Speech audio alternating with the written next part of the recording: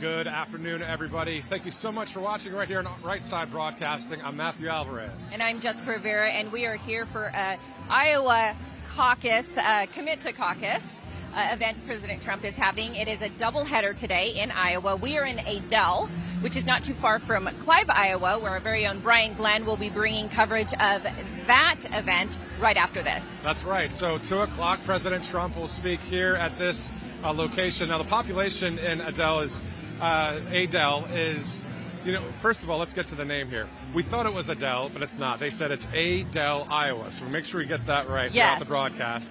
2 p.m. Central is when President Trump will speak here. And then around 3:30, Brian Glenn will take over that live coverage from Clive, which is about 20 minutes from our location, east of our location. And Jessica, he has these Commit to Caucus events. He's been in Iowa a lot, but it seems like it's even more than a campaign stop with what's going on around the world right now.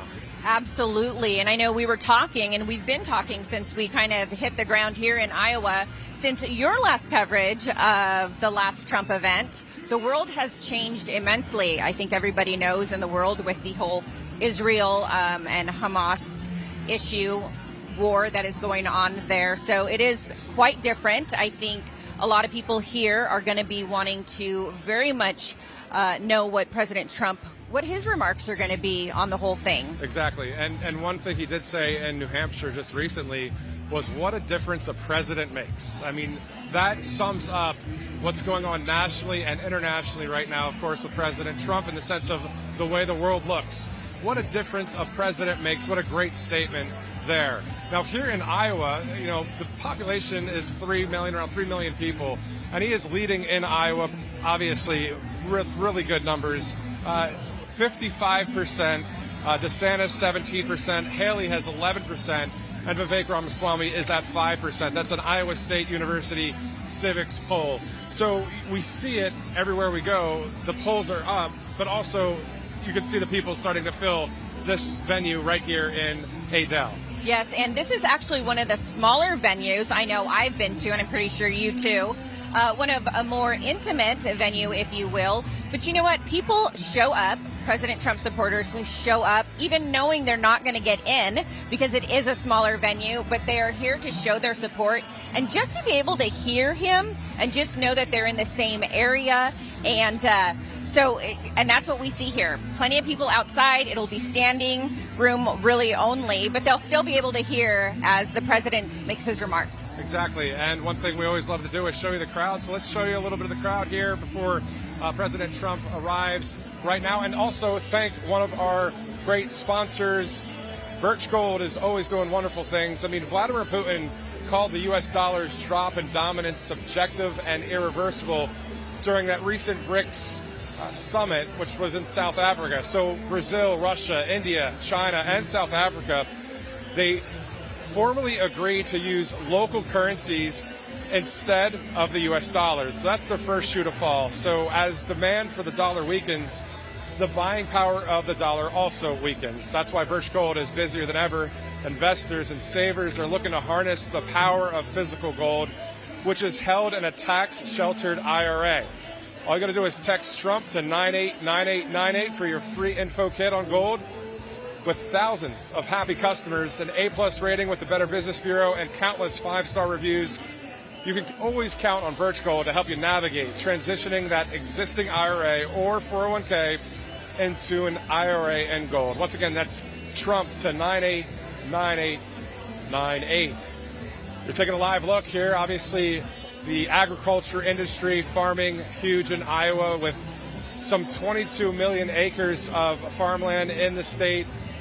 And right out of the gate, it's the first of the nation for the caucus on January 15th. So, of course, President Trump arriving here a little bit later today, a 2:30 start time for his speech, and then 3:30 once again in Clive. And we were talking about the polling and that kind of thing, but really, though, the amount of encouragement that comes to the nation from President Trump when he goes to a campaign stop. Sure, he talks about the local politics and what's going on that he would do with Agenda 47, but when it comes to nationally and internationally, sometimes we need to hear a voice of reason. We need to hear a voice of common sense, right? Absolutely. And like you're saying, most of America does tune in, whether you like him or not. I think a lot of people want to hear what he has to say because what he says is pretty much what you're going to get, which is something that I think you can count on with President Trump. But I think on this event, this I Commit to Caucus event, I think a lot of stations and media are going to be tuning in from around the world just because he hasn't had an event where he has spoken out live since the Israel war that just took place, the attack on Israel there just a little over a week ago. Right, and he did have a few remarks when it was happening day of, the following day. So obviously Israel behind us in the time zone, or actually ahead of us. But today, with the amount of developments that have happened throughout the week, it's going to be interesting to hear what he has to say. And as you mentioned, this is a campaign stop locally for Iowa and for the nation, but also international news can be made here as a former president who we know in 2020 should still be in office, but still running for office for the 47th presidency of the United States. And the polls are really good right now, not only nationally, not only in Iowa, but also nationally right now, leading Biden. I looked at these results of these polls in the swing states right now. He's leading Biden 41-35 in Arizona, Georgia, Pennsylvania, Michigan, Nevada, and Wisconsin. So you can see that the country is realizing what's happening right now nationally. And I know you've got some, experience in media, but also covering rallies. So what's it like to be at one of these again? It's a little bit smaller than a bigger rally, but still always something that people need to have around. I'd have to say the energy is still the same. The energy is still up high. And I have to give it to President Trump. He has one of the best playlists I think there is out there, and he continues to do that. I know today we've heard some really great music. He keeps his audience entertained, whether they're here before, hours before. There's always something to do. People are speaking with each other. It's a very friendly event, like they mostly are. Exactly. A lot of people are here to kind of chit chat and talk and kind of anticipate what they're going to hear from President Trump. And many people, it's their first time hearing from the president. So, they see, all these online articles and television broadcasts of a man that already rose to fame and success, but said, I still want to do something more, and ran for president, of course, and won and did wonderful things. And we'll get to a few things that he did internationally as far as foreign policy when it comes to Israel and the Middle East in a little bit. But, back here in Iowa at Adel, once again, a population of about 6,000 people. These folks love President Trump. They love their country. And it is a peaceful movement. MAGA, a peaceful, wonderful movement that's happening throughout this country. And anybody that loves freedom, right, around the world, they love what President Trump and MAGA stands for. Yeah, absolutely. And I think more than ever right now, whatever side of the aisle you're on, you're really, really paying attention to your Second Amendment right now. I think a lot of people are kind of questioning where do they really stand if they didn't support it so much, just seen as the current status of the world and how unsettling it is.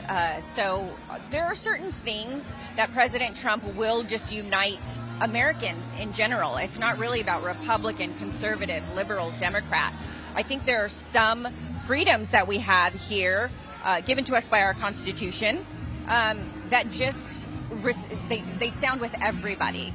All of Americans. It doesn't really matter who you support when it comes to the president. And I think that is one of the rights that is going to be hugely spoken about for a while now, would be the Second Amendment. Yeah, any of the amendments to the Constitution, sure. We don't want a sledgehammer from the Democrats or the left wing to hit that thing as much as they have been, right? You want to keep your freedoms, and that's, of course, why President Trump is running once again to win the White House.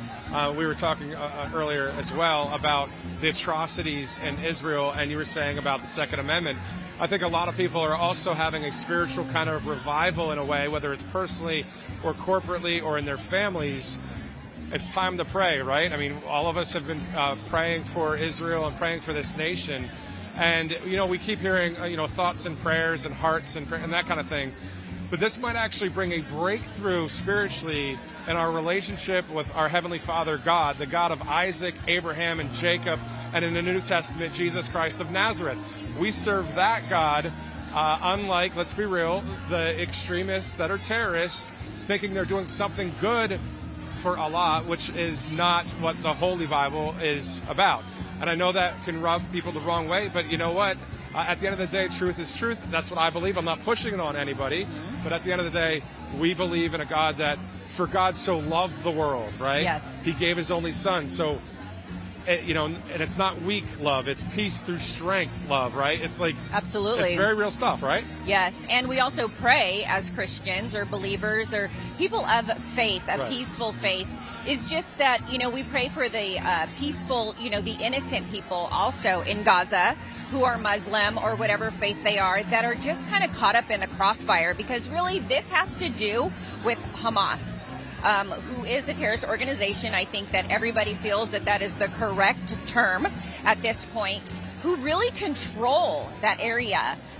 So it's not us against necessarily Muslims, as many would like to make it seem in the Arab world, because there are very peaceful countries in the Arab world that are able to be civilized and talk about their differences. But I think right now what's happening in Gaza and Israel is so much different than it ever happened before. Lots of times we see the Middle East with Israel and Gaza, we see these fights kind of spark up and then they kind of dissipate with a ceasefire within a couple days. And I just think that this one, and I think it's very obvious, this isn't going to be that situation. Right. It's a longer term yes. situation that's happening by air, land, and sea.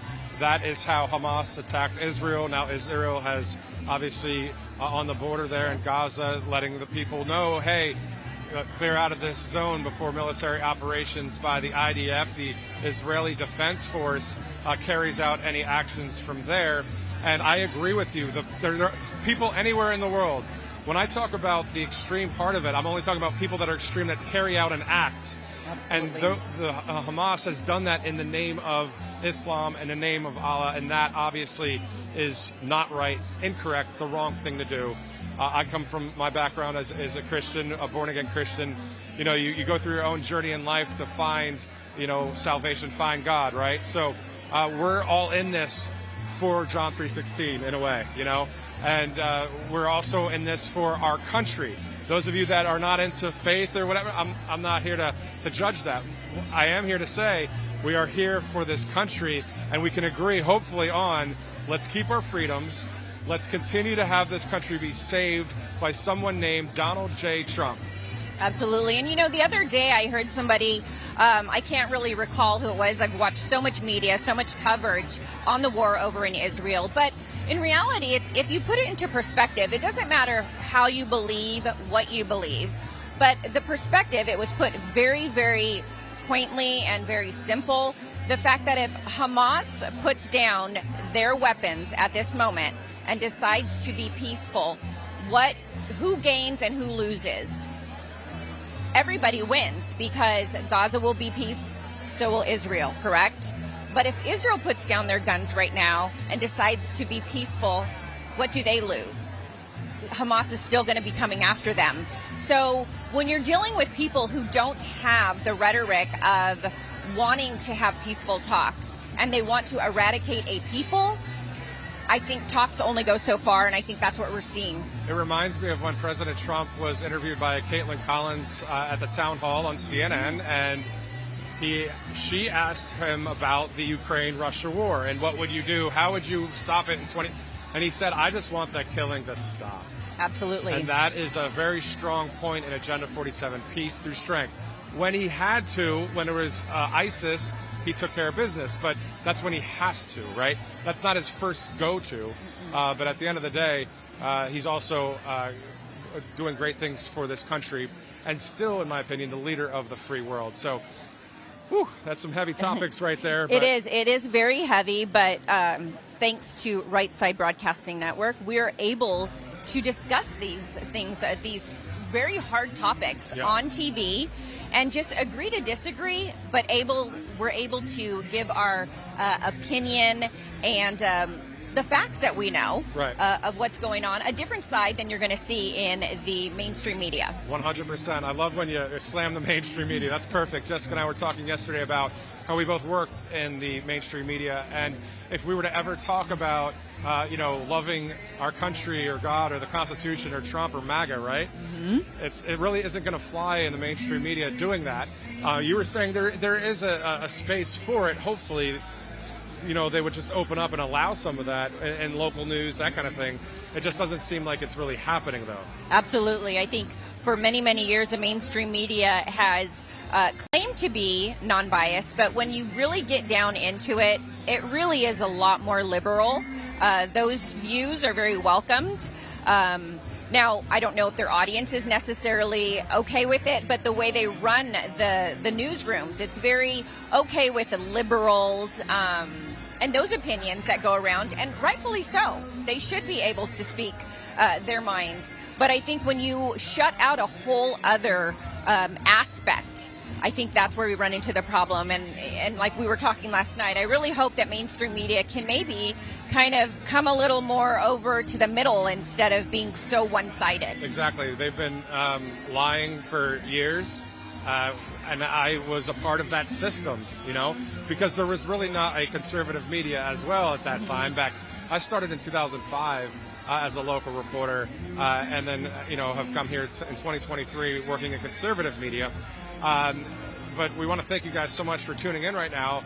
At RSBN is where you can follow RSBN on Truth Social. And also, if you go to rsbnetwork.com/newsletter, you get a lot of great exclusive offers and information and reports from our staff out there that actually President Trump, don't you see it too? On Truth Social, he's retruthing these great articles by our staff at Right Side Broadcasting, which is always awesome to see. I'm Matthew Alvarez. If you'd like to follow on Truth Social, so it's at Matthew Alvarez, and any of your socials. Yes, so mine are usually at Jessica Rivera or at the Jessica Rivera on pretty much all of my social medias. I can't specifically remember. Some of them you got to put like a the or something in front of them, but those are usually the places that you can find me on any of my social media. So once again, we're at a Commit to Caucus event. This is Adel, Iowa. We're about 20 minutes west of where Brian Glenn will take over coverage. So this is a RSBN doubleheader. So President Trump will be speaking here at 2 o'clock Central, 3 o'clock on the East Coast, and then 3:30 Central, 4:30 on the East Coast. Today's a very big 24/7 news cycle day with the judge in D.C. We'll see what happens there. Will the gag order come down or not? President Trump, who knows what will happen here when it comes to if it happens or not. We're going to hear from President Trump ×2 today, which is always good because the president is just kicking back all of the lies from the left, and that's why we're happy to be here, just to kind of facilitate and show you the crowd and come at you live right here in Iowa. And another big news story that we're watching is up in D.C. in Congress. We're still without a real speaker in the House, and I don't know how long that's going to be, but we're hoping that maybe that can get resolved pretty quickly and not take as long as it did the last round. But we'll have to see how that goes. I know Congressman Jim Jordan is up right now, but he doesn't have all the votes that he needs. So it's not a slam dunk by any stretch of the imagination. Right. So that'll be another news story that we will be waiting for. Yeah, definitely monitoring that throughout the day and this week. A lot of the talks are happening, before they come out on the floor to vote, because like you said, they don't want to come out there and have 15 votes again. Nope. So they're going to get that ironed out. And I'm sure Brian Glenn, when I was working with him in New Hampshire, has a lot to say about that.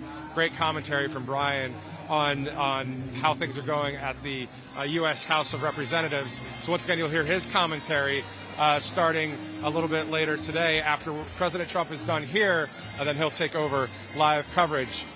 This is a Truth Social post that I wanted to bring to our attention once again from one of President Trump's senior advisors, Stephen Miller. He posted that Trump brought us safety, stability, and peace. Biden has brought us destruction, disaster, and war. It feels like, and it seems like, this country and around the world it's kind of bursting at the seams in the sense of things are falling apart. We're not falling apart under Trump, and now under Biden, we see what's happening. Absolutely, and I think when President Trump first announced that he was running for president, after people decided to take him seriously, they touted he was going to be a warmonger. We were going to be in a bunch of wars, World War III. And if you can look back now at his presidency, and like I say, whether you agreed with him or not, he is one of the only presidents under his administration where we had very little, if any, conflicts going on. We sure were not in any sort of wars. I know at the time Afghanistan was still going on, but he had his plan to kind of back us out of that, which would have been a lot different than what happened with Biden and his horrible withdrawal from Afghanistan. I'll just leave it at that because I think a lot of people know how awful that was. But yeah, so completely the opposite. And then we have Biden, who under him, if the economy hasn't been good, we have definitely not been safer around the world or here in America. Make America safe again, right? Make America strong again. And President Trump, I believe, is glad to see the amount of patriots throughout this country and a number of leaders throughout the world. I mean, Viktor Orban in Hungary, is a supporter of President Trump. Jair Bolsonaro, the former president in Brazil. And not only internationally, but nationally, we've got people here as well that are supporters of the president. Not only the people, there are supporters that are in office or that are running for office. I'm thinking of Kari Lake in Arizona for Senate. Mm-hmm. I'm thinking of Matt Gaetz. I'm thinking of Marjorie Taylor Greene. I'm thinking of a number of people that are like, you know what? I'm MAGA and I'm MAGA through and through.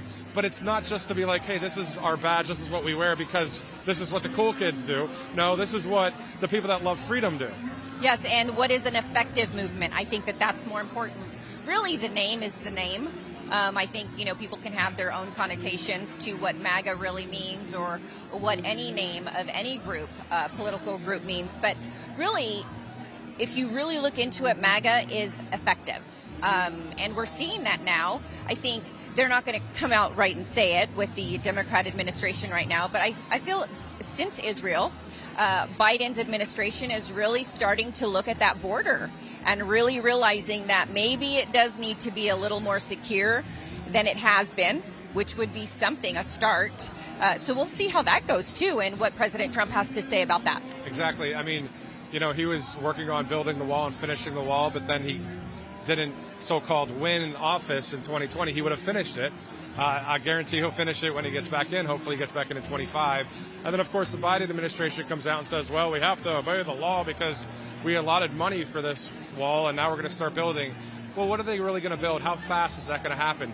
Right now, we need actually to have National Guard down there protecting the southern border that is really no more at this point. We're hoping that, obviously, we don't have people that we don't know crossing into the country. Now, at the end of the day, do it legally in the sense of going through the proper steps, the proper channels.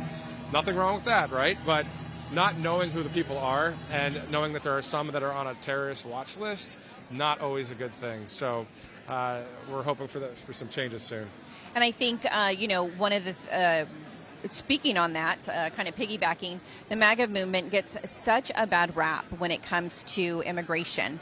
I think a lot of people who don't agree with them will say, they don't like immigrants. They don't like immigration. The truth is, that's not the truth. That's not reality. The truth is, let's vet our immigrants who come through so it is a legal process because America's for everybody. It doesn't matter where you come from, but we do have to make sure if other countries can secure their borders, for instance, Ukraine, Biden's administration has been very big on Ukraine's borders and those being secured, yet here we are in our country and he doesn't practice what he preaches. 100%. That's exactly what's happening. So we're hoping for some security to come to a southern border. To see it in the actual boots on the ground results, right? I haven't traveled down to the border yet, but to see the other day, last week in Chicago at the airport, they're flying migrants in and busing them to Chicago O'Hare. And so if you watched last week's coverage, I ran into two migrants there's a bunch of them sleeping in the one terminal, but outside there was a group of them outside of a car.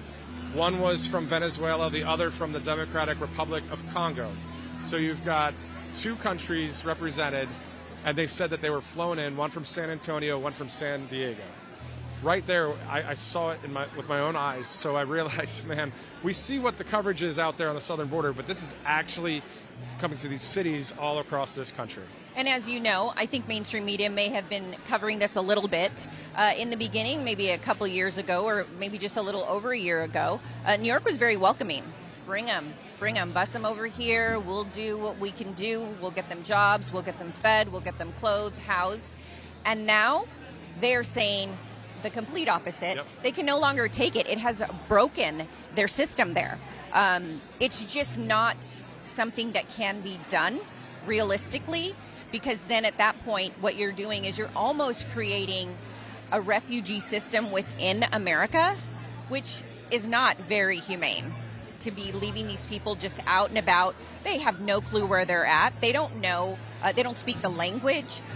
So I think, having a process to get people here like we did so many years ago through whatever border it is. It just so happens to be our southern border right now, which is very open, so people come through there. And, Matthew, I don't know if you know, but you just mentioned it. There was somebody who came over from Congo. A lot of people want to think that it's just the Mexicans or southern, Venezuelans, Guatemalans. And the reality is a lot of people are coming from other countries, China, Africa, Europe, specifically the Middle East. Yeah. So, there's a lot more that goes on at the border than just Mexico, their citizens coming over, or Central America. Right. There's so many other countries coming through, and I think people don't realize that until you kind of really get down there and see the coverage. And, here, you think about places like Chicago and New York, we're on the heels of wintertime, as you were saying, about the humane thing to do, right? Like, where are they going to go if there's no housing right away or something? Where are they going to live? How's this going to work out? It's obviously a terrible situation that hopefully governors and law enforcement will be able to help out, and the National Guard, that kind of thing.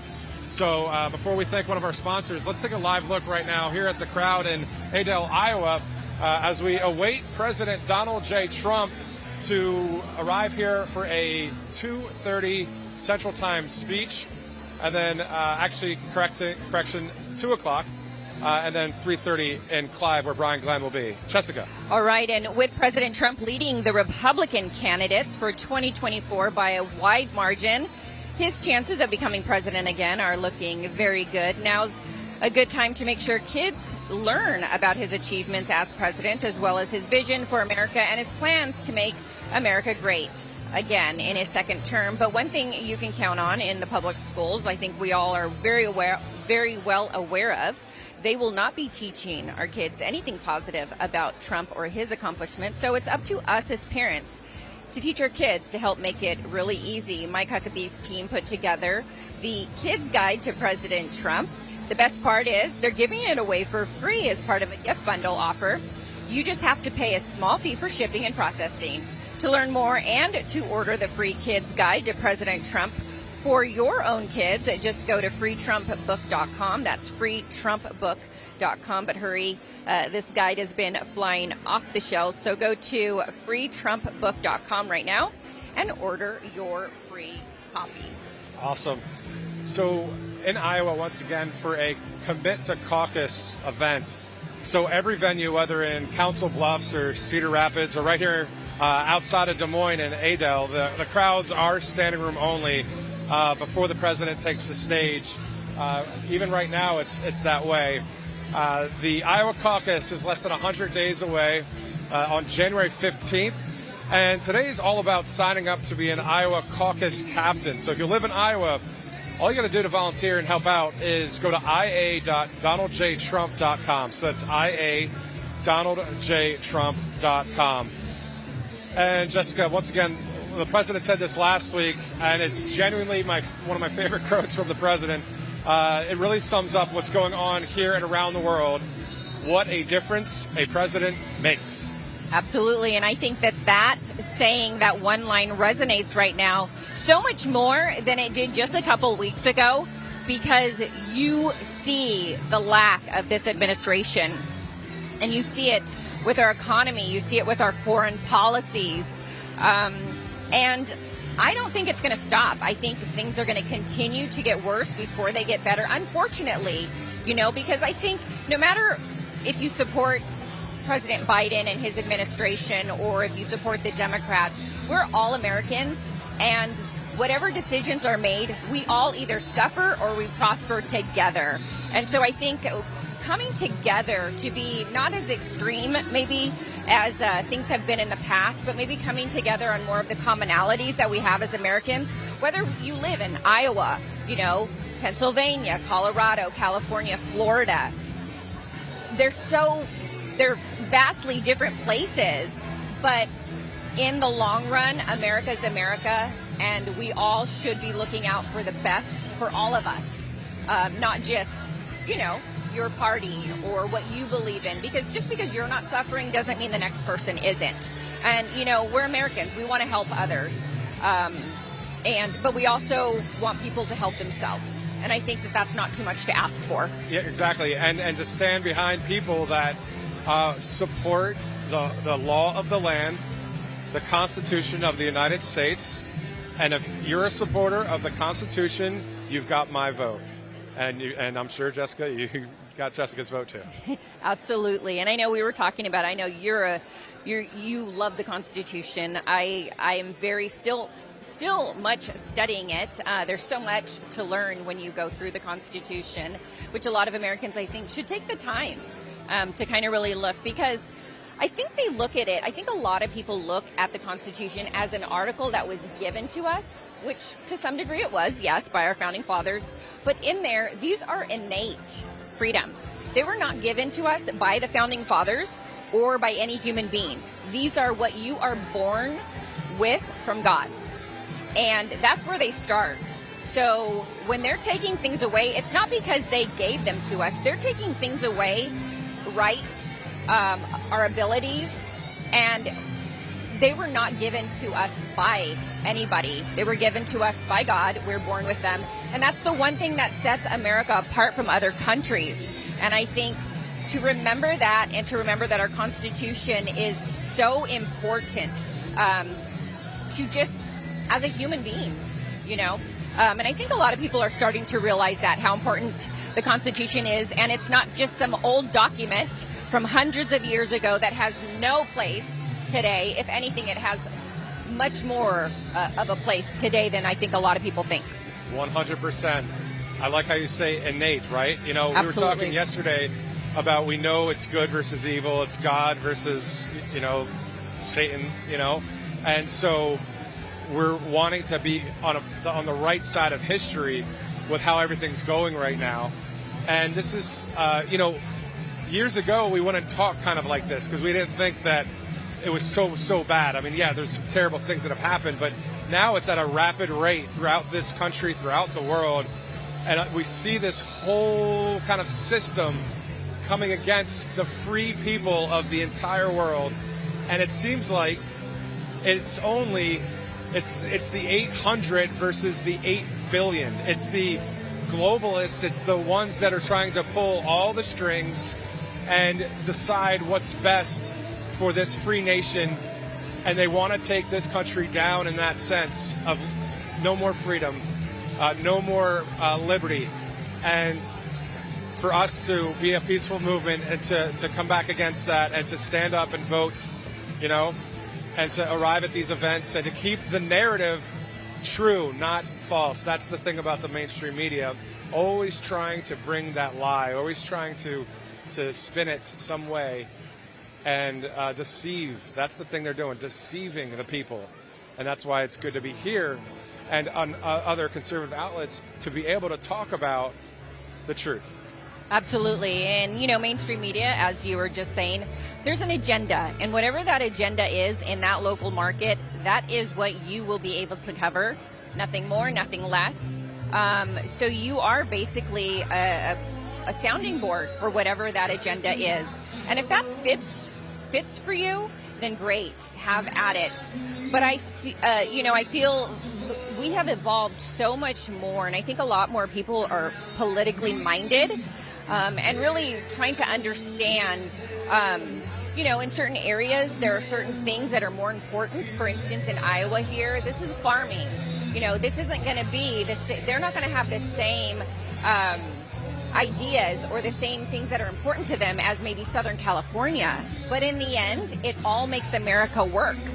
So I think for everybody to really understand what's going on in other places besides just where you live, your little bubble, but that's how this world works. Everyone's so busy working just to stay afloat right now, to stay afloat and just get the bills paid, that they don't have time. They're trying to feed their families. They don't have time to really look into things themselves. So they depend on mainstream media or their local news to give them that information. And it's so hard to hear when that they're not giving them exactly everything or covering certain things. I mean, there's so many people that I will talk to back home, and there's a topic and they have no clue that anything's even happening, and it baffles me, but that's what they're seeing there or in other places. So mainstream media, I feel there needs to be some sort of a change, and I think that they can change it if they want to make it more encompassing and not so divisive, but we'll have to see what that looks like. Yeah, so they're losing ratings, in my opinion, because people want to hear and resonate with what's really happening. They want authentic people sharing the news with them. I believe they also want to hear truth, right? They want to know that everything is going to be okay, but through this way, not... For example, a number of networks or cable outlets, I won't name any right now, but they cover the immigration story really well. They cover other stories really well. But then they stop as far to say, but President Trump is the right guy for this situation, or MAGA, or talking about freedom, or the seriousness of the Bible and what's going on in life right now. That's the stuff that we're all thinking in our minds, and I know a number of you viewers are thinking about it too. Well, why don't the people on TV, on the mainstream media, why aren't they talking about it? It's because they are, let's be real, I have to talk about one of them, Rupert Murdoch, who just stepped down with the New York Post and Wall Street Journal and Fox News Channel. He owns them, right? Well, you'll hear a lot of great coverage, and some great people work at those networks and organizations, but the truth, that little bit of the truth that they're missing, that they're omitting on purpose, because they want the control of the masses. Rupert Murdoch is a globalist, it's just facts. So, what do? We hopefully find other outlets to find. And I was thinking, while Jessica was talking, she was making these great points, and I'm like, well, do you guys know who we are? Like, do you know who we are? Like, you probably don't know who we are. My name is Matthew Alvarez. This is Jessica Rivera. We both work in mainstream media for years, right? So we had to be in these newsrooms and listen to all this garbage and then report on garbage mainly, right? Ask for permission first to be able to cover what you want or be given your stories. Yeah, and not really, unfortunately, couldn't cover it so accurately, especially when President Trump was campaigning and that kind of thing. They'd always want a soundbite from someone else. Well, I get the old school thing of fair and balanced, but you know what? What we want is we want true and more truth. Absolutely. At the end of the day, that's what we want. So we speak like this. I mean, I want to ask you a quick question too. Sure. Some of your coverage that you've done, what have you interviewed any politicians? What's been some of your background? Yeah, so I was with a conservative network previous to this, so I've been working in conservative media for a little while now, and I really enjoy it. I think just having the freedom and having people that back you, that know that you're the professional who's doing the research, and that should something false come out of your mouth, that you are able to be a big enough journalist or commentator, whatever it be, come on here and rectify the situation. I think that that's very important. But yeah, so I've worked in conservative media for a while now, and I've spoken to both Democrats and Republicans, and I personally enjoy hearing the people, not just, how can I say it, not just having a sounding board. You know, we can sit here all day and we're probably going to agree on the majority of things. But the real conversation, and I think people really learn when you're talking to people who don't see things like you, but you can agree to disagree and then come to the table and talk. What makes you see that? What makes you see it from that aspect? And then come to some common ground and say, okay, well, we're not really that different, you know? But I think when we're pitted against each other in mainstream media, Yeah. I believe, hands down, I believe that is what we are, and by the government too. Yeah. I think our own government likes to pit us against each other so that we're so busy fighting amongst each other, we don't really know what they're doing over there. Yep. 100% true right there. I mean, they pin us, the mainstream media, and as you mentioned, the government pin Americans against Americans, acting like it's a real big problem that's going on between maybe people groups or certain people. It's just not the facts, right? They're just trying to stir the pot any way they can. Unfortunately, they liked crime stories in local news. They always wanted to cover crime first. So much bad news going on.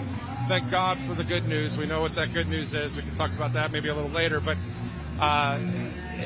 it's just good to be a part of the good news side. Yeah, and a little off of what you're saying, and I know you know this saying in mainstream media, if it bleeds, it leads.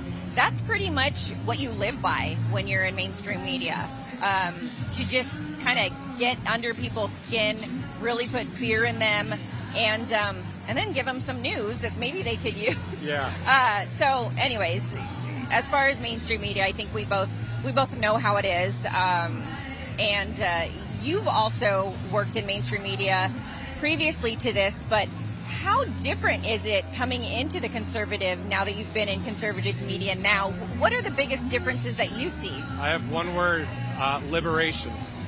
I really feel free doing this because holding in what I believe to be true, the Bible and the Constitution, and someone like President Trump being the best man for the job, obviously doing what he did in 2016 and 2020. So it's just nice to be able to talk about these things.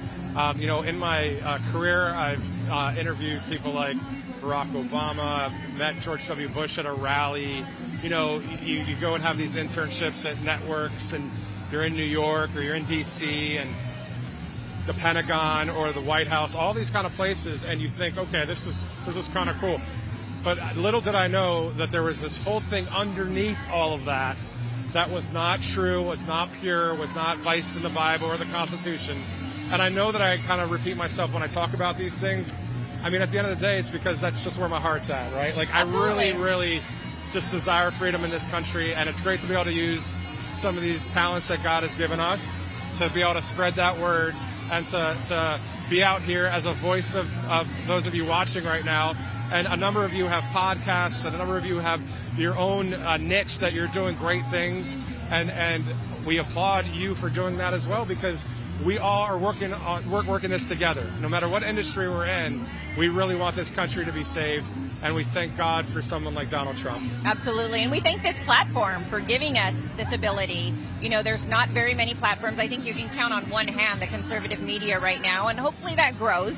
I think we've seen it grow over the years, especially since President Trump took office, and hopefully we'll see that rise with another win for him next year. Exactly. Yeah, Right Side Broadcasting. It was awesome when I was stepping out of mainstream media, reaching out, and then here we are. So it's very grateful for the opportunity, of course. But enough about us. Let's get to we the people, which are us too. Let's take a live look right now here in Adel, Iowa, as we wait for President Trump, who will speak here in about, let's see, what time is it now? It's 12:30, so we're looking at around an hour and a half from now until President Trump takes the stage. Maybe he'll be a little early. We don't know, a little late. But we do know that the program is set to start pretty soon here in this Dallas County Fairgrounds that we're at, Jessica. And when we say program, we mean kind of the speakers before rallies that are kind of common. I know we're probably going to hear from some local Iowa people, as we can see. Somebody's stepping up to the podium, so let's take a look and a listen. Hello, everyone. That was really loud. My apologies. My name is Bobby Kaufman, Senior Advisor to President Trump, and I'll be your MC for the pre-program. To get started, I'd like to introduce three individuals who are going to help us with the pre-program. Chaplain Al Perez, who is going to do the prayer, Tom Dixon, who is a veteran and a Donald J. Trump caucus captain, who will do the pledge, and Jennifer Bramble, a faith leader, who is going to perform the anthem for us.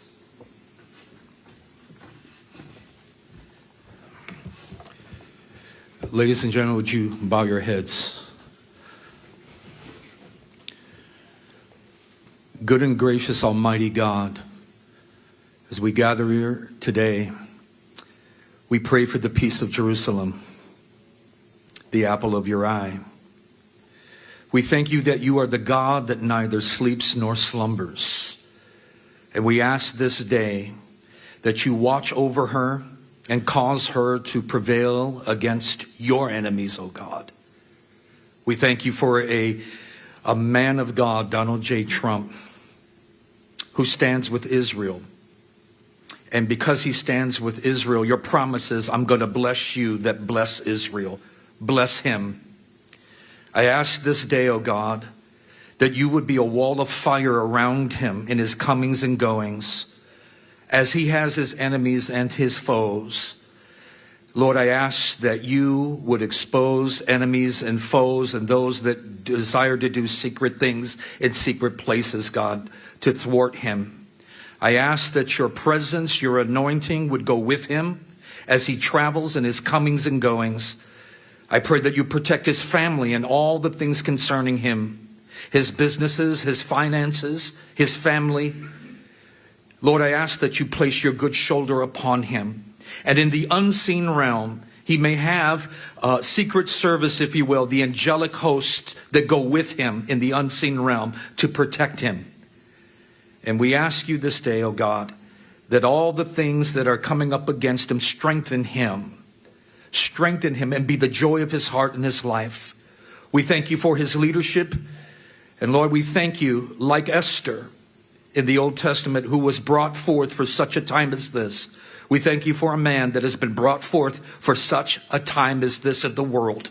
And as the world is in turmoil, make Donald J. Trump a trumpet in the earth for what you're about to do. In Christ's name we pray. Amen.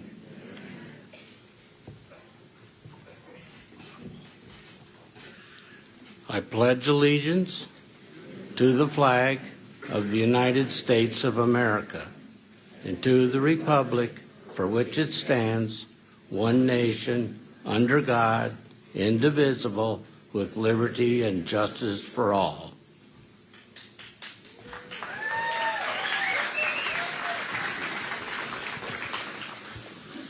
Yeah, stay seated, everybody, or stay standing.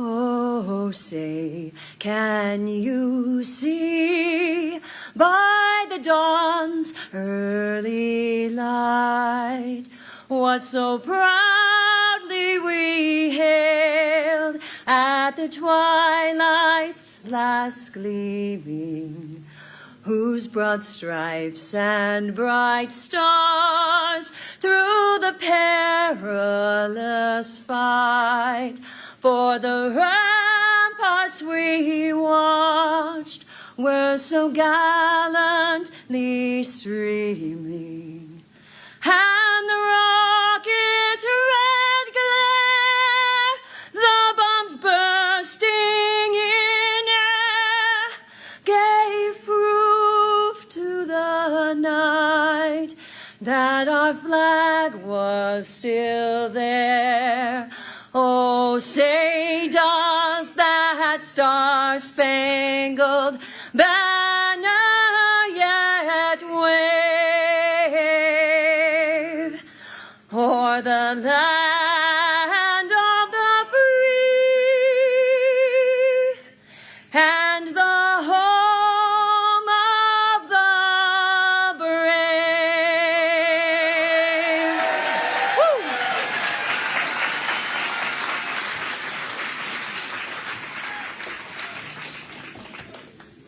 Thank you, all three. That was wonderful. And Jennifer, thank you for singing. If I sang, you'd all run for the hills. To start things off, I want to introduce a friend of mine.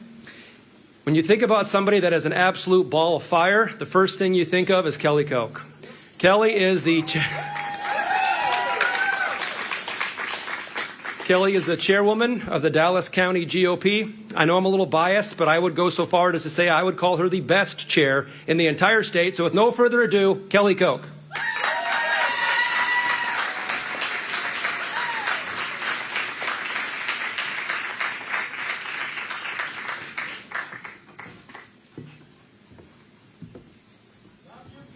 Hello, Dallas County. Yay. Well, I'll tell you what, in February, we had 20 below zero last February, and I started to hear this. And it was all of the presidential candidates coming into my state. And I'd be sitting at the kitchen counter having a very stiff drink of black coffee, and they started to call. It was Nikki Haley. It was Vivek. It was Perry Johnson. It was Ryan Binkley. The one that I didn't take the call, I was actually mowing my lawn this summer, and it was Chris Christie. Didn't take his call. Yeah. No. In fact, my lawn is very big. I was always mowing my lawn when he called, right? So through the summer, the Dallas County volunteers right here, the Army, the backbone of our county for Republicans, we have worked our tail off. We have opened up our door. Royal Flooring, the Patriot guys over there opened up their business. We had bonfire, barbecue, and beer to entice these guys to come, and Nikki Haley, the female. We entertained them, and we vetted them. We looked at their policy, their platform. But now, after Labor Day weekend, Governor Reynolds sends her marching orders to me and says, pivot. Okay, one more pulled pork sandwich, I'm going to jump in the lake. I don't want to have a meet and greet. I don't want to have another conversation. What I want to know is who is going to help us choose the next president of the United States, and it's called caucus. So I just checked with Bobby. We are under 100 days till January 15th, Martin Luther King Day. It's hard to believe it's the same night. So some people have the day off. Some students here don't have class. Everybody should plan to caucus. And how do you do it? It's very simple. If you've never caucused before, sos.iowa.gov. How do I know? I type in my zip code. It prints up my precinct. And then you come to me, DallasCountyGOP.org. It's our website. We will post an entire list throughout our county. And I am a West Des Moines Moffett Lake resident. Where do I go to caucus? 322, I'll find out I go to Waukee South Middle School.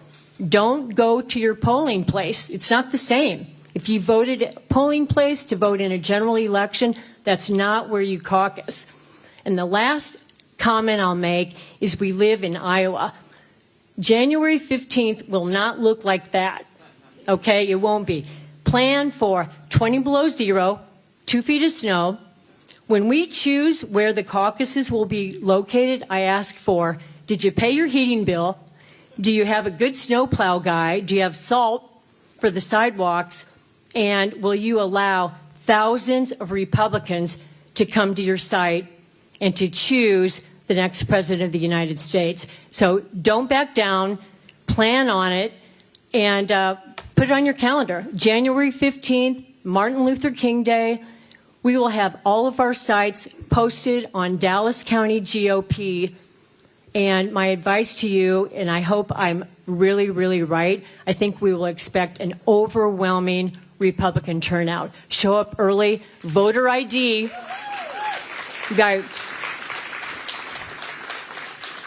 Why do we have voter ID? Because we don't want anybody to cheat. That's the answer, right? Right. The big message that the Republican Party handed it down is that we will accept same-day registration. What's that mean? Well, it means that I know that there's a lot of independents out there, and some Democrats are here today, and they're really upset with Joe Biden.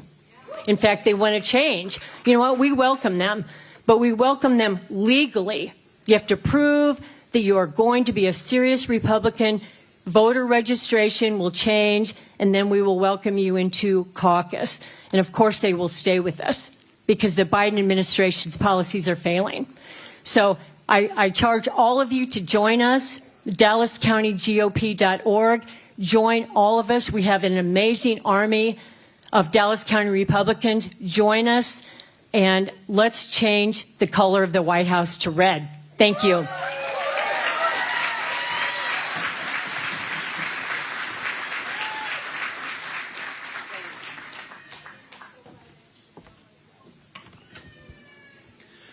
I've got a couple of questions for the crowd. You ready for them? Number one, who's ready to see Donald J. Trump today?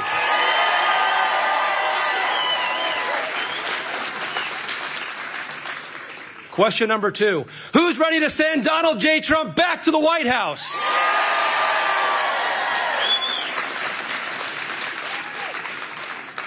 And the third question is actually a serious one. Raise your hands if this will be the first time that you caucus next year. Keep them up. Keep them up for me. That is absolutely amazing. It shows the strength of the president. It shows the strength of his campaign, that we're attracting all of you folks who have never caucused before. This is the same theme we see in a lot of our events, where about a third or a fourth of the crowd have never caucused before. Thank you for being here today, and thank you for making sure that we elect Donald J. Trump.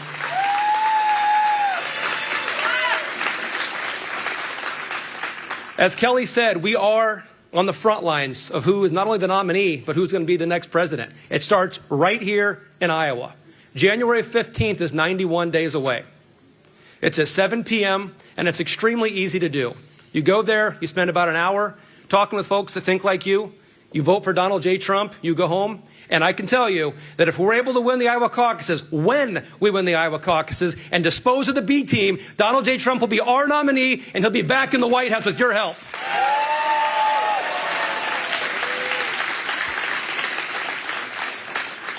I often look back fondly on what we had when President Trump was in office. We had a closed border.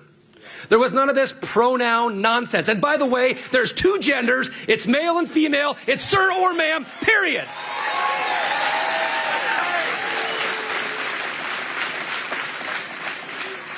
We were respected abroad. None of these countries would dare try the things they're trying right now when Donald J. Trump is in the White House.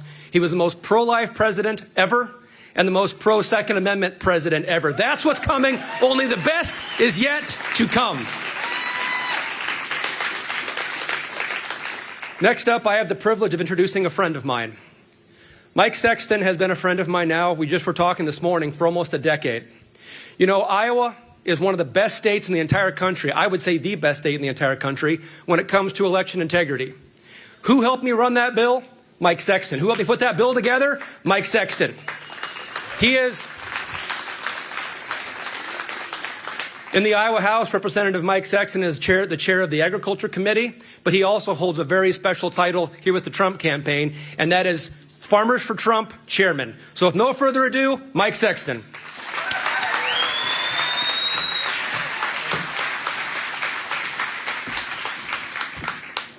What a great day to be an American, eh?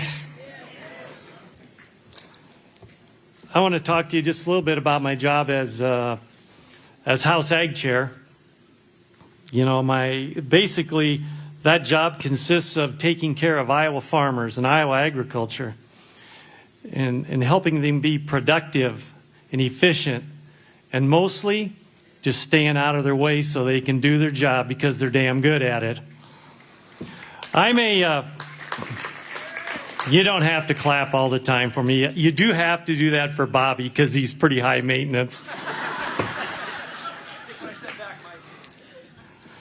I'm a fifth-generation farmer from Calhoun County. And my wife she said, "You're actually going to stop the combine on Monday and go down there?" And I said, "Yes, honey, I am." And there's a lot of farmers sitting out here, too, with wives saying, "I can't believe he got out of the combine today." But this is important, folks. This being here is important. It's important for our kids and our grandkids in the United States of America. That's why we're here today.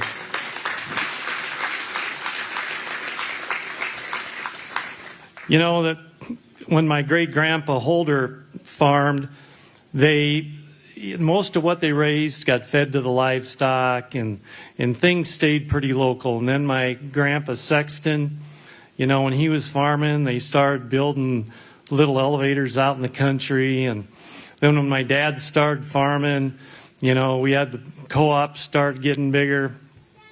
But everything was pretty local. And those of us in agriculture today know that it's not local anymore. It's a world market. And ladies and gentlemen, right now the world is in freaking chaos. And we had a speaker talk about that.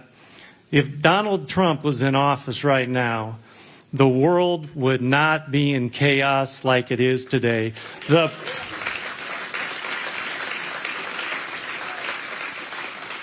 This president we have right now gets tested every day, and every day he fails. And now we have what we have. And speaking for a farmer that depends on the world, you know, tyranny loves chaos and vice versa. And so our markets, well, if, as a farmer, I would just tell you, if you don't have your diesel fuel locked in right now, we're going to be in a world of hurt if this war escalates. That's just all there is to it. I'm going to talk to you a little bit about the caucus process. This will be my 22nd caucus. I went to my first caucus in 1980 because our government teacher was going to give us extra credit if we went to caucus. So I went to caucus for Ronald Reagan.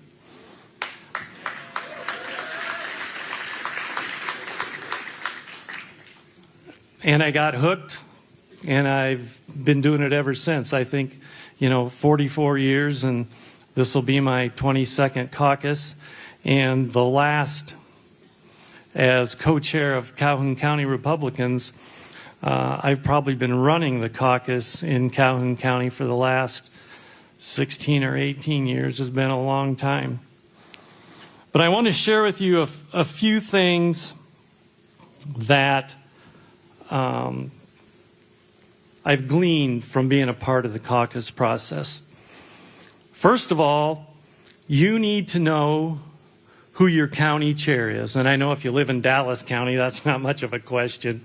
But if you're not from Dallas County, you need to know your Republican county chair. That's the first thing you have to do when you go home today. You need to find that out. Then the next thing you do is you need to call him. And you need to volunteer. Because one thing every county central committee needs is volunteers. They need help. And they're going to really need help with this caucus. Because, folks, we have caucus every 2 years, and a lot of people don't know that. We caucus every even year. And most years, we have, in Calhoun County, we might have 12 to 25 people. We all know each other. We're all friends and neighbors. Same people always show up at caucus.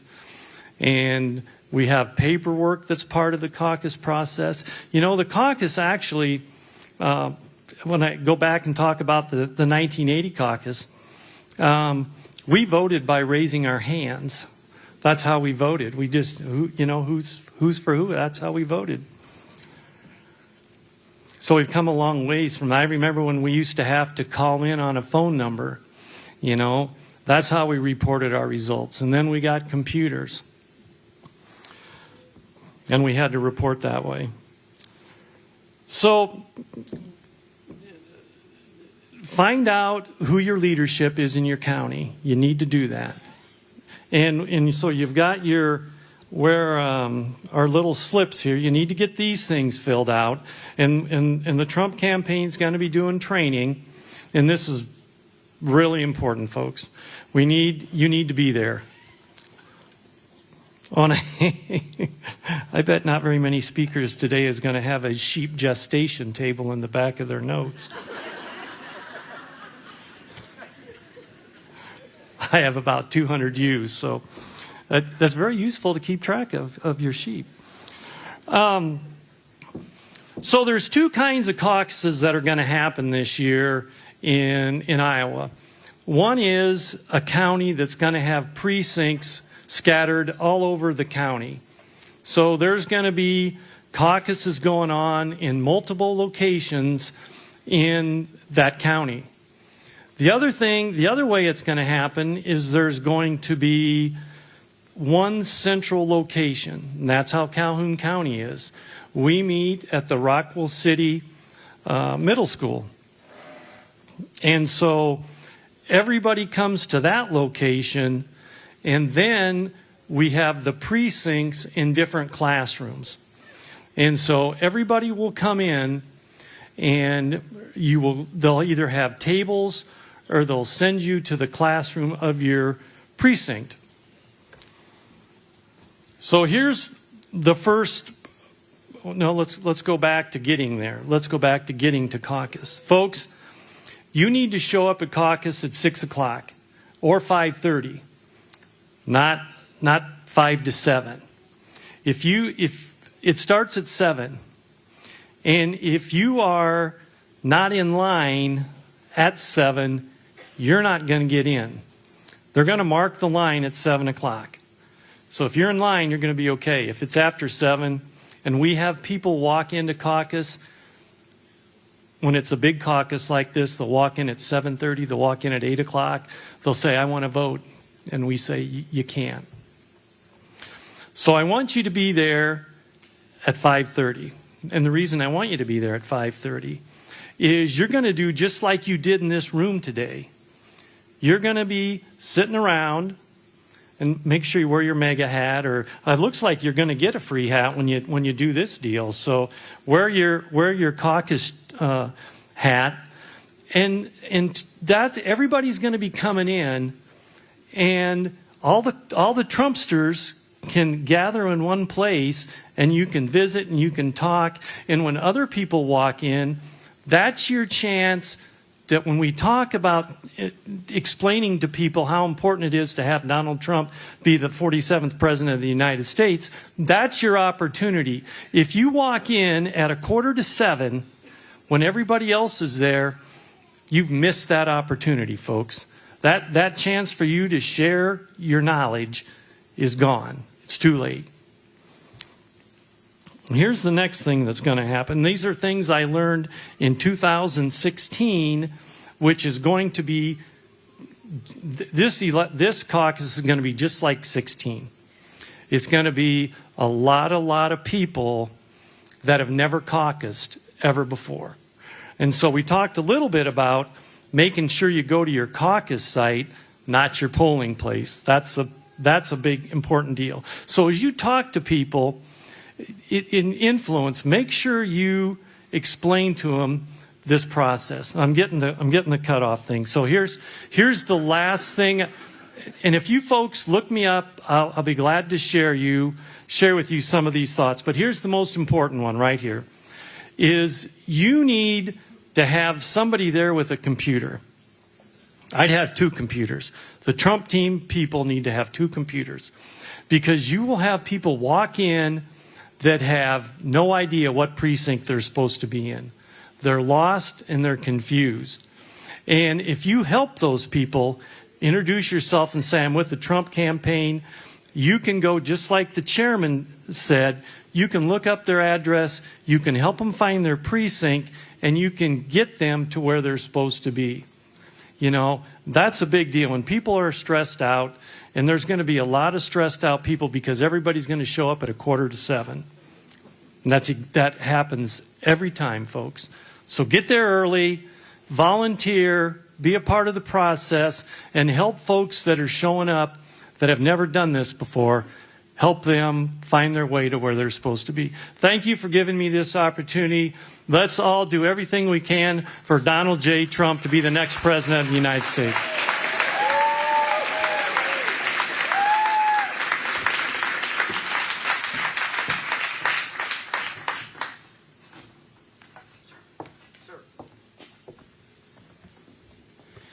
Next up, I'm excited to introduce another friend of mine. He happens to chair the Senate Appropriations Committee. That's a big deal. He is definitely one of the most influential elected officials in the entire state of Iowa. With no further ado, Senator Tim Kreinbrink.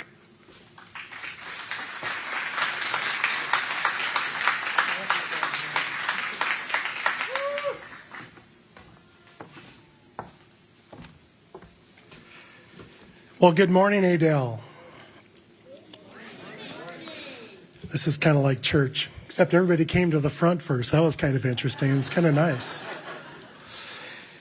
You know, after President Trump announced his candidacy for the 2024 election, I endorsed him immediately. President Trump, I've been at probably 6 or 7 of these events, some a lot larger and some smaller. And the interesting thing is that President Trump has supporters that never disappoint. And I think when he comes in here today and sees what he sees, he's going to be awfully happy, and so are we, of what we're going to hear. So we're here today with unwavering support for Donald J. Trump. We know that he's a true patriot. He's a man that has a record of being a tried and tested leader. He's a man that puts his country before himself, and he's a man that's fighting for each and every one of us every single day. I know I'm not alone when I'm saying these things to you in response to the people that contact you, or you meet on the street, or you meet in a grocery store, or some of you even meet them at your kitchen tables. When they find out that we're supporters of Donald J. Trump, what do they say? I hope I can pull this off. We need a fresh start. I wish he would stay off Twitter. I wish he'd stop saying bad things about people. You know what my answer to them is? My answer is that if you believe this, the fake news, the Democrats, the rhinos, and the establishment has you believe in exactly what they've been selling to you for the last 7 years. I think it's obvious to all of us that the only way we're going to save this country of ours is to follow what President Trump has said. When the election comes next November, we need to win by such a large margin that it makes them impossible for them to cheat.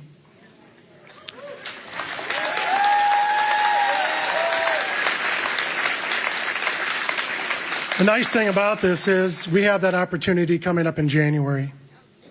We have the opportunity to be the first in the nation Republican caucus.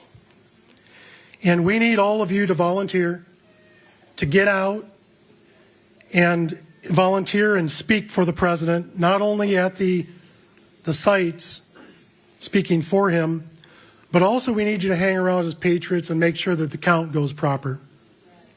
We need patriots there to volunteer, to stay back, count those votes, and make sure that they're accurate and they're fair. We need Iowa to speak loud and clear that President Trump is our current and future leader of this country. The larger victory that we get in January, the sooner we'll have one remaining candidate, Donald J. Trump.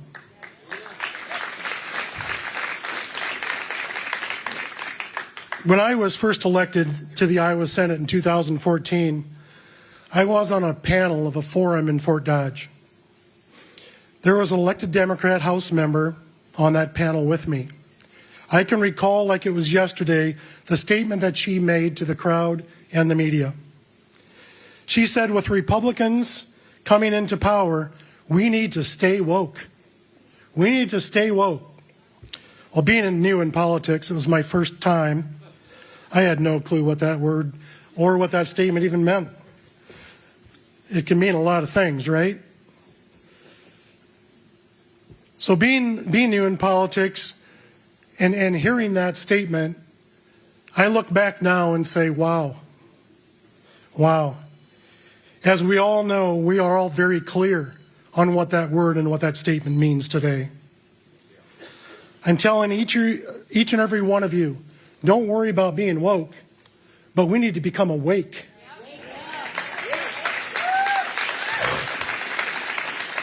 We need to become awake to the crooked media. We need to become awake to the two-tier justice system. We need to become awake to the rigged voting system. We need to come awake to the deep state money laundering system. We need to become awake to the corrupt, Soros-appointed judges. We need to become awake to the false and fake indictments of our president. And we need to become awake of the out-of-control crime across our nation. As patriots, we will and we are all awake, and we are ready for this. In a few minutes, we'll all have the honor of meeting and listening to the next 47th President of the United States of America.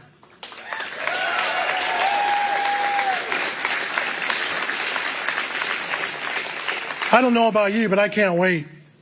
And we need to show up for Donald J. Trump, Adele. Thank you, Adele, for everything that you've done for us in Iowa, and thank you for what you're going to do in the future for Donald J. Trump.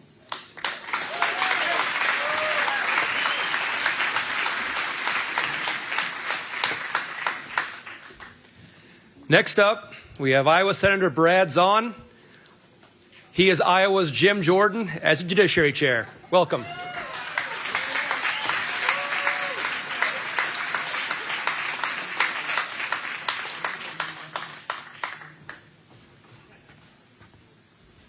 Well, I don't know about that.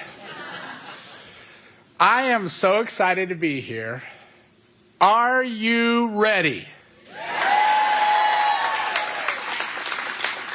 The best president in my lifetime, and I will have to say this, I'm all in.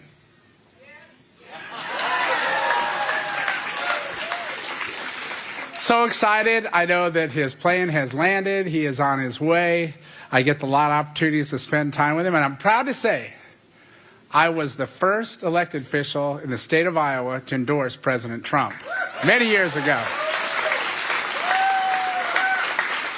And the president will come here and he'll say, well, I'll leave what he's going to say, but he says I'm the first in the nation, which I don't know if that's true, but I've been with him from day one.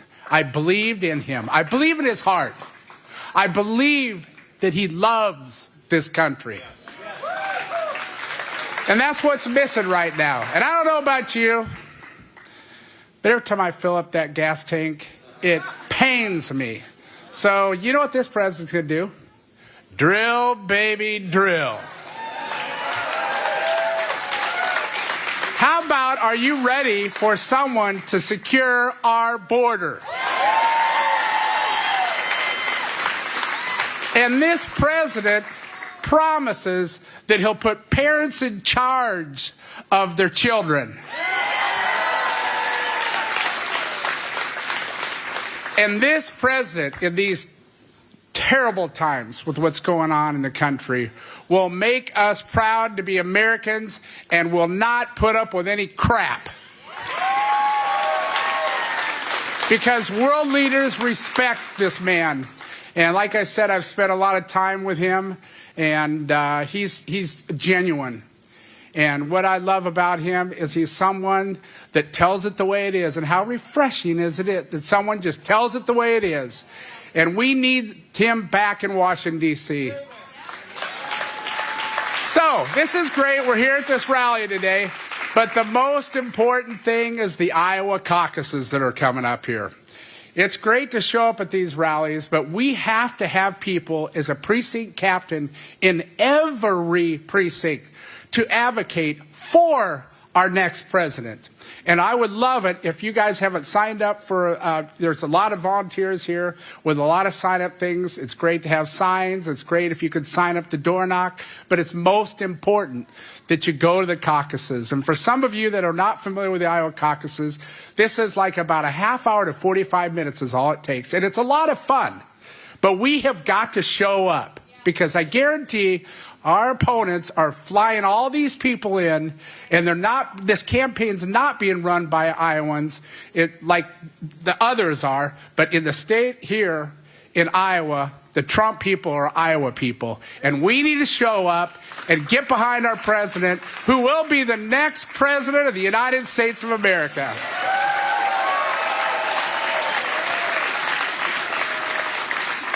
If you haven't shown up, you go to ia.donaldjtrump.com and sign up. And they will train you to tell you exactly what goes on at caucus if you haven't done that.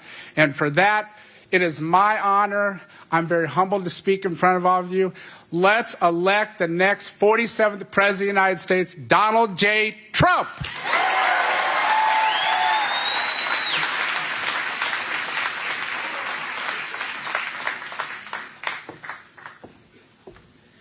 Next up, I'm proud to introduce our former Attorney General and top Trump surrogate, Matt Whitaker.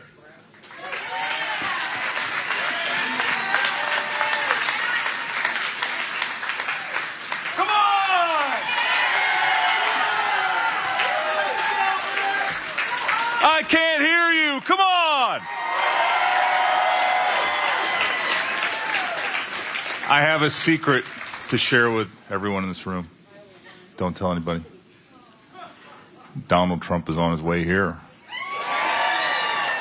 He's driving from the airport, and he's been told that this crowd is enthusiastic. Are you enthusiastic? He's been told that Dallas County is going to set records for the Iowa caucus in their support of Donald Trump. Is that true?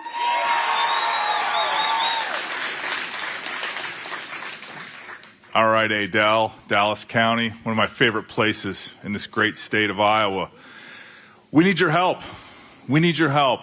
Less than 100 days. Less than 100 days until the Iowa caucuses. What is an Iowa caucus, you ask? Well, let me tell you. It's where you go and you get to hang out with your neighbors at your precinct caucus and cast your vote for Donald J. Trump. Now, I heard my good friend Brad Zahn mention the ia.donaldjtrump.com website where you can go to sign up to be a caucus captain. We still have availability for you to be a caucus captain, to help us win the great state of Iowa, to help Donald J. Trump be the 47th President of the United States. Are you willing to sign up? Are you willing to help Donald Trump?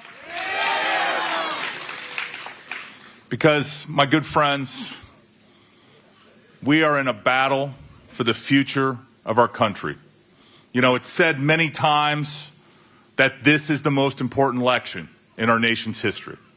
Well, with everything that's going on, you know it, you feel it, you believe it, that this election, 2024, is not only an election for the future and the heart and soul of this country, but this determines whether the last 200 plus years of American history will be written in a book for forever or will continue to be written by great patriots like yourself. So what's it going to be? What's it going to be, Dallas County? What's it going to be, Dallas County? Who are you voting for in 2024? Who are you going to caucus for on January 15th at 7 p.m.? Donald J. Trump, the 45th president and soon to be the 47th president of the United States. Thank you very much.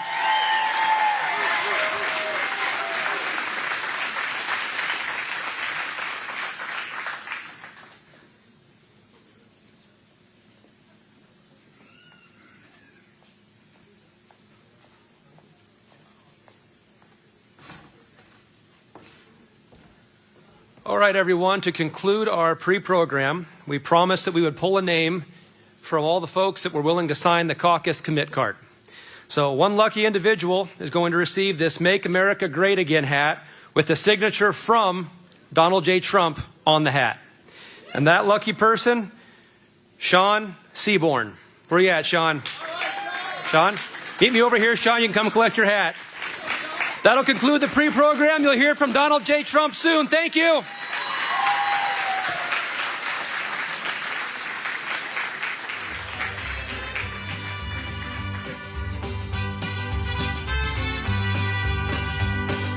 love is a burning thing, and it makes a fiery ring. Here in Adel, Iowa. This is an RSBN doubleheader, so a 2 o'clock Central speech by President Trump, and then another speech. So Brian Glenn will be live in Clive, which is just about 25 minutes east of our location, for a second speech at 3 o'clock Central, 3:30 Central. What do you think? I think it was great. Obviously, a lot of support here.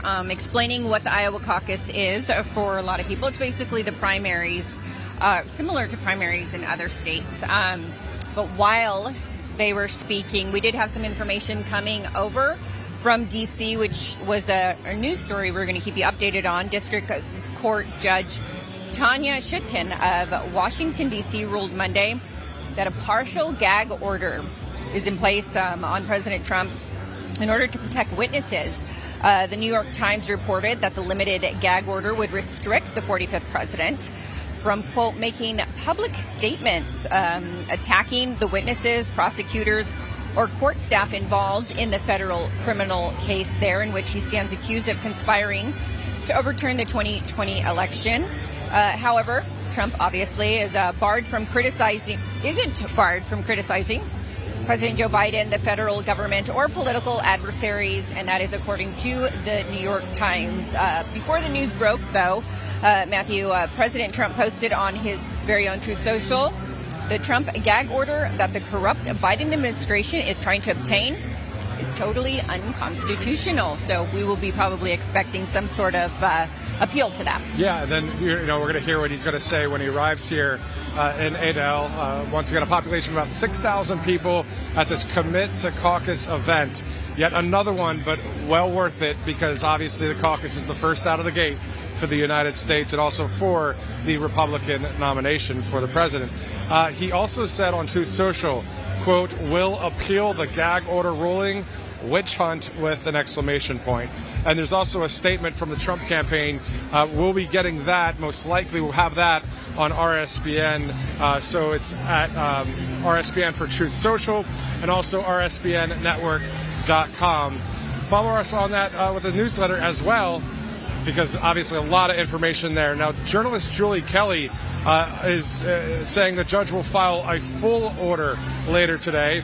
The judge claimed her order was to prevent Trump from launching a, quote, pre-trial smear campaign that poses a danger to the administration of justice. So this is a massive contempt trap, according to Julie Kelly, in addition to the unprecedented silencing of a candidate for president. A lot of information thrown at you there. We get that. But at the end of the day, President Trump on the way here. You're going to hear his first statement live right here on Right Side Broadcasting Network.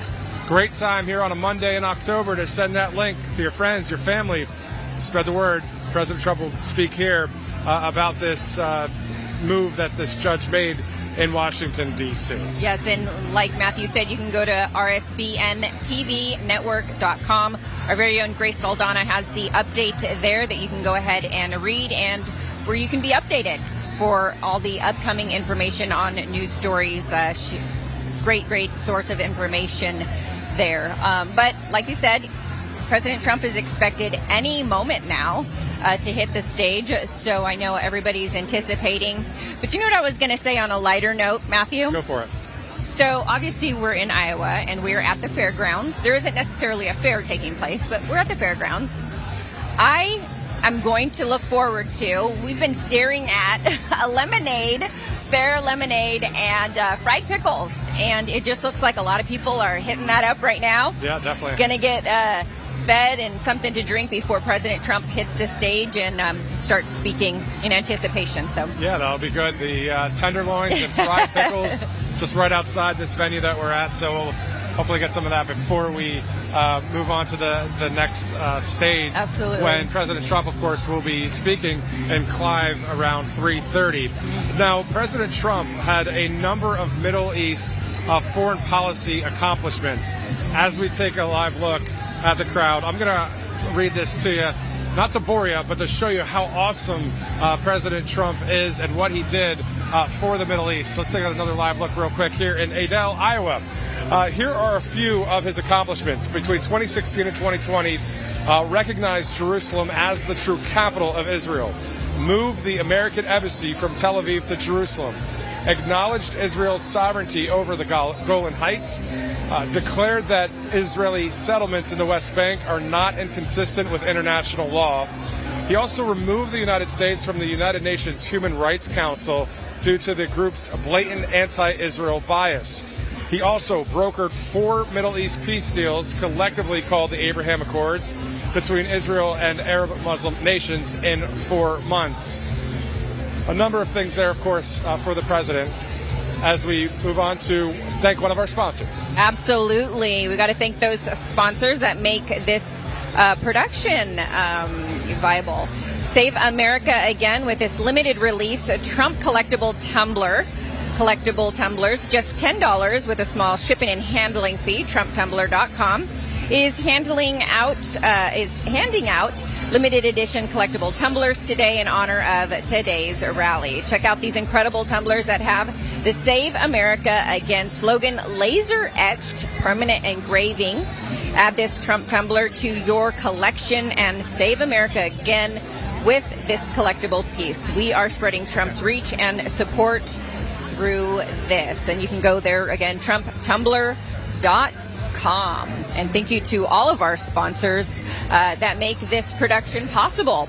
Without them, it is very difficult. And we appreciate their support, as always, here on Right Side Broadcasting. But you're taking a look at the crowd here in Adel, Iowa, where President Trump will be hitting the stage momentarily to speak at this commitment to caucus event that he has here. It's a smaller event, but nonetheless, much support.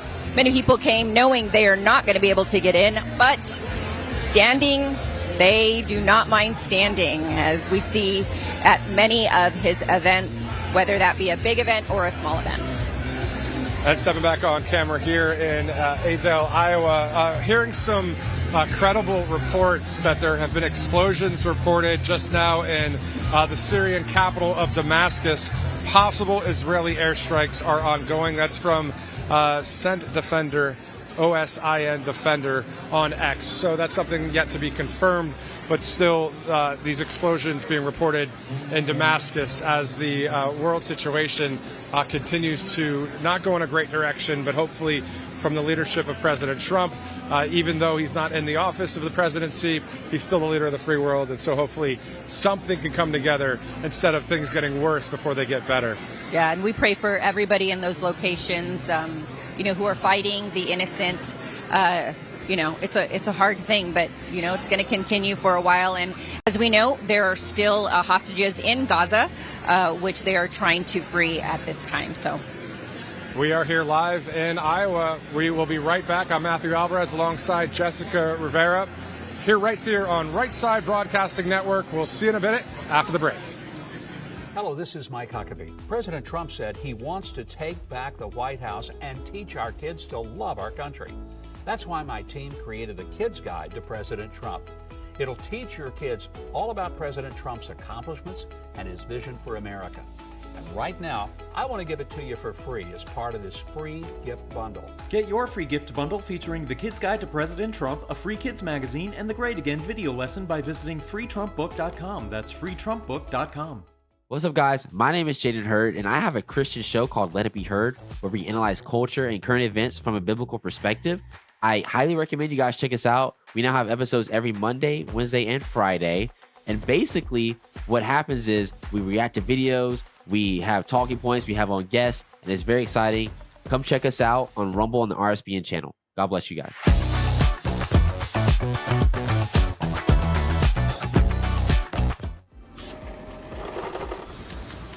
My employees and I are excited to announce it's our 20th anniversary, and to celebrate, we're bringing you a limited edition MyPillow. The Giza Elegance MyPillow is made with the most amazing cotton, 2-inch pipe gusset, comes in 4 custom loft levels, and it's machine washable and dryable. When I got MyPillow, I'm asleep almost immediately. I stay asleep at night, and I wake up more well-rested in the morning. My patented fill adjusts to your exact individual needs and helps keep your neck supported and aligned. That's why we've been around for 20 years, because MyPillow works. Go to mypillow.com or call the number on your screen. Use your promo code to get your limited edition 20th anniversary MyPillow queen size. Retails for $69.98, now only $19.98. That's right, only $19.98. With my 60-day money-back guarantee, you have nothing to lose. Sleep well, America! Right Side Broadcasting is known for panning the crowds, showing the packed arenas, and allowing you to see the truth. We've covered hundreds of rallies, briefings, marches, CPAC, and the historic overturning of Roe v. Wade. Right Side Broadcasting was created in 2015 by our founder, Joe Seals, creating a unique broadcasting experience that allows you to make your own decision rather than force-feeding you an agenda. We don't cut or edit people's words or twist them to fit a particular point of view. We allow our correspondents to be open about their opinions while maintaining journalistic integrity. Right Side Broadcasting wants to continue our legacy with help from people just like you. Your donations and support allow us to continue to be the gold standard in live, unedited event coverage. Help our cause by sharing our broadcasts, subscribing on our social media platforms, and supporting us on our locals community. Your monthly or one-time contributions on our website are crucial in our fight for the truth. Thank you for all of your generous support.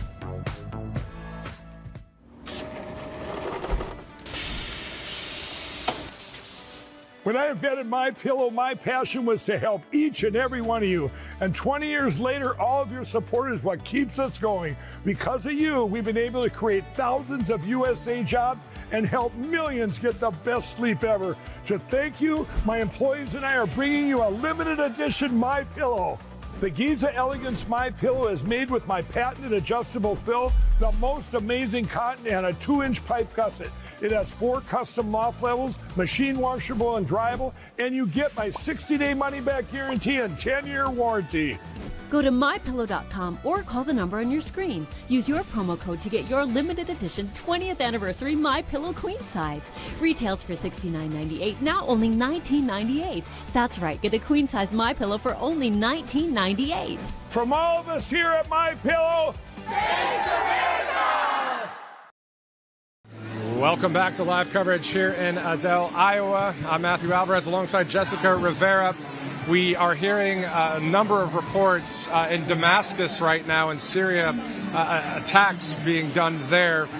We're reading reportedly once again from Israel firing off these weapons into Damascus right now. A lot going on, of course, with that situation. And Jessica was looking at Truth Social the other day with what President Trump was saying. He says, through weakness, you get war. And that is exactly what's happening.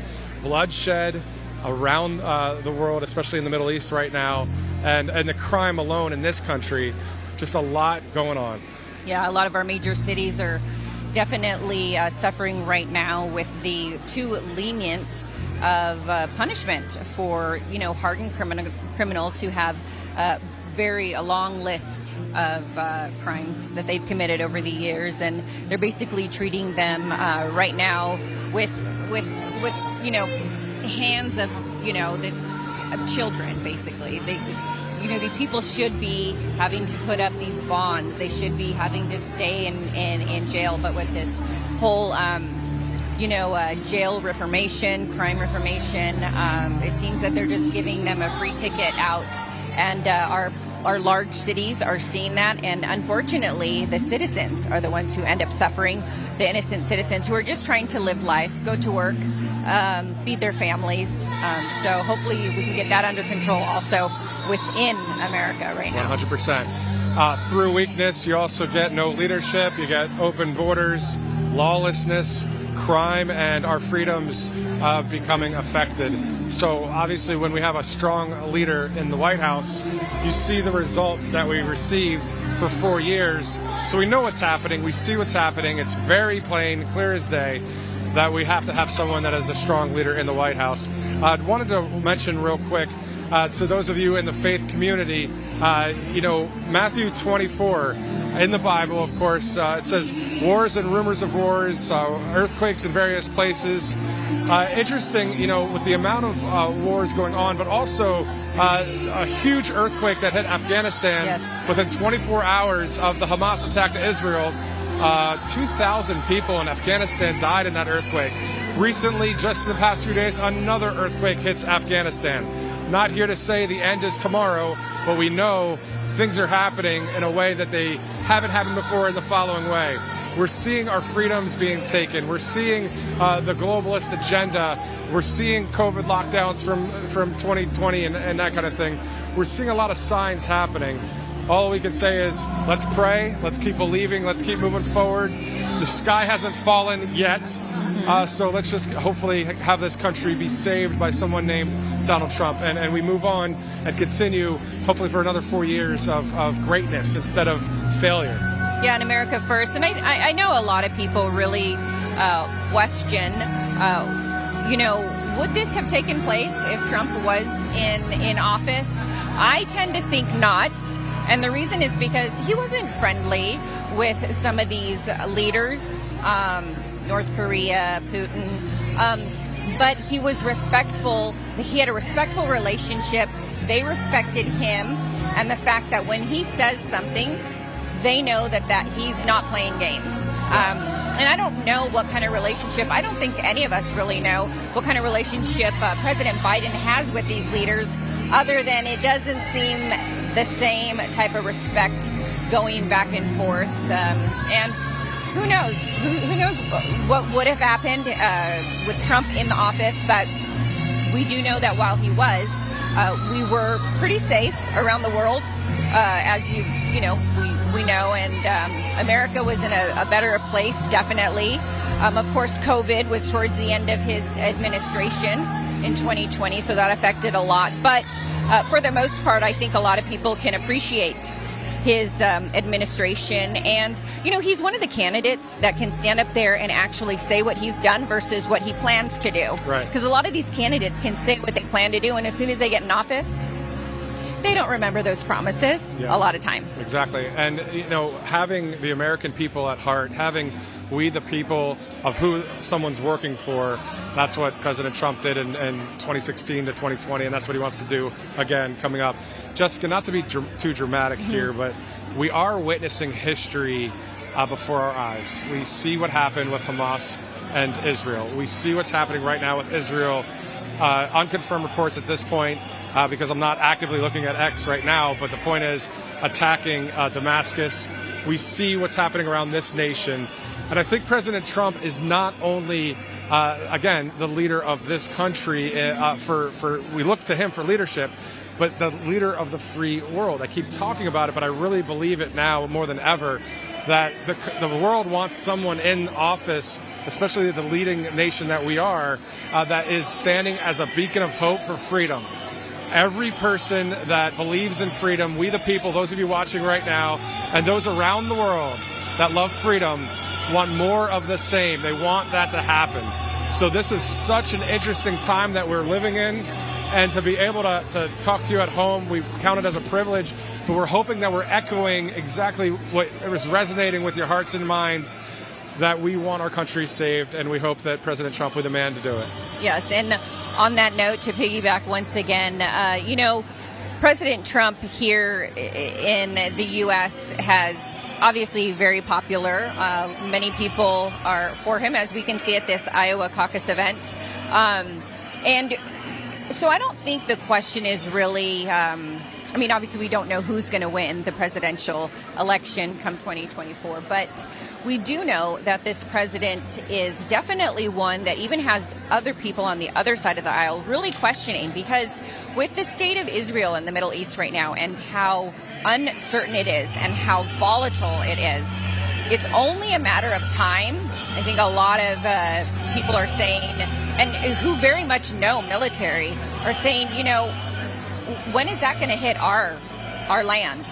We don't know, obviously, but a lot of people are saying it's not if, it's when it will happen.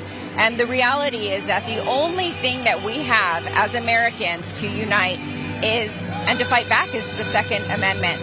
A lot of these countries, Europe, Israel, they don't have a Second Amendment. They actually are a no-gun country or areas, regions. I know that Israel's Netanyahu, and I know the leadership there, are wanting all of their citizens now to carry and to stock as many weapons as they can, just because they don't want to be hit like that again. And you don't ever want to use it or have to go to that extreme. But look what we just saw a week and a half ago. I don't think anybody could have foretold that that's what was going to happen. Right. Atrocities. The carnage. Exactly. In the Middle East and still, and even here, dealing with a number of crimes. We want to thank you so much again for watching Right Side Broadcasting Network. I'm Matthew Alvarez. You can follow me on Truth Social at Matthew Alvarez. More importantly, follow RSBN at RSBN.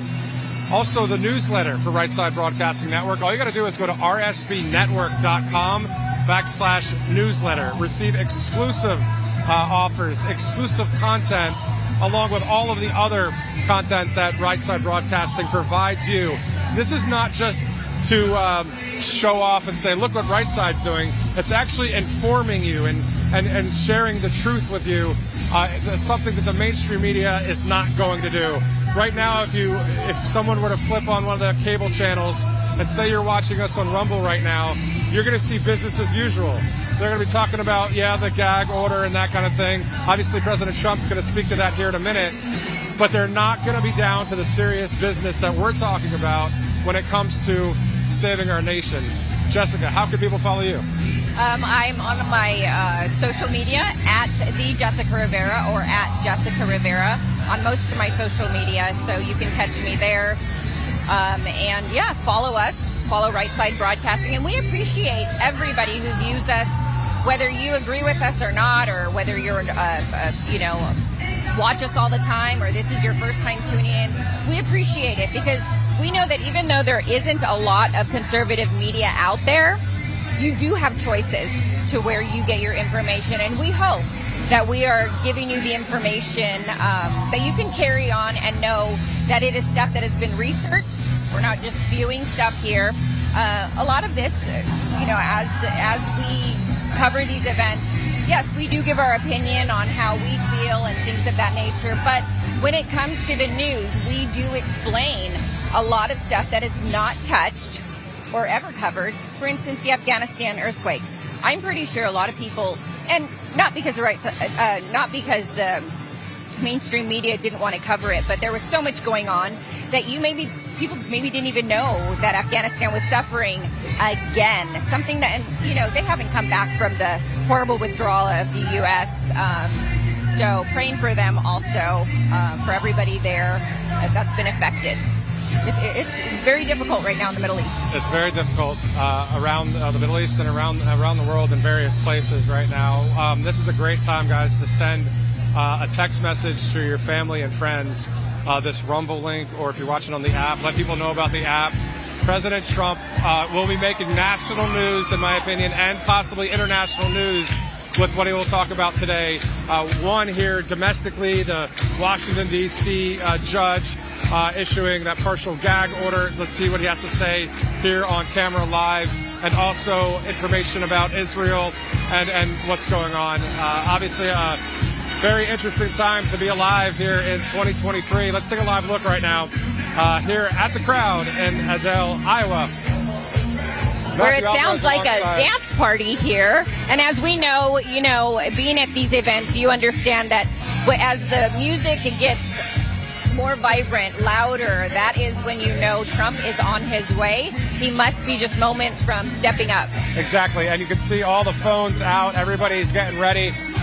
President Trump, I believe the reason why they're holding the phones up, I didn't see it, but sometimes he uses the teleprompter, but right now there's no prompter. Most likely the notes where his speech is going to be was just put on the podium, so people are kind of realizing, okay, he's about to come out and speak. I just wanted to share a quick national poll, which we talked about earlier.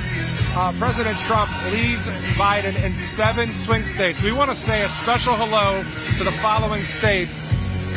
Now, before we get to that, 41 points to 35 points for this national poll. Arizona, Georgia, Michigan, Nevada, North Carolina, Pennsylvania, and Wisconsin. People watching from those states, thank you so much for joining us here on Right Side Broadcasting Network. It's your states that will help determine the outcome of the election. So thank God for Mike Lindell on causeofamerica.org or Steve Stern with precinctstrategy.com. People that are really working for free and fair elections in this country.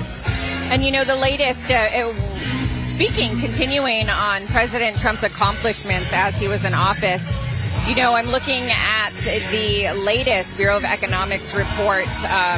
The jobs created, Trump was up 4.9 million, with Biden just at 2.1. Manufacturing jobs, we know President Trump loves manufacturing, supports manufacturing.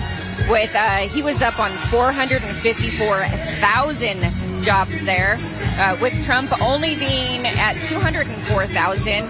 And obviously, lastly, which is very important for a lot of Americans right now, 30-year mortgage rates, they were at 2.65% while Trump was in office, and they are at 7.51% right now. And that is one thing a lot of Americans are feeling. Exactly. Speaking of numbers and dollars and cents, we want to thank Birch Gold for being an awesome sponsor here for Right Side Broadcasting Network. Vladimir Putin called the U.S. dollar's drop in dominance objective and irreversible during that recent BRICS summit, which was held in South Africa. This is as Brazil, Russia, India, China, and South Africa formally agreed to use local currencies instead of the U.S. dollar. So that's the first shoe to fall. So as demand for the dollar weakens, the buying power of the dollar weakens as well. So that's why Birch Gold Group is busier than ever. Investors and savers are looking to harness the power of physical gold. These are held in a tax-sheltered IRA. So text Trump to 989898. You'll get an info kit on gold. And there's thousands of happy customers around the country for the A+ rating that's happening on the Better Business Bureau. So once again, text Trump to 989898 to claim your free info kit now. Once again, this is going to be a double header here on Right Side Broadcasting Network. Brian Glenn live in Clive, which is about 25 minutes to our east. President Trump arriving here any moment on the stage. And then we'll speak a second time to more Iowans not too far away. Brian Glenn will be live taking over that coverage as we await President Trump here in Adel, Iowa. Yes, and Brian Glenn, our very own Brian Glenn, is standing by in Clive, Iowa, which Trump's going to make a quick transport straight over there, which is not too far away after he speaks here, which seems to be momentarily, as you can hear the music lessening and people cheering. That's right. Seems it's like always he might good be to hear, coming up. ladies Yes. and gentlemen. Yes. I guess it's not time yet. They're still playing the music quite loud, but it's a dance party in here. It's really, the energy at a Trump event, rally, this commit to caucus is so uplifting and so makes people feel so hopeful, even if when they leave here they know the reality. Exactly. And at this time, President Trump usually before the speech will take photos with local law enforcement, constituents in the area, people that are captains for the Iowa caucus, and also just go to ia.donaldjtrump.com if you're interested in volunteering, helping out for the first out of the gate for the Republican nominee for president. And let's be real, the other candidates are, as many have said, more on the JV team. Some people might not agree with that, but at the end of the day, we have someone that already won the White House and did wonderful things while in the White House. And really just has to list off his accomplishments, as we know. Doesn't really have to make promises too much, as many of the candidates do, because they've never held this office. So I think a lot of people realize that President Trump obviously was in the Oval Office there. He made those hard decisions, and he was good at it. It's not that he just did the job. He was a great president. Whether you supported him, voted for him, or you didn't, but I'm gonna take a gander and say that this round, I think, with the state of things under the Biden administration, I think he's won over some people who are maybe unsettled on who they were going to vote for, or if they voted for Biden, and see that he's really not doing the job that they voted for him or picked him to do. 100% right there.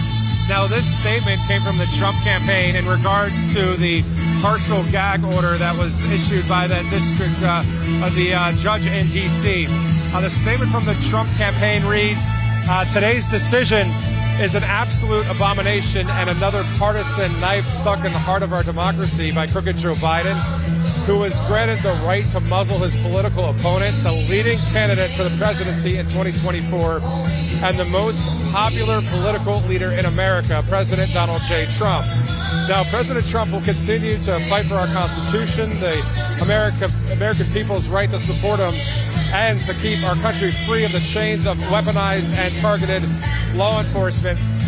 We know that the censorship, just alone from big tech, was trying to silence so many Americans and so many people, trying to control. I think people are sick of people that are in the small group of people trying to control the masses.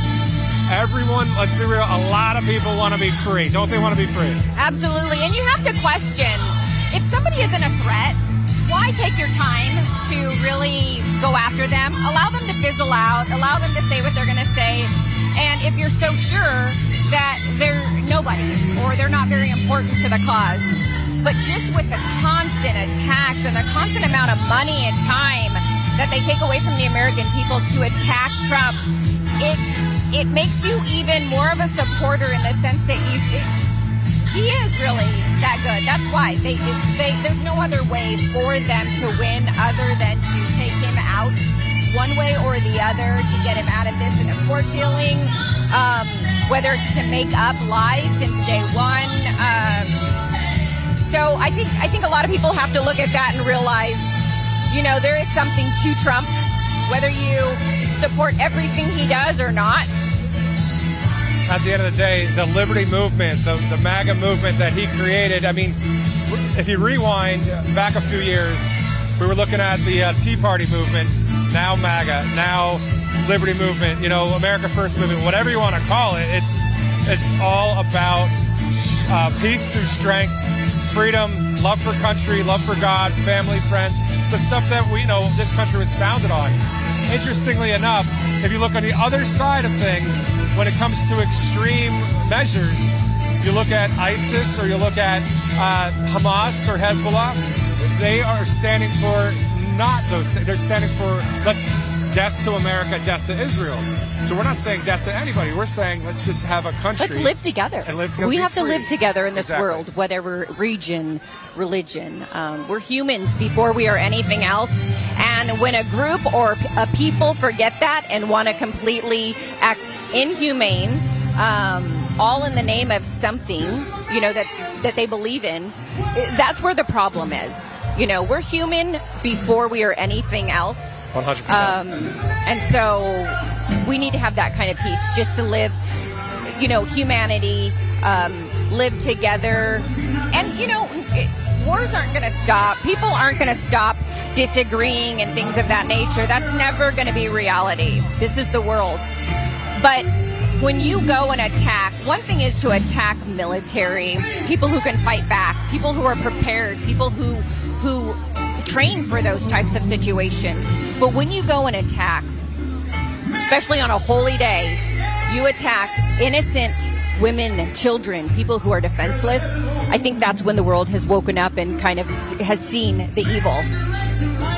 What a difference a president makes. I've said it a couple times in this broadcast, but it's so true. What a difference a president makes, not only nationally, but throughout the entire world. Once again, waiting on President Trump here in Adel, Iowa. Once his speech is done here, he'll move on to Clive, about 25 minutes from our location. Once again, go ahead and share this link. Text it to your friends and family. Let them know that the president's about to speak here in Iowa. This is my 5th trip to Iowa. I was in Council Bluffs, Dubuque, Cedar Rapids. There's this one town that I was in. It was called. I'll get to that town in a second. It was. I forget how to pronounce it, so I'm going to get to it here on Truth Social. speaking of Truth Social, go ahead and follow RSBN, at RSBN, and then at Matthew Alvarez and Jessica. Yeah, got a Truth Social account if you're not You know on the what? line. I'm going to admit to this. I kind of got off of Truth Social just because, I was, there's so much. Personally, me, if I wasn't in TV, social media can kind of be a whole other job that you could be on all day long. So I kind of stuck to my 3, but I do have a Truth Social. I will have to get on there and start posting, but I believe that my Truth Social is also at the Jessica Rivera 1 or at Jessica Rivera 1. I'll have to look at that one more time. It was hard enough keeping up with 3 social media platforms, let alone adding, but Truth Social is a great place to find information. 100%. On just any information, just like Twitter or now X has become, whether it's on the left or the right, which allows you to kind of see things for yourself and then make your own decision. Because we're not here to tell you how to think. We're not. We're here to show you the other side of things, and you make that decision. We're not here to make decisions for anybody. We just hope that you can kind of see the other side isn't so bad. Exactly. And that other town that I was in it's called Ottumwa. Ottumwa, Ottumwa, Iowa. So all over the state of Iowa. But again, this is about the narrative. The left wants to control the narrative. They want to spin it the way they want to. They want to lie. They want to deceive. And that's what they've been doing for a long time. So on the right side of things, it's nice to see what resonates with the American people when it comes to the basics of this country. And you know what? Sometimes it is about KISS. Keep it simple. You know what? Keep it simple. Like, just keep it simple. We want to live our lives. We want to have faith. We want to have freedom, and we want to continue with our families and do great things in this country. Let's listen to this live moment here in Iowa. Adele. Yes, Adele. You know what though that threw us off is in his in today's playlist, he did actually have Adele a little while ago, which was a lot of fun to listen to, which of course reverted us back to using Adele. Yeah. It is Adele, Iowa. Adele. Here we go. And here we go. Welcome to the stage, Iowa Attorney General Brenna Bird.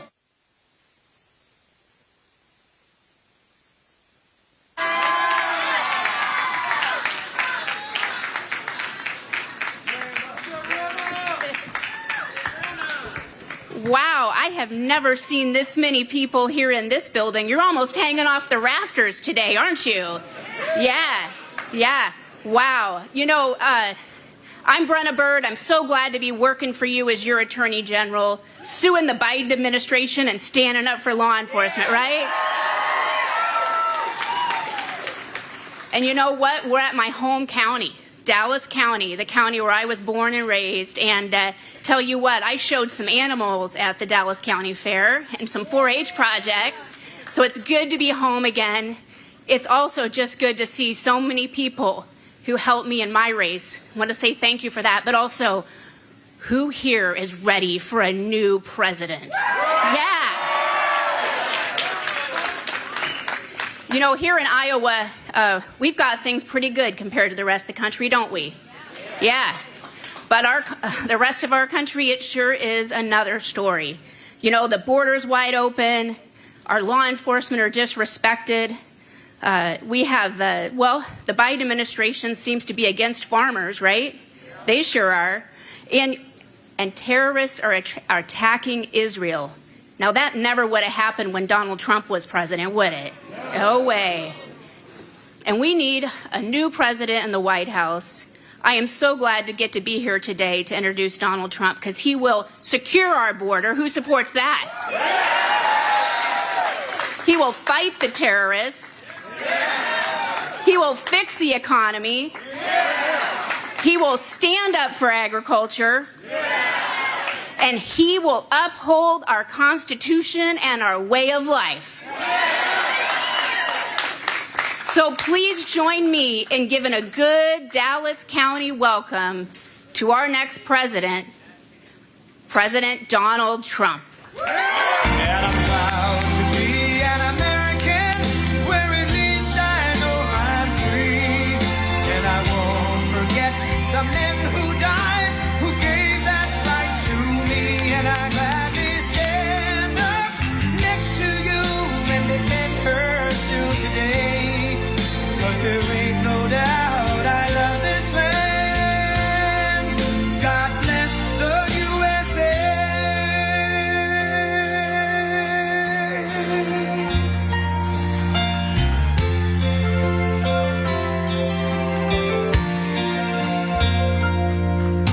From the lakes of Minnesota to the hills of Tennessee, across the plains of Texas, from sea to shining sea, from Detroit down to Houston and New York to LA, where there's pride in every American heart, and it's time we stand and say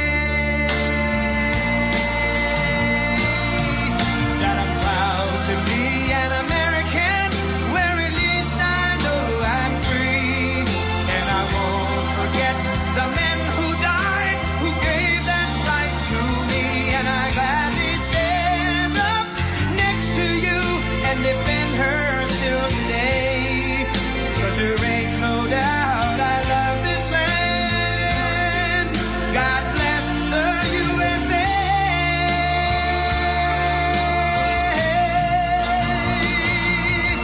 And I'm proud to be an American, where at least I know I'm free, and I won't forget the men who died, who gave that right to me, and I gladly stand up next to you and defend her still today, 'cause there ain't no doubt I love this land.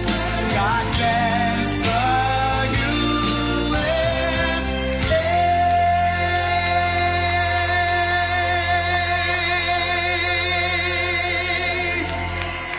Wow, thank you very much. And this is, by the way, one of the truly most respected people in all of politics, beyond your state, beyond anywhere. So I just want to thank you. That was a really wonderful thing, the endorsement. Thank you, Dave.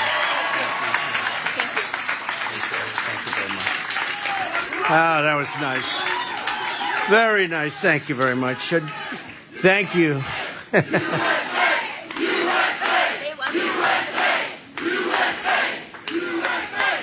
Well, thank you very much. And we're going to discuss a little thing about caucuses today, right? We got to get out. We got to get this vote. And we're going to be tremendously successful. And they say it's Adele. Please say, don't say Adele, say Adele. And you got it. I wouldn't get that wrong for anything. There's not even a chance. But I really appreciate such a big crowd on such short notice. And we're going to do another one in a little while. And we just love being with you. We love being with Iowa. You've been, now Biden would say, love being with Florida. I said, you're in Iowa. Even the palm trees don't make a difference. You know, these palm trees, it's wonderful to be in Florida, and you're in Iowa. He gets a lot of them mixed up. If that ever happened to me, it would be over. Did you see him on 60 Minutes last night? The questions? Isn't it true that you really like Israel a lot and that you'll do this and this? And he goes, yes. Isn't it true? They don't treat me that way on 60 Minutes, I want to tell you. It's a little bit different, but we like it the way we have it, right? Yes. And you should go and, sit down. I don't want you to stand here for 45 minutes, right? Although it's not a bad idea. I'd rather have it stand right here, because having your endorsement is such a great honor, and I just want to thank you. Okay? Thank you, David. Again, thank you. Great honor. Thank you. Thank you. Have a good time. I should keep her up here the whole time, right? Because having that endorsement is very meaningful to me and to everybody. It's a very respected, that's a very respected person. But I also thank you very much. Thank you very much, sir. I appreciate it. I also want to thank, we have some great friends here. We have State Representative Bobby Kaufman. Where's Bobby? Where's Bobby? Bobby, thank you, Bobby. What a job they're doing. Mike Sexton. Mike, thank you. Thank you, Mike.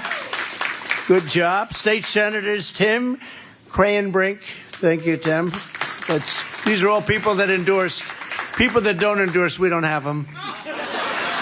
Now they're all calling, De Sanctimonious bombed. He bombed.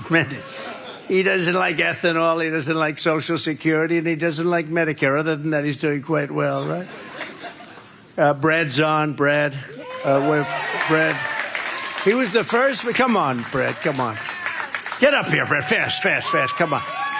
He was the first one in the whole country to endorse me. I didn't even know I was running. Come here. You want to say something? Come on, go ahead. Is he awesome or what? Yay! the next President of the United States. And I'm honored to be the first person to endorse you. Thank you, Mr. President. Thank you, Mr. President. You bet. Thank you. I call him the Marlboro Man. He looks like the Marlboro Man to me. He could do anything. But you know, it's true. He endorsed me before I even ran. He said, there's a guy in New York that'd be great. We got to get him, Trump.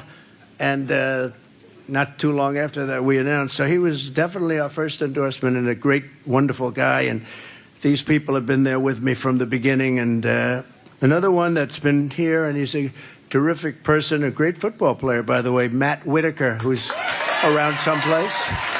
Matt's around someplace. Thank you, Matt. He's a very, very loyal and wonderful man. He really has. He's been a wonderful man. And he's got a very special person looking down on him, because a very special person who passed away not so long ago is looking down on Matt. And Matt is amazing. I mean, what you have to go through. But I just want to thank you, and that's true. That person, you know who we're talking about, looking down on you and proud of his father, okay? And here today, we're really talking about commit to caucus. Do you ever hear that expression? Don't forget, you have the caucus, and you're first in the nation because of a certain person named Trump. Don't let anyone tell you it was somebody else. Now, the people I introduced, they're pushing me very hard, but we decided to do that, and we wanted to do it, and we did it. And I made that promise to you a long time ago. You'll never be anywhere else but exactly where you are, first in the nation. Exactly 91 days. Can you imagine? 91 days. Are you ready? Are you ready? Wow. You know, we had a very bad thing happen in the last election, and I said, either we're going to flip it, we're going to get honest people, or we're going to just have to wait and do it. And we set a record. We did much better in the second one than we did in the first one. We set a record in votes. We got 12 million more votes. But just think of it. And I said, one way or the other, but the other we have to wait 4 years. Now 4 years is down to 91 days before we start with the caucus. And we're going to have great success. We won, as you know, we won the election twice by a lot in Iowa. And it's not a Republican, I shouldn't be saying this, but it's not necessarily a guaranteed Republican deal here. You had other people win it. We won't mention their names, but they won. But we won it twice, and we won it by a lot. And I sounded very cocky. They said, please don't say that again, sir. I said, how the hell do I lose Iowa? I got $28 billion for the farmers, right? $28 billion. They said, sir, you shouldn't take it, take it for granted, I guess they would tell me. Please don't take it for granted, sir. It doesn't sound right. But I got $28 billion, so I'm taking it for granted. Who the hell? And the money came from China. You think getting $28 billion from China, because what they did to you is they took advantage of Iowa and the farm states, a very serious advantage for a long time. And I found out how much it was, and they said it's $28 billion. And we took in hundreds of billions of dollars. No other president took in 10 cents. We took in hundreds of billions of dollars. And no president ever even asked them. No president would. Do you think Biden would say, the farmers in Iowa and Nebraska and different states, Wisconsin, they got very, very badly hurt. And we think you should pay $28 billion. And I didn't do it exactly that way. I did it a little bit differently than that. But it was a very effective approach, obviously, because they paid you $28 billion. And a lot of people in this room have big, beautiful tractors and extra land. I said, here's what you have to do. Just stick with me. We're going to make a great trade deal. Because, we did the USMCA. We did a lot of great things. But the best deal was the deal I made with China, where they pay $50 billion. Originally it was $15 billion. The number was always 15. That was at their maximum. That's what they got. And I went to my people and I said, what's the number you're talking? They said 15. So they said 15. I said, oh, okay. So I thought they meant 50. In other words, I misunderstood them. So I started telling everybody, I'm going to get you 50. They said, sir, it's 15. I said, it's too late. I've already said it. No, I said, so get me 50. We want 50. They went back. They said, we have to have 50. He's not going to take less than 50. And they got it. We got it. So think of that one. It says something wrong with my hearing. What's going on over here? I thought they said 50. Actually, that turned out to be a very good thing. And it was a great deal. But then COVID came, and that was a whole new ballgame. I sort of I don't even talk about that deal. But that was one of the greatest deals. And, the one thing is you have to have a president that knows how to push it. I'd go to the office every day and I'd say, how's China doing today? Are they buying? Are they buying? Are they buying? Because they have to buy it. And with me, they bought. With Biden, they're not buying like they're supposed to be buying. They're sort of letting it sleep a little bit. They're going to other countries to curry favor. But pretty soon we'll have them buying again, won't we? We'll have them buying again. But still, I say that the economy, basically, it's just running on our fumes. We had the greatest economy in history, and the only reason we're doing okay now, and it's not very good, it's heading south very fast. Gasoline just hit $5.50 a gallon. You saw that. We were at $1.87. We're actually lower than that at some points, but it just hit $5, $5.50. In California, it's up to $7 and $8. So here we go again. Here we go again with this guy. But I told you, buy larger tractors and more land. Remember when I was negotiating with China? It took a while, but the farmers were very loyal. They didn't say, oh, what's he doing? Because for a while, I said, you're going to suffer for a little while. It's like I called a good negotiation. But I said that to the farmers, and they said, whatever it is. I'll never forget, I watched a show. Are you angry with President Trump? He said, no, he's doing the right thing. It's going to take pain. And it was painful for about 6-7 months. Remember, they took away, they didn't buy anything, didn't they? They were like, they purposely didn't buy anything. But the farmers stuck. All they wanted was a flat, nice, even playing field. They didn't want anything. And I tell the story where I had 28 or 32 farmers at the Oval Office, and we were talking, and I said, I'm going to get you subsidy, and we're going to get this and that. And one of them looked at me, speaking for the whole group, said, sir, we don't want subsidy. We just want a level playing field, and we're better than anybody else in the world. And that's what I got you. And not a lot of people say that. To be honest with you, not a lot of people say that to me. Usually, if I say subsidy, it's fine. They'll take it any way you give it to them. But the farmers didn't want that. They just wanted a level playing field. I never forgot that meeting. I thought it was incredible. Together, we're going to win for Iowa and the Iowa caucuses. We're going to have a historic landslide. We want to start off really strong with that, and that's an important, That's an important event. That's going to be a very important event. People are watching. They're saying, maybe, we're up like 60 points on DeSanctimonious and all these other people, Bird Brain. No, we're up like 60 points. So they say, maybe, just maybe we can do something. If we could do something in Iowa, maybe we could change the tide. But every week we go up in Iowa. We're already at a level. You can't go up too much higher. Too much higher, the scale breaks, right? But we're doing great here, and we're going to always do great here, I think. I really believe that. I really believe it. In November, we're going to do something. We're going to make America great again. You see what's happening to our country. You see what's happening in the Middle East. All that stuff would never have happened. Israel would never have been attacked. Ukraine would never have been attacked. I mean, go back to Ukraine. It was attacked because of the incompetence of Afghanistan, the way they move. I mean, Putin's looking back and he sees this guy that can't even put two sentences together. They leave Afghanistan, they take the soldiers out first. No, but you don't take the soldiers out first. You take the soldiers out last. The soldiers don't mind. They took the soldiers out first, and it was like a free-for-all. They left back $85 billion worth of brand-new equipment that was bought by me. We rebuilt our whole military. We did a great job with that. We had fighter jets that were 48 years old. We rebuilt our military. How about being in a 48-year-old fighter jet flying around? You got to fight somebody in a brand-new one. No. It's not, typically, it doesn't work that way. Typically, it doesn't work too well. But we rebuilt our military. We unfortunately gave $85 billion to the Taliban. And now Afghanistan, as you know, is one of the largest sellers of military equipment in the world. They got 700,000 rifles and guns, 70,000 trucks and cars, many of them armor-plated, costing $1 million a piece. Armor-plated, 4 inches of steel. And you say, why did you leave it? Why did you leave it? We weren't leaving it. I said even take out the leather hangers, to make it actually have leather. You think of plastic, but with the government, they sort of get leather instead because, they always go the most expensive route. But the hangers, I said, I want every nut. I want every bolt. I want every screw that's laying on the ground. I want everything to go out. And one of them said to me, Millie, he said, sir, it would be cheaper if we left everything. I said, where does this guy come?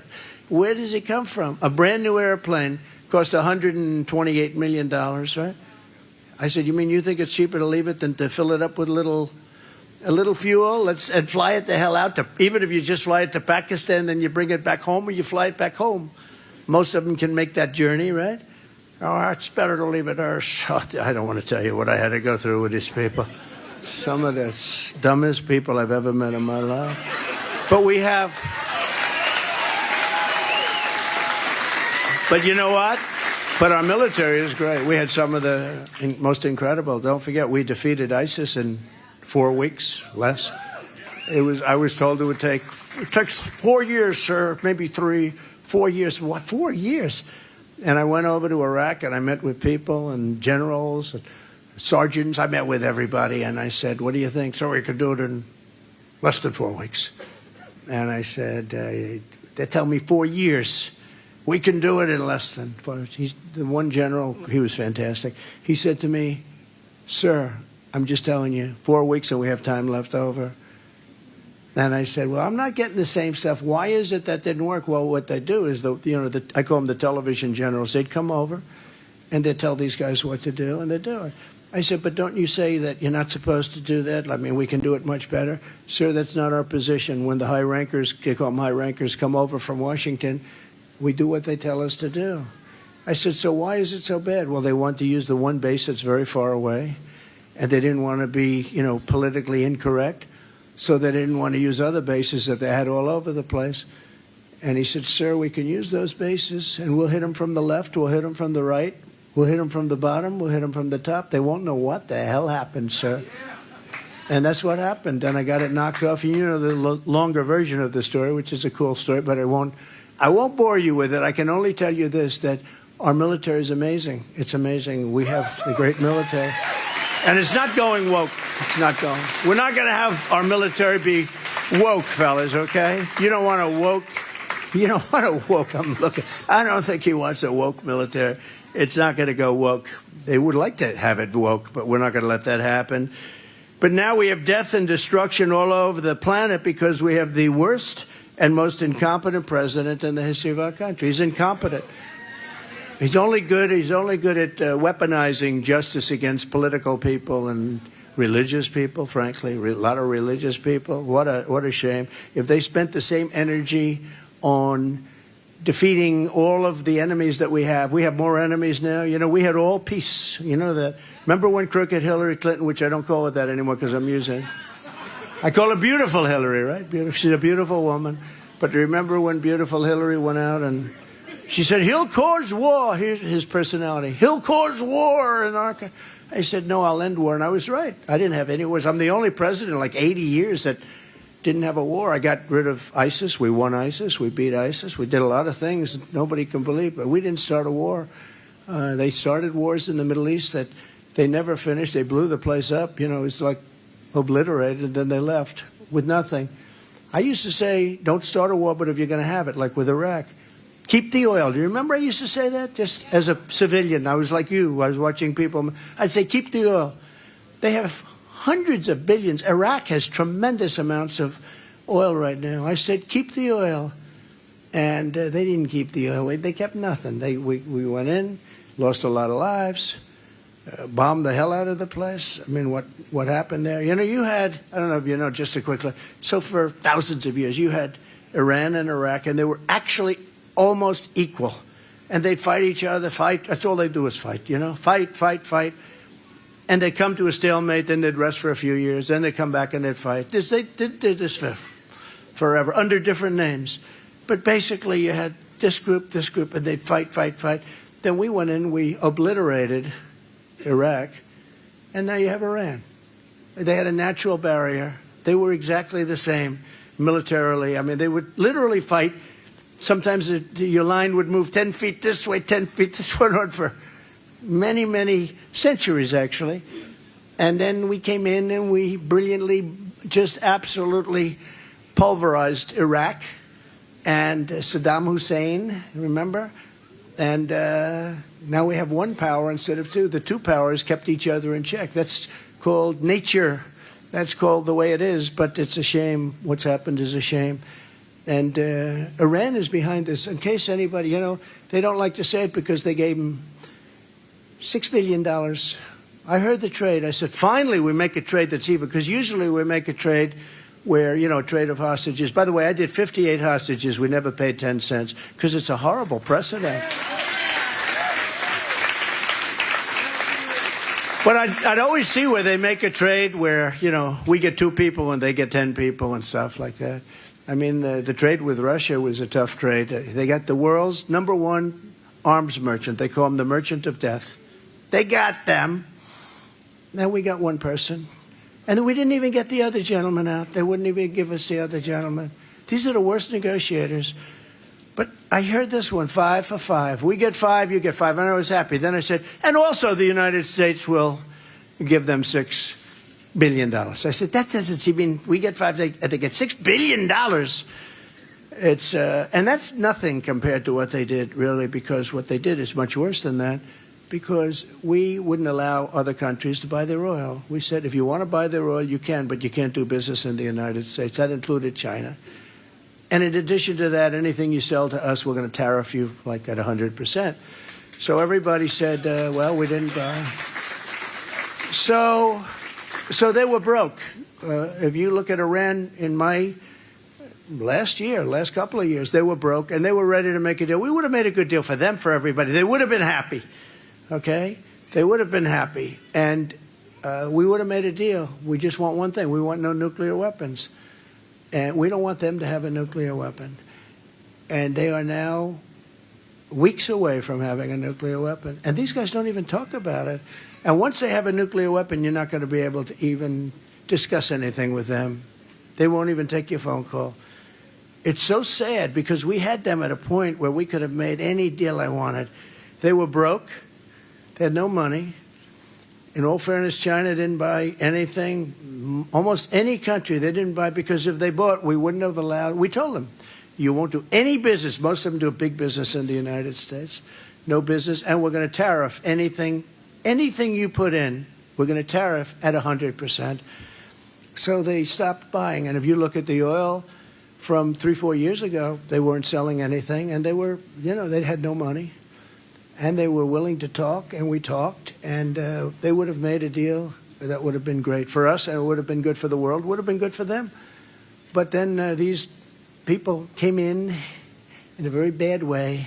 They came in, and they didn't even pick that up. They didn't pick it up. And immediately they started selling to China. China's buying millions and millions and millions of barrels of oil, and their ships are all over the place. It's incredible to see, and they've become very wealthy.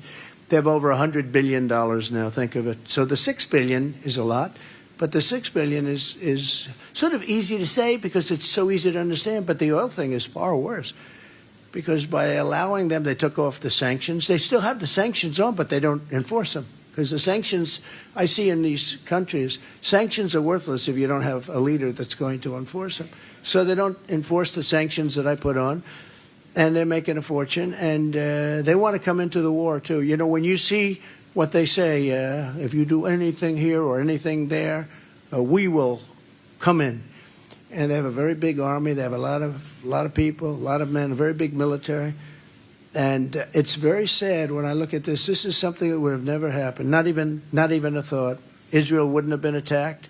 You wouldn't have lost all the people that have been lost. And unfortunately, a lot of people are going to be lost into the future on all sides, and it's a very, very sad thing to see. And it's gross incompetence on behalf of Biden and this crime family of people. It's a crime family. All because of a rigged election, too. Don't kid yourself, and you can say it any way you want, but you look at the numbers. I wish I had a judge that would look at the numbers. It was a rigged election, but now we're going to do it again. We're going to do it again. They say, sir, forget it. You can't forget. If you forget, it's going to happen again. We're never going to let it happen again. So you can't forget. You have to learn from history. If you don't learn from history, you're a fool. So I fought for Israel like no president ever before, recognizing Jerusalem as Israel's capital, which is a big deal. And even recognized Israel's sovereignty over the Golan Heights, something that they never even thought. We gave them that. And when I left, Iran was weak and desperate, and they wanted to do, and Joe Biden came along, and he just made them so happy. I wonder if he gets a deal from them, too, like he does from everyone else. You think? So I think there's a substantial chance. I mean, you know, I would say that. But we stand with Israel, and something's going to happen that, I don't know. I look at the level of ferocity right now. And that didn't exist 3 years ago. It didn't exist because they didn't have the cards. Now they have a lot of the cards, and it's a very, very, very bad thing. I've been telling you for the last year, and you know, did you ever hear the expression, Trump was right about everything? They have that. If you look back, I mean, I don't want to brag here, but I've been right about everything. I've been right about everything. I mean, Putin... And I got along well with the fake news media back there. They would say, "Oh, it's terrible that he got along." Well, he's got a lot of nuclear warheads, and getting along. But I got along very well with him. He would have never done it for a lot of reasons. Number one, I said, "You can't do it, Vladimir, because if you do it, you're going to get hit so hard." Oh. And I don't want to tell you what I said in terms of where he's getting hit, but very hard. And he said, "No way." I said, "Way, no way, no way." And. Honestly, he didn't believe me, but he believed me 10%. That was enough. That was enough. He would have never gone in. And, we got along, but he would have never gone in on that. But, where he also wouldn't have gone in, I had oil at $40 a barrel. Now it's $100 a barrel, and it was even $115 when he really started this thing. He was making so much money because the oil was far greater than the cost of a war, believe it or not. You think war is like so expensive, and it is. And now oil is getting ready to hit another all-time high. And so it's very hard. So that Biden, by stopping all of the energy coming out, he wants to put windmills all over the place. And he wants to do things that are very expensive. But he doesn't want any petroleum. He doesn't want any petroleum product. And he doesn't want oil and gas, although he's taking it from Venezuela. Did you see that? Venezuela was supposed to be the enemy. When I left, I think we would have taken over Venezuela. Now all of a sudden they're selling us. Thank you very much, Venezuela, for selling us your tar. They have not good stuff. And for the environmentalists, they say Venezuela. Where the only refineries in the entire world that can refine that crap are in Houston, Texas. So it's sent to Houston, Texas. It's tar. And it's very tough, and it's very expensive. But a lot of stuff, if you all believe in that, and we do to a large extent, not, we're not crazy people. We're not going to destroy the country for it. But all of that stuff flows into the air. Now, why would they do that? Very expensive. And we have the best energy. We have the best oil, but we have more oil and gas than any country in the world. We have more than Saudi Arabia. We have more than Russia. And we don't touch it. But we'll take filthy, dirty stuff and refine it in Houston. I mean, literally, it's the only plant in the whole world that can refine it. And that's what we do.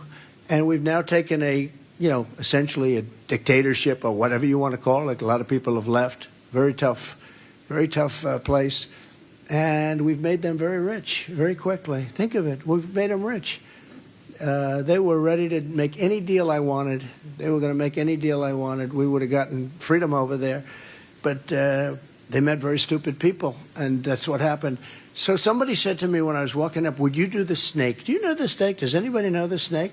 Because, we have a big problem. You probably haven't heard this. We have a big problem with illegal immigration. Has anybody heard about that? We have about 15 million people allowed in our country that shouldn't be here. And many of those people come from mental institutions, and they come from very, very bad places, They come from jails and prisons. There's a slight difference between the both, right? Which is worse, a jail or a prison?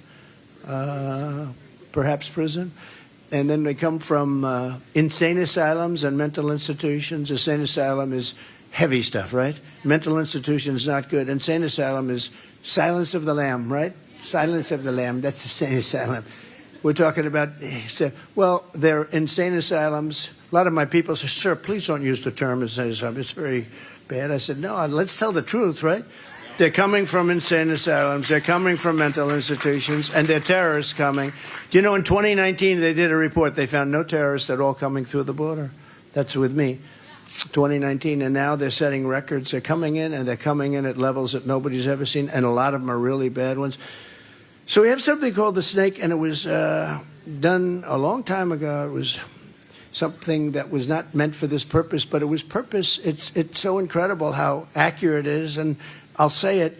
People find it fascinating. It really relates to the border and the people you let in. And now you can talk about Israel because a lot of the people that are attacking Israel are coming into our country. So what do they have in mind? And a lot of them are young, strong men. I hate to tell you women, there aren't a lot of women. There are a lot of strong, young men. And they're coming in, and I say, be prepared. Be prepared. And hopefully the one thing that we really have to be careful of is World War III, because we're right on the cusp of World War III. We're so close. We're so close. And we have a man who's not an intelligent man, never was. He wasn't intelligent 30 years ago in his prime, and he's not intelligent now. And now he's really off. He doesn't know how to get off a stage. No, he gets on a stage. You ever see him walk off? He can't find the exit. Look, you're on a stage, right? I've never seen the stage before. I don't like flies. Do we like flies? I don't like. But no, he's on a stage, and you got a stare and a stare. Usually, typically, you don't have a stair behind, but sometimes you do. But what you do is you look and you see there's a stair too. And the guy I see last night, he finishes the speech. Oh, yeah. And then, thank you. You saw this, right? Thank you. Thank you.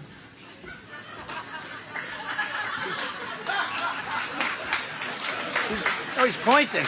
He can't find his way up. And this is the guy that's in charge of whether or not we're in a nuclear war that's going to obliterate the world. And it's just so bad. I'll tell you what, we got to win this election. If we don't win the election, our country, we're not going to have a country. I mean, just lasting another year is almost impossible to think with the weaponized elections and all the stuff they do. Today, a judge put on a gag order. I'll be the only politician in history that runs with a gag order where I'm not allowed to criticize people. Can you imagine this? Do you believe this? I'm not allowed to criticize people. So we'll see. We'll appeal it, and we'll see. But it's so unconstitutional. The good thing is we have so much support. It's incredible. And it just makes it even more so. Look, I'm the only guy that ever got indicted. I got indicted more than Alphonse Capone. Did anyone ever hear of Al Capone? If you looked at him the wrong way, he was seriously tough, right? Scarface. You know, they call him Scarface. Had a little scar in there. I'm sure it was a minor accident, but he was Scarface. But Al Capone, if you looked at him in the wrong way, if he didn't like you, you looked at him a little bit askance, he blew your brains out. He was only indicted one time. I've been indicted 4 times. And in addition, I have these civil trials that are all coming out of the Justice Department. They've weaponized the Justice Department and the FBI. They've weaponized, think of it, the Justice Department. This is like a banana republic. But we're going to be okay. The good news is I'm the only one that's ever been indicted where the numbers went through the roof. Because the people understand it. No, it's true. He challenged the election. The election was crooked. They're saying you'd never challenge an election. You're supposed to believe these people, right? How about the 51 intelligence agents that lied? Turned out they lied. How about the FBI Twitter files? All that stuff. All of the votes, if you look at 2,000 Mules, if you look at that, those are tapes of people stuffing ballot boxes. Those aren't people saying, those are tapes. People don't want to hear it. But no, they put a gag order on me. And I'm not supposed to be talking about things that bad people do. And so we'll be appealing very quickly. But, you know, people understand it. And normally if you get indicted, if you're a politician, I've watched it for years, they get indicted and they walk to a microphone about 4 minutes later. Ladies and gentlemen, I will be leaving office to fight for my reputation and spend time with my family. I love my family so much. You know, that they're out, they're gone. With me, I have a big platform so I can explain things. But they want to indict for challenging an election, rightfully challenging. And what about all the people that challenged me in 2016? Hillary Clinton and all these people? You ever hear Maxine Waters? You ever hear her rhetoric? She wants to kill people. You ever hear this stuff? And yet they challenged me peacefully and patriotically. Remember the speech? Peacefully and patriotically. Oh, that's insurrection. That's a horrible thing. Peacefully, and think of it. And then many other things during the course of a period of time. And the truth is, Nancy Pelosi was offered 10,000 soldiers 2 days before the event because I knew it was going to be a big crowd. And she turned them down. She didn't like the look. So it's a disgrace what's happened to our country. But this is a little play on words and concepts, and it's something that's people love. I mean, people love. It's so accurate because it's happening to our country right now. And now you can add in just the illegal immigration. You can see what's going on in the Middle East, and it's really sad and really incredible. On her way to work one morning, down the path along the lake, a tender-hearted woman saw a poor, half-frozen snake. His pretty colored skin had been all frosted with the dew. Poor thing, she cried. I'll take you in and I'll take care of you. Right? That's what we're doing. Come on in. Come on in, everybody. From your prisons, from your mental institutions. Take me in, O tender woman. Take me in, for heaven's sake. Take me in, O tender woman, sighed the vicious snake. She wrapped him up, all cozy, in a comforter of silk, and laid him by her fireside with some honey and some milk. She hurried home from work that night, and soon as she arrived, she found the pretty snake she'd taken in had been revived. Take me in, O tender woman. Take me in, for heaven's sake. Take me in, O tender woman, sighed the vicious snake, vicious, vicious snake. She clutched him to her bosom. You're so beautiful, she cried. But if I hadn't brought you in by now, you truly would have died. She stroked his pretty skin again and kissed him and held him tight. But instead of saying, thank you, ma'am, the snake gave her a vicious bite.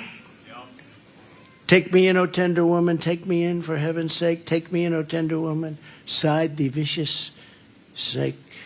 I saved you, cried the woman, and you've bitten me, but why? You know your bite is poisonous, and now I'm going to die. Shut up, silly woman, said the reptile with a grin. You knew damn well I was a snake before you took me in. How accurate is that? How accurate. I mean, by the way, that is exact. And people love that. You know, they're always a snake. People hear it sometimes. I don't do it often, but they hear it. They hear it 10 times and they can't get enough of it, but it's true. That's exactly what's happening in our country. That's exactly what's happening. We know people coming in. They're coming in from prisons, a snake. They're coming in from mental institutions, snake. They're terrorists, snake. If you think about it, it's pretty accurate, right? It's pretty sad how stupid our people are. So I just, I'm here to tell you that if we don't win this election, we're going to be in trouble like this country has never been in. Our country is in more danger now than it's ever been. And by the way, excuse me, I have a book loaded up with nice, wonderful, I have a great speechwriter who writes these things, but it's so much more interesting this way, isn't it? And you think Biden can do this? I don't think so. He can't do this. No, he can't read it. He can't read anything. How about the other days at a news conference? He's going to take one question. I used to take 30 questions of the White House from hostile people. I said, why are you so angry? You know, we have a great economy, the anger, the hatred. But the other day, I see, okay, Jim Smith from NBC. Mr. President, could we ask you a question? Yes. And he asks him a question. And then he picks up the book and he reads the answer. They never did that. Did you see that? No, he reads the answer off the book. But I thought the worst, I tell you what, I thought the worst. You have to watch CBS because it can't be, you cannot imitate how bad it was. The questions, they weren't questions. They were questions in the form of, I'm giving you the answer and the question simultaneously. All you have to do is say yes. It's terrible what's going on, and we have so much at stake, and we're losing our country. I mean, think of it. Every single thing they've done is a mistake. They have an open border. It's like April Fool's Day. They have an open border. It's April Fool. Who wants an open border? Does anybody? I mean, if you're a super radical liberal, do you really want an open border where millions of people are flooding your country, going in, taking over your schools, your hospitals? You can't get a hospital appointment. The whole thing is crazy. And because he invited them up. See, I invited them not up. I invited them the opposite of up. Once you get up, and now in California with Gavin Newsom, what they're doing, they're giving everybody free education, free this, free that. Who the hell's not coming to the United States? Come to the United States, and we'll give you free education, we'll give you health care, we'll give you everything. In the meantime, our veterans are sitting on streets and not being taken care of, okay? They're sitting on streets. It's so sad to see it. I mean, it's so sad and so pathetic to see it. But we've never, I don't believe we've ever had a time like this. Everything we do is wrong. I mean, you can name any single thing, it's wrong. No voter ID. They don't want voter ID. Why don't you want voter ID? Because we want to cheat on elections. By the way, in all fairness, Democrats want voter ID, but the people that run it don't. Because if you think about it, high taxes, high interest rates, open borders, everything they have is terrible. Nobody can win. Can you imagine we're going to raise your interest rates, right? We're going to have you pay the highest taxes in the history. I gave you the greatest tax cut in history, and they want to double and triple and everything. But who's going to vote for these things? We want a woke military. We want a weak country. We want to be laughed at all over the world. We're laughed at all over the world. He's laughed at all over the world, and he's our representative. They didn't laugh at us. I'll tell you that. They did not laugh at us. We had a case where Macron, good guy, he's doing his thing from France, doing his thing for his country, and they were going to put a big tax on our businesses, and my people said, sir, they're going to tax our businesses. In other words, if you do business in France, they're going to put a big tax. So Emmanuel Macron, the boss, and I liked him. I got along with him. He's just doing his thing. If you can get away with it, you got to do it. That's what we should do too. That's what we did for 4 years. But what happened is they came in. They said he's putting a big tax on companies that do business in France. I said, nope, not fair. That's bad. Half of the companies I didn't like, but these were American companies, and they're not going to be taxed unfairly. And they're not taxing. They're just taxing Americans because they think it's a stupidly run country. So what happens is I said no, and I gave them instructions. Go back and tell them no. And they came back 2 days later, and they said, sir, I'm sorry. Secretary of the Treasury said this. Said, sir, I'm sorry, but we can't make a deal with them. It's too late. They said it's too late. I said, it's not too late. Watch. And I get him on the phone. Emmanuel, how are you, Emmanuel? I hear you're taxing all of our companies that happen to do. Yes, oh yes, Donald, we passed. We're in the most beautiful accent. Oh yes, Donald. We passed this 2 weeks ago. It's nothing I can do about it. I said, all right, there's nothing I can do about this either. You either get rid of that tax, or every bottle of wine and champagne that comes into our country, and we have just as good as you do, if not better, every bottle of wine or champagne that comes into our country, we're going to put a 100% tax on. And he said, no, you cannot do that. I said, oh, I can do that. I'm going to do it. I have the legislation right in front of me. I could do it myself. I didn't need to have to go through Congress, which takes forever. I said, this will be on a Monday morning. You're going to pay from there on. You're going to pay 100% on every bottle of wine or champagne that comes into our country. So you call me back within 20 minutes and let me know what you want to do. He calls me back within 2 minutes. We have decided not to charge your companies a tax. That was it. It was the end. But nobody. You think Biden does that? You think Biden does that? You have to, look, I mean, you have to play your cards. We have tremendous cards, but soon we won't have those cards because we won't have a country left, We won't have a country left. We did so many things. I could tell you 150, 200,000. I could tell you 1,000 stories like that. But remember, to get this country on track on January 15th, you have to get out there and you have to show, and you call it the caucus. It's a big deal. It's a caucus. Defeating crooked Joe Biden begins with getting your friends and your family and neighbors to vote at your local precinct caucuses. You have to get out and just get 5 people, 10 people, get as many people as you can. It's just a show of force. We're going to win. But one thing, you got to get out, okay? You got to get out. Because you never know. Sometimes you say, oh, he's going to win by so much. Let's not do it. And if 100% of the people say that, bad things, you got to get out. You got to get out and you got to do it. But we're really doing great with the primaries. We're doing great against Crooked Joe. We're up about 12 or 14 points in Iowa on Crooked Joe Biden. But we have to get out. So get involved. So text Iowa to 88022 or sign up at ia.donaldjtrump.com. So we'll get involved and ensure the victory that we have to have, because we're going to start off with Iowa. It's a big, it's such a political thing. That's why all the people that wanted to change it, I said, you can't. It's sort of become a beautiful custom. It's Iowa. It's a big political state. It's a very powerful, big, beautiful political state, and we love it. And we love it.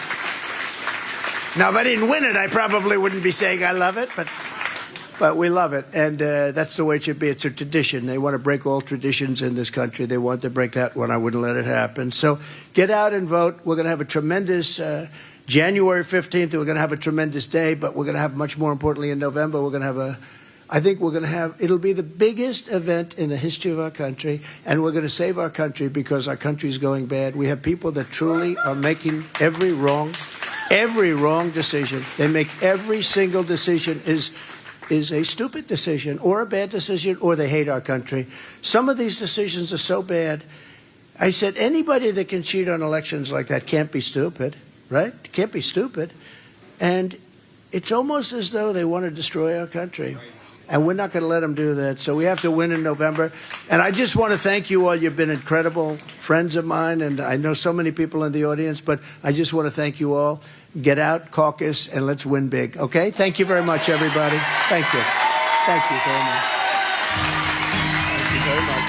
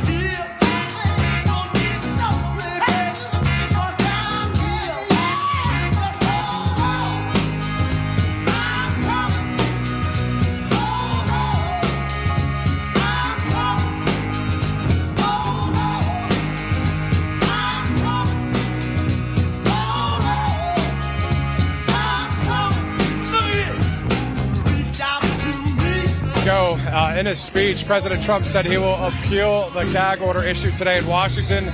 Trump also said Iowa is a very powerful, political, beautiful state. What a great speech here. That was a great Adel, speech. Iowa. Absolutely. Never disappoints. One more down in the books, and everyone looks really, really happy. Lots of cheering, very loud. And now he's on his way over to Clive, Iowa. That's right. Thank you guys so much for watching our live coverage right here for the first half of our doubleheader. Let's go to the second half of the doubleheader for RSBN. President Trump, another speech with our own Brian Glenn, who's live in Clive, Iowa. I'm Matthew Alvarez for Jessica Rivera. Yes. We'll see you later.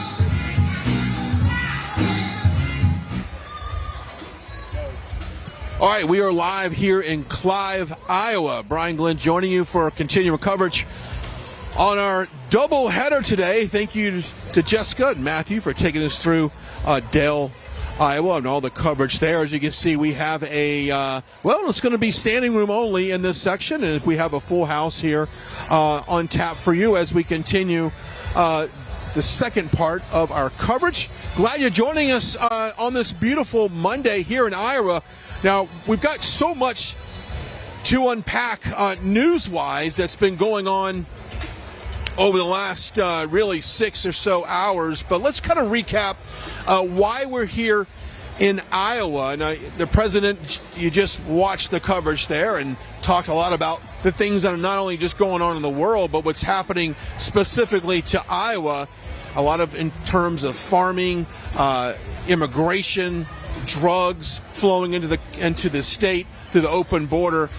And it all comes down to January the 15th at 7 p.m. Now, we had one of the pre-show speakers earlier talk about the significance of getting everyone together on that date and making sure that we represent Donald J. Trump at these Iowa caucus, first in the nation, January 15th at 7 p.m. Now, Trump has been in Iowa roughly 10 times so far this year, so has really made a push ever since about June, July of making a presence here in Iowa. And the polls reflect that a commanding lead over Ron DeSantis, Nikki Haley, Vivek Ramaswamy, and others, to the tune of 50-plus points here in Iowa. Now going head-to-head, President Trump with Joe Biden on a national head-to-head.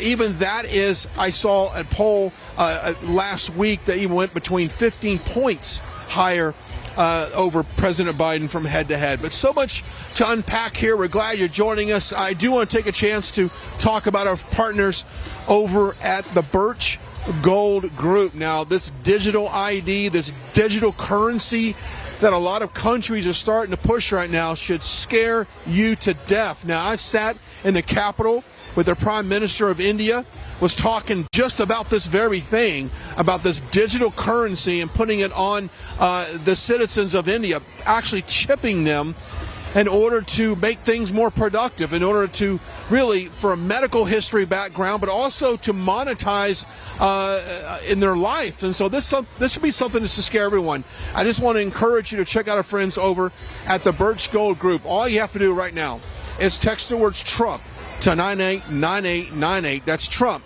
to 989898. That is the Birch Gold Group. They're going to send you a information kit to make that first decision for you, and you can follow up with a phone call, some literature to make sure your investments are safe. Once again, Trump to 989898.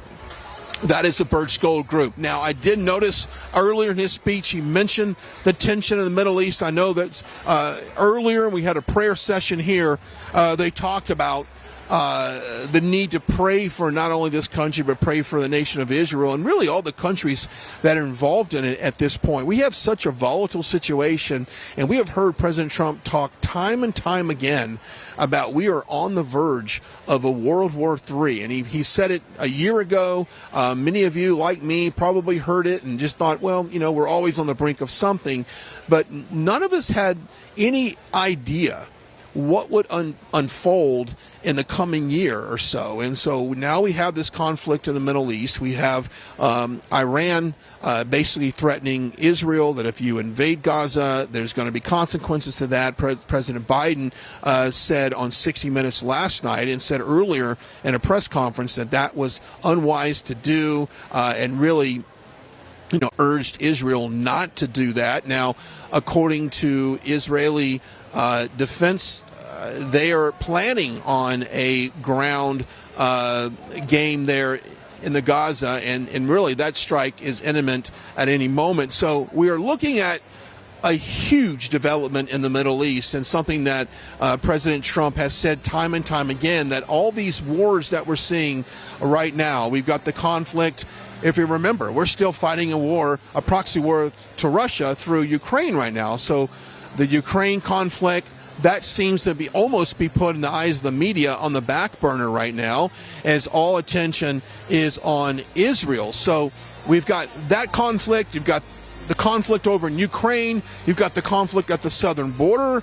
You have all of this building up to what I think could be a very, very dark few months, or maybe up even to the election, and which makes the decision making right now that we all have to do in November that much more important. And the world is looking at us. The world is watching President Biden. He's listening to his responses. He's listening to see if he has any kind of commanding as far as voice, as far as trying to deter any war. And at this point, it's weak. It's feckless. It's something that I think other leaders are looking at, and they see that we're at a very vulnerable point here in this country, being that we have someone like Joe Biden who is not leading by strength, but rather putting, it seems like, everyone first and not America first.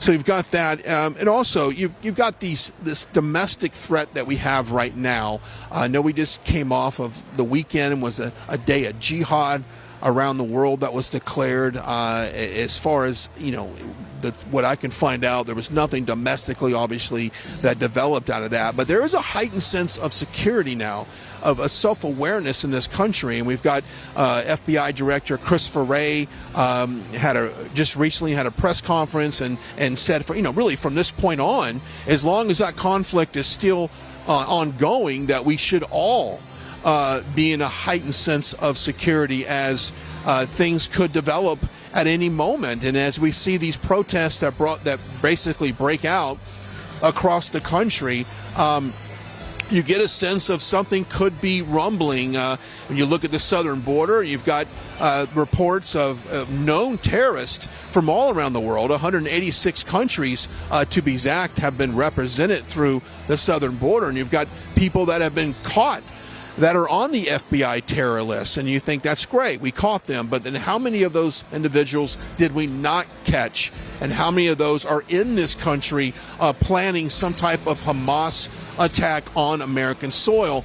And when you hear the FBI say it's not a matter of if, rather it's a matter of when, we now then need to go back and say, well, why are we at this point? What got us to this point where it's a matter of time before that happens? And that can go back to when Joe Biden took office and immediately reversed all of the immigration policies and stopped the funding and the building of the wall on that. So you've got the southern border wide open, you've got the conflict in the Middle East, and you've got Ukraine war going on. Like, we don't have enough to focus on. We've got a U.S. economy that continues to decline. We've got inflation.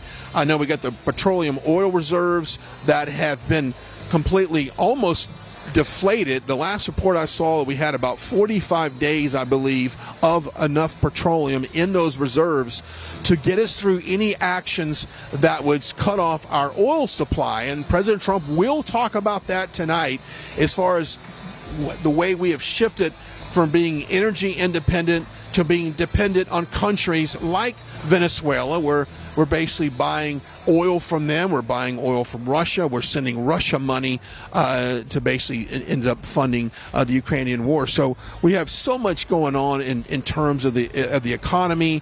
We've got the crumbling dollar. We've got the expectations for the holiday shopping season coming up is pretty dismal. And the temporary jobs report of the anticipation of what retail is planning on hiring seasonal employees is down significantly. And the only people right now that is showing any indication of hiring extra people would be the Amazons and of the world. All the e-commerce companies are ramping up. But as far as your mom and pop, your big box chain stores, those guys are not showing any signs of aggressively hiring seasonal employees due to the state of the economy right now. I'm going to step aside, get a live look here in Clive, Iowa.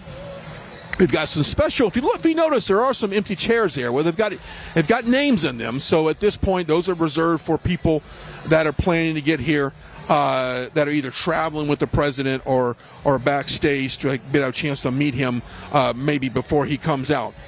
So that's why that is there. Let's also talk about, this is great, freetrumpbook.com, freetrumpbook.com, with President Trump, leading in the Republican candidates, by a wide margin. His chances of becoming president again are looking pretty good. And right now, let's make time to show your kids how to learn about his achievements as president, as well as his vision for America.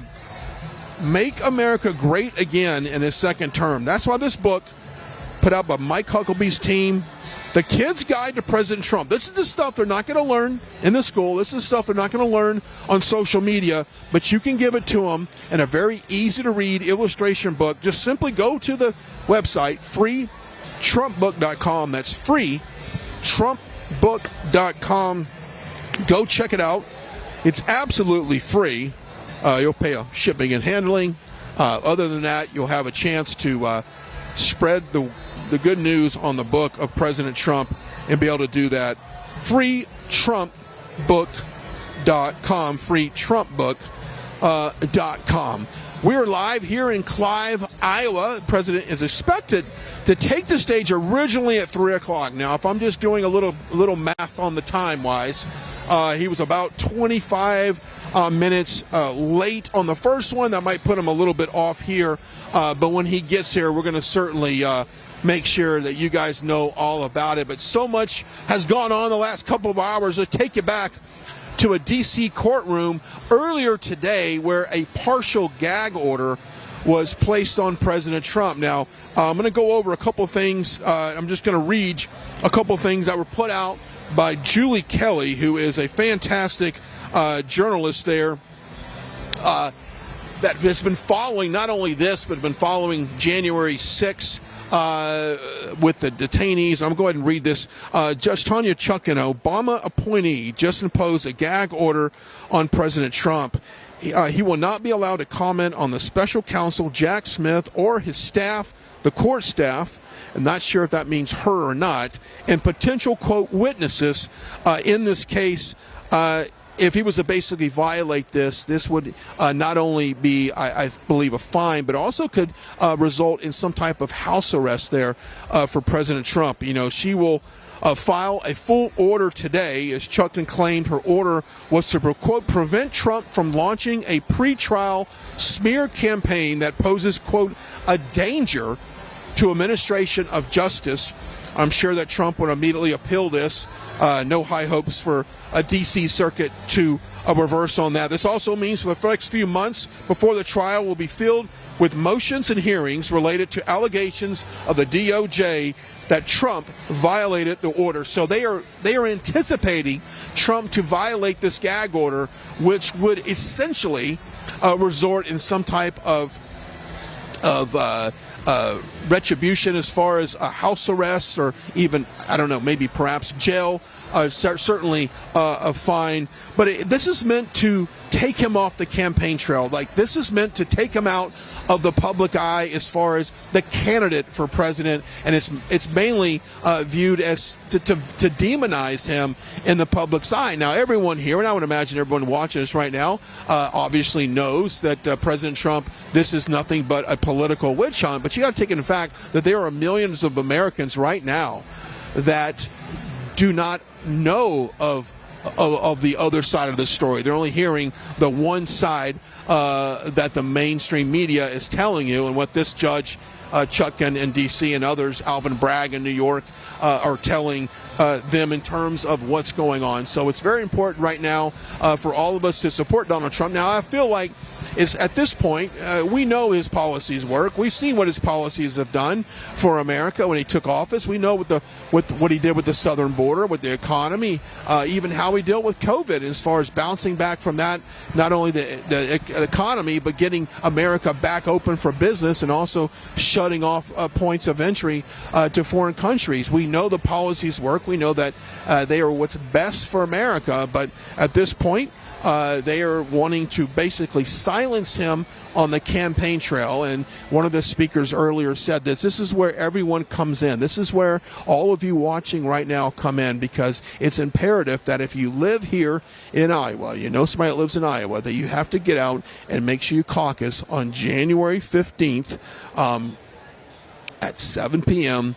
And then, of course, that shifts over to February 13th in New Hampshire for the first primary. I'm going to step aside real quick. I'm going to read you a little bit of information about what you could possibly hear later tonight, to obviously talk about what's going on in Palestine, what's going on in Israel, the conflict there, and the push for peace in the Middle East. Now, this is something that President Trump has spoken, that he has the ability to not only achieve peace in the Ukraine-Russia conflict, but also achieve peace in this conflict that we have right now in Israel. Now, if you remember, President Trump was the first person to move the U.S. Embassy into Jerusalem. That was promised not only from previous presidents, including the Bush administration, but he has been the most pro-Israel president in the history of this country. And of course,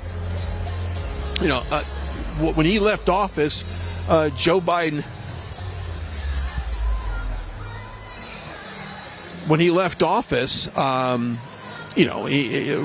President Biden just about reversed every economic policy we had.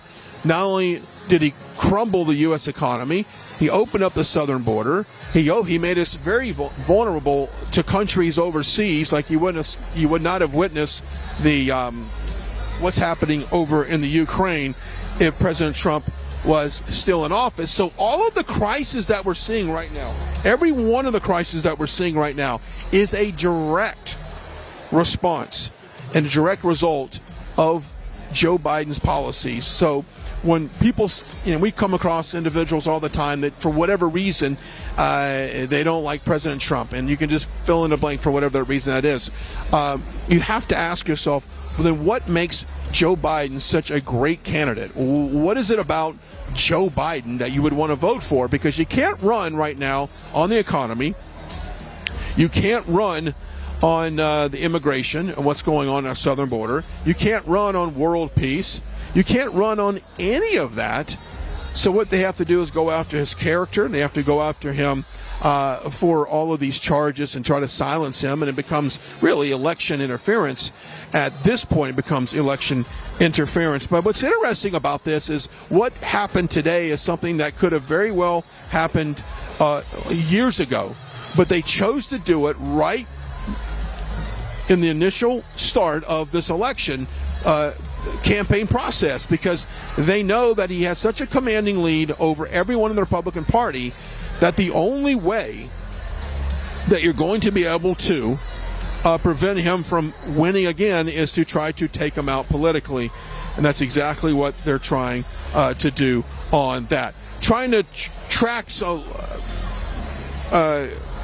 time here for the for President Trump, just trying to get the very latest on where he's at. Could be in the next, been told, could be in the next 10 minutes or so. We'll see exactly what that looks like. Also want to talk about this great Trump tumbler we have. My goodness. If you travel a lot and you wanted something that can keep your stuff hot, keep your stuff cold, go to TrumpTumbler.com. That's TrumpTumbler.com. We got about 250 of these collectible tumblers. They're just $10 with a small shipping and handling fee. Go check them out. They're great. It's got this great Save America, again, laser etched on this thing.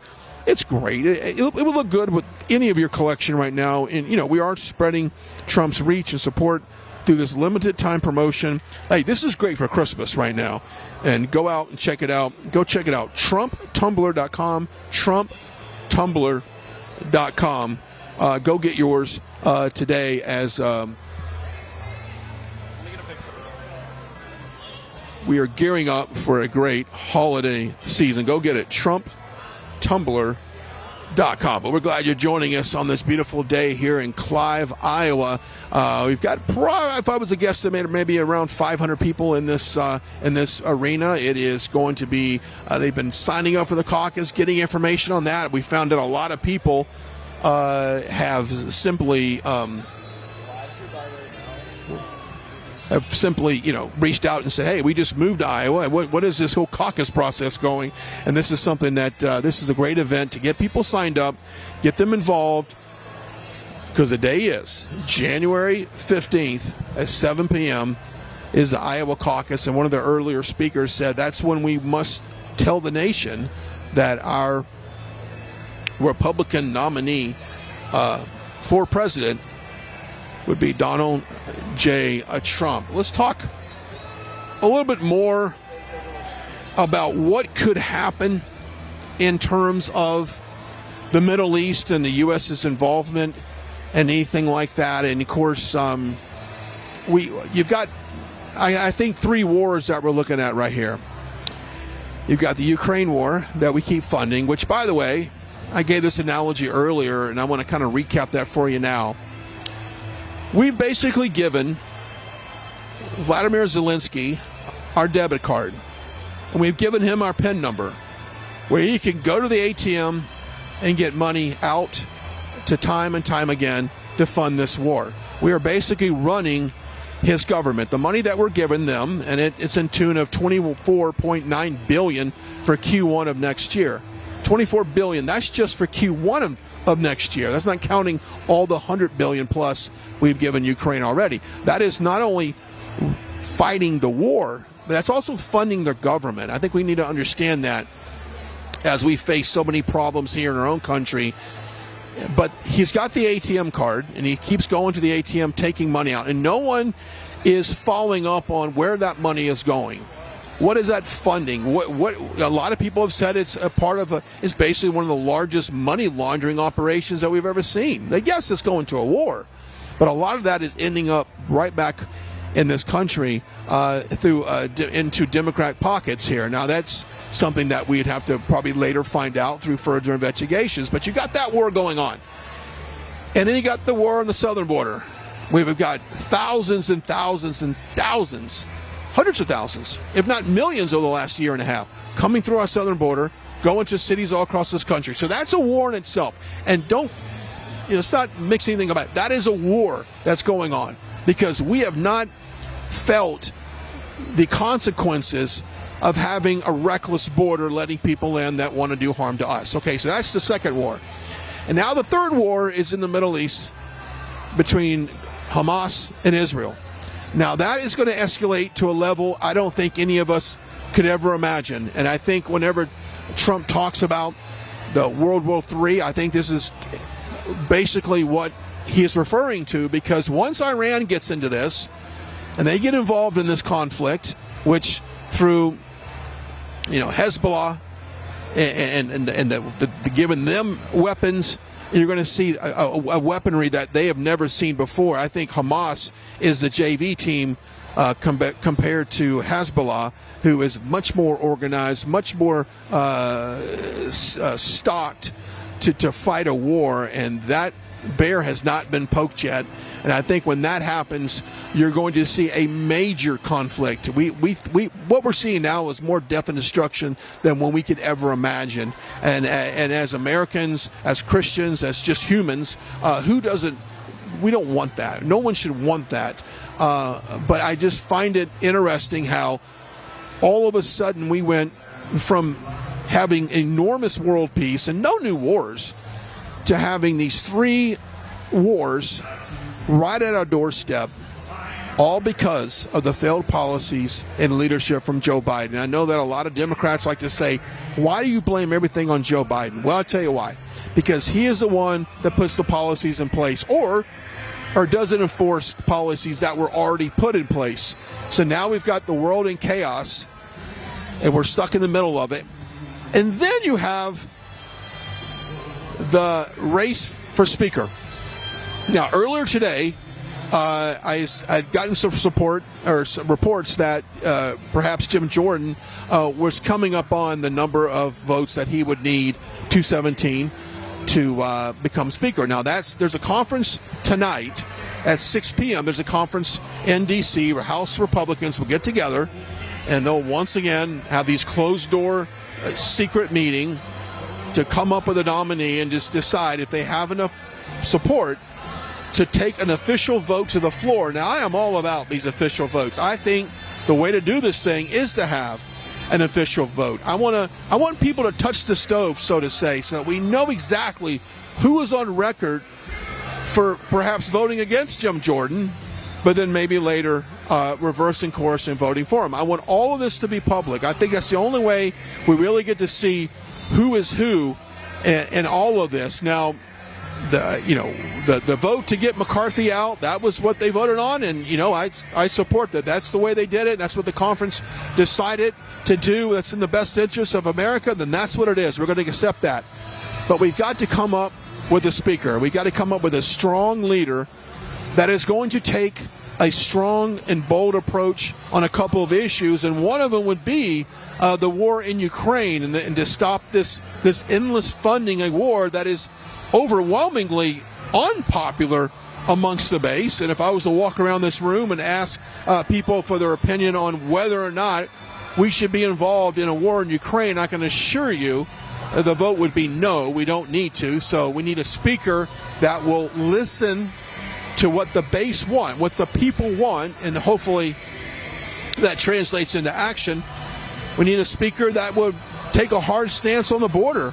And I think at this point, coming up with a bill that combines funding for Ukraine, it provides funding for Israel, it combines funding for the border, is not the way to go. We need to itemize these things out. I don't want to bake a cake and have all these other issues into it, and we don't have an idea of exactly how much goes to each appropriation. So I am in full support of having these separate appropriations voted on and funded accordingly, and not to put them all together.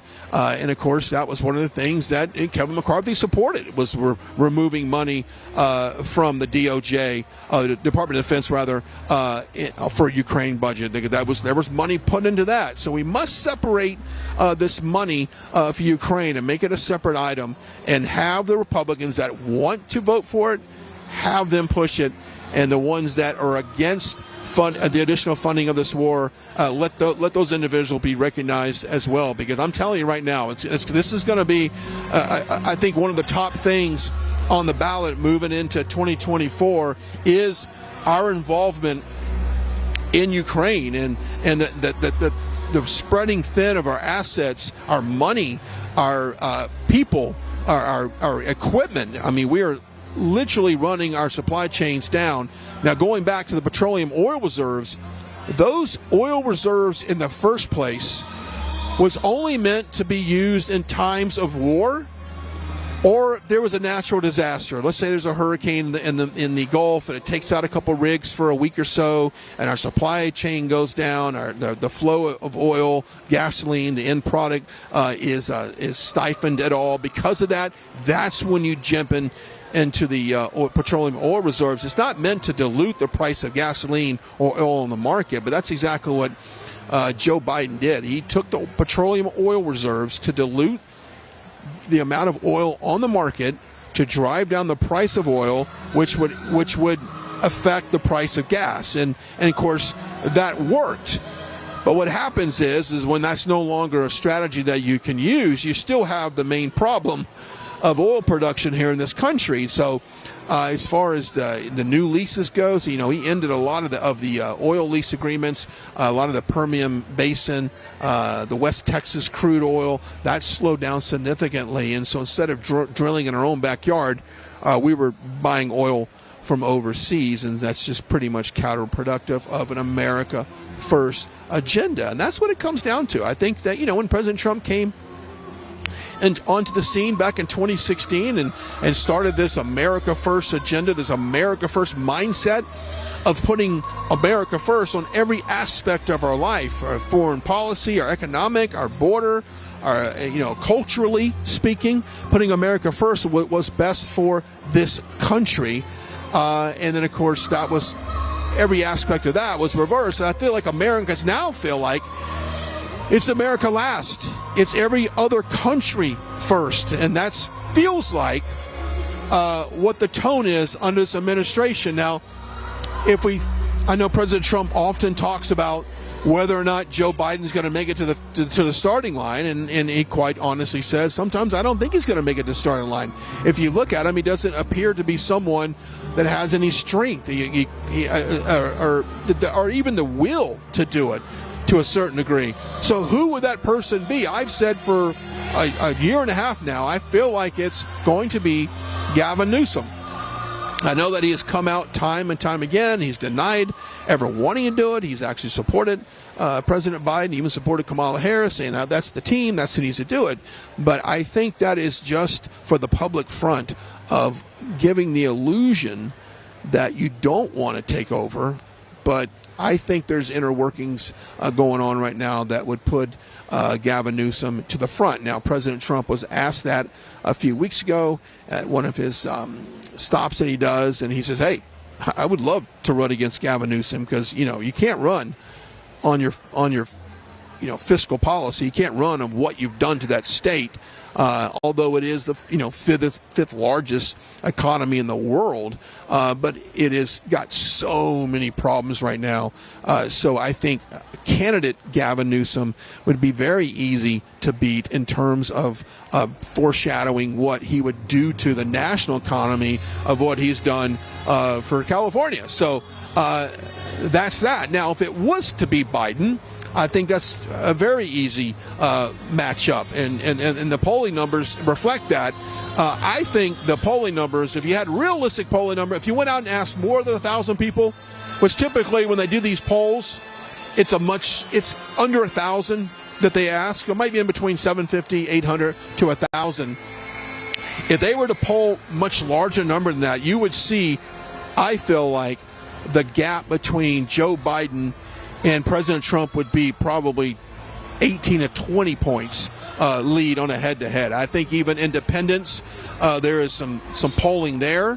There's some surveys there that independents are flocking over to President Trump as they know that the fiscal policies alone have hurt them. And I always say the gasoline is the lowest hanging fruit. The economy is the lowest hanging fruit in all of this. That's what you can measure the successful administration just on the price of gas and the price of heating oil and the price of electricity. I know that in Texas, our electricity has absolutely skyrocketed. The per kilowatt hour.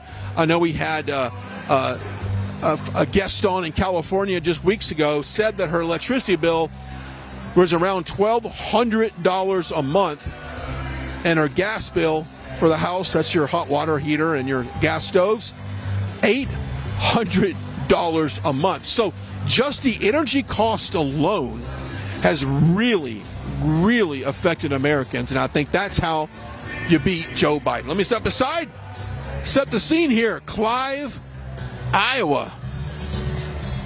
People are excited. I heard somebody kind of screaming behind me that they are fired up to get this started. And we're glad you're joining us on this beautiful day. Hey, I'm a weather geek. I'm going to tell you what the weather is right now. Right now, currently in Clive, it's a sunny 57 degrees. Beautiful, clear skies. Wind out of the northwest at 8. Feels like 61. It's beautiful here. And I was talking to some locals here over the last few hours before we came in here, and they said, hey, this is the best time of year to be in Iowa. Yeah, it's going to get cold here in February, but right now, coming off of a summer, it feels great. And so we're happy to be here because some of the most, I guess, memorable times to be in Iowa, it's either been really, really cold or it's been extremely hot. But we're glad that today the weather is great and you're getting a good look at those people up front. They're fired up, dancing around. It does feel like a rally. I heard Jessica and Matthew talk about this, that it very much feels like a rally. And this is one of the events that President Trump has been doing lately, has been the smaller, intimate gatherings, providing, remarks at kind of a caucus, information type of setting. And that's exactly what, he's doing today. And he could still, like on a Monday, think about it for a second. In the campaign season, and we're, a year away from really going to the polls, to get this many people on a Monday is incredible. I don't think any of these candidates, other than President Trump, would be able to do this and would be able to pull the crowd that President Trump can pull on a Monday, on a school day, on a work day here in Iowa. So we're glad to be here doing this. Checking some of the news headlines. Obviously, news coming out of D.C. with the judge laying down a partial gag order against President Trump, and that's something that he's going to have to deal with, because what this is going to affect, a good shot here, all these signs coming out, looks pretty good. What the gag order essentially will do is try to limit his free speech. That's what this is meant to do. It's meant to silence him on the campaign trail. It's meant to limit his free speech, limit his ability to campaign and get his message out. Ladies and gentlemen, here we go. Please welcome to the stage former acting U.S. Attorney It looks like we're going to Matt Whitaker.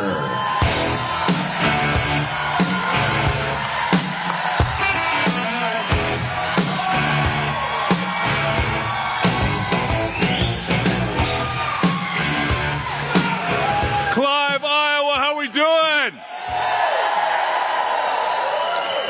I got a secret that no one should tell anybody else except those in the room, but Donald J. Trump is in the building.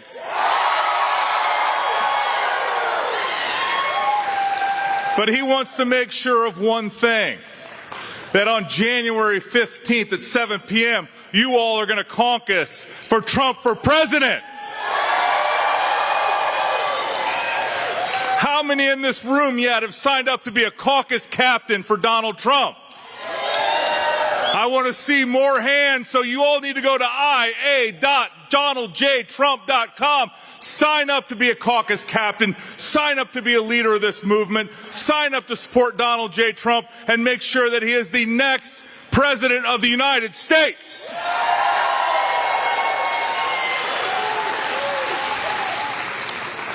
So we need to get you ready for the man. So I want you to warm up. And on the count of 3, I'm going to want to hear who you are caucusing for on January 15th of 2024. Are you ready? 1, 2, 3. He can't hear you. It's got to be louder. 1, 2, 3. 1, 2, 3. All right. Just a few minutes, my friends. So good to be with you. And remember, tell all your friends, tell all your family, get them there 7 p.m.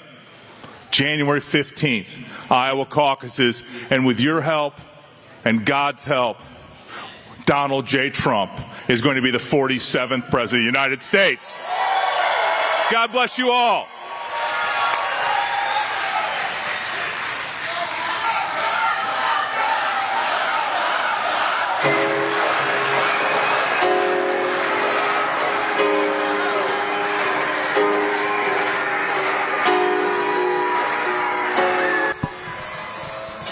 Former Attorney General Matt Whitaker getting the crowd fired up here, getting the Trump chants. He's great. He's great. And he's certainly someone that we're very nice to have a part of the Trump family. We're glad you're joining us on this Monday doubleheader. Thanks to Jessica Rivera and Matthew Alvarez for taking us through the first one there in Adel, Iowa. We've got the second one about to be underway. And we're glad that you're joining us. Also, don't forget to sign up for our newsletter, rsbnetwork.com/newsletter. rsbnetwork.com/newsletter. Not only will you get the latest news, Grace Saldana, our editor-in-chief, is wonderful, and her staff of writers, Summer Lane, Alex Caldwell, many, many more. Go sign up for the newsletter. You'll get exclusives as well. That's the best part. You get offers that you cannot get on our app. You can't get them online, but you can get them through the newsletter. So rsbnetwork.com/newsletter. Also, when you're at the website, why not donate? That's how we started. Donations like you. rsbnetwork.com/donate. You can sign up for a one-time donation. You can do a multiple reoccurring donation. It's all up to you, whatever you're comfortable with. rsbnetwork.com/donate. And don't forget to subscribe and follow us on all of our platforms. You can follow me at Brian on Truth Social, at Brian Glenn TV across the board, Twitter, Instagram, Facebook. You can also follow Right Side on X. I guess I'll keep saying Twitter, on X, on Facebook, on Instagram, and of course on Rumble. And if you do not have our app yet, I encourage you to get it. Go to your Google, your iPhone stores and download the app. It's free of charge. Looking ahead to programming, we've got several things on the horizon. We'll be in New Hampshire. Christina, Bob, and myself will be in New Hampshire on Monday, this Monday, a week from today, for another speech. And then we've got some other things planned. There's nothing that's publicly confirmed yet, but as you can imagine, events like this will likely happen once or twice a week, at least, especially when we get closer to the campaign season. We are going to be out on the road with President Trump and start to see the crowds and these events get bigger and bigger as we get more into the rally season, where you've got these massive 20, 30,000 people events going on a Saturday, which are incredible. If you've never been to one of these large rallies, I know I talked to a couple of people earlier today. It was the first time they've ever been to a Trump event. I'm like, hey, this is a great place and time to see the president up close and personal. We love the big rallies. We love them, and they've got a lot of energy, and there's a lot of people there. But when it comes down to seeing the president in this intimate venue, there's something special about that.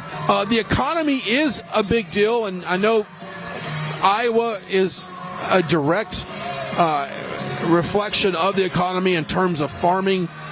President Trump often talks about getting the farmers billions of dollars here in Iowa, and he says, matter of fact, when I get into office, there's two things you need to do: buy more land and buy a bigger tractor, because I'm all about production here in Iowa, taking money away from China. China has been attacking our economy for years now. I said this back in early 2000s that at that time, Donald Trump, the businessman, was in fact the only person that could fight this absolute trade imbalance, this China ripping off the American taxpayer and ripping off American businesses. That President Trump was the only person that could take on China, and he has done just that. He has proven that his policies work in terms of protecting American interests, protecting jobs, protecting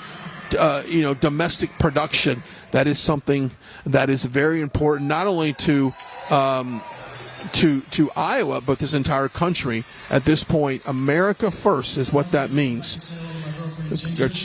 Take a look at, you've got Jason Miller and some other staff people have assistants to the president have now come out to the crowd, which gives me an indication that they are, relatively getting close to having everything kick off here in Iowa, and we're hoping for you to join us here. And you got to love these, a little shot of the pre-show entertainment there, a little bit of Elvis Presley on stage, and of course,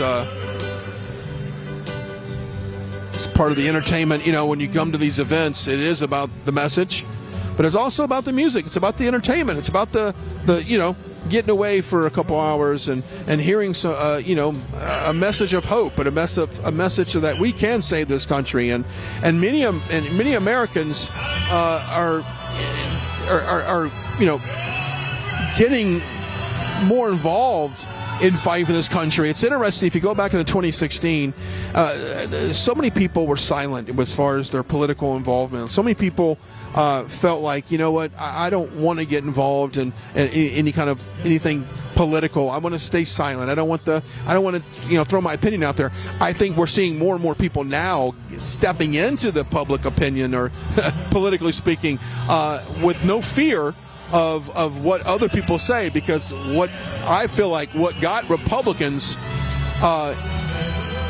what made us so weak in the first place, is not fighting back on issues that are very fundamental in this country. We've allowed the radical Democrats, the radical left, we've also allowed Republicans, spineless Republicans, to put us in this situation right now where we need a president like President Donald John Trump to come back and fix these problems with an administration on so many fronts. Now, it's interesting, and I'll say this, and because we cover all these rallies, when President Trump talks about protecting kids, there's two topics that genuinely the audience will stand up and applaud for, and one of them is protecting kids from transgender surgeries and making it a felony to perform a transgender surgery on a minor. That would be someone that's 18 and under. And he often would say, look, you can sign up for the military 18, you can't get a tattoo until you're 18, you can't buy a pack of cigarettes if you're 18, shouldn't be smoking anyway. All these things that we've claimed that you cannot do until somebody's an adult.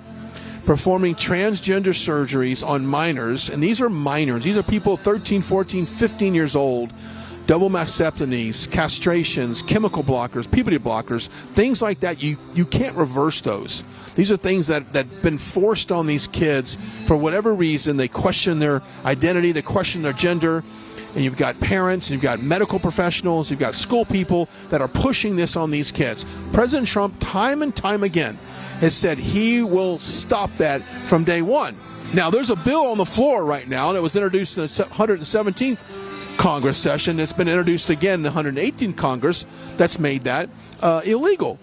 But it's gotten a little support. It's got a few, but it's gotten a little support from House Republicans. Now, I'm just going to ask you why. Why would someone be so against protecting kids? Drop your comments down below. I'm going to read them when I step off camera when Trump goes on, and I'll maybe get some feedback from you. But why would House Republicans be so against protecting kids from these transgender surgeries? Okay, topic number 2 that he gets a lot of applause here is doing away with the Department of Education. And we've seen what has happened to our educational system, our school system right now. And it was exposed when we had COVID. COVID exposed all of the problems because then we got to see ourselves, parents, house, parental care providers got to see exactly what their kids were watching at school and what they were learning at school through these online web-based classes. And so that was exposed, and then you just got to see how deep it went. It went much more than perhaps hating this country and much more of creating some type of division between loving this country and what they want. But it became it was sexualization of kids. It was the transgender, I call it gender bending. It's where we everything's so fluid, and that there's more than 2 genders. There's more than just male and female. There's hundreds. There's an infinite number of genders, and that's what's been pushed in these schools. And I think it's wrong, and the American people think it's wrong, and most of the people behind me think it's wrong. And that's one thing that President Trump is going to stop, is the transgender surgeries, and he's also going to do away with the Department of Education and push that back down to the local level and give people and parents a say-so in what their kids learn. And also, as far as the school choice, there's a lot of underperforming schools. Matter of fact, there was a report in Baltimore, out of the 13 biggest schools in the Baltimore school district, none of them had one student that actually passed the state's proficiency in math or English. Not one student. We are so far behind on our education system right now that a complete overhaul needs to happen. And it really does start at the top. It starts with the Department of Education and going down and getting rid of a lot of these superintendents and even teachers that have some kind of social agenda plan for that. He will do that. And it kind of brings me to my next topic of getting involved and what President Trump did to so many people, inspired literally thousands of people to step into local politics. Oh, let me step aside. Welcome to the stage, Iowa Attorney General Brenna Bird.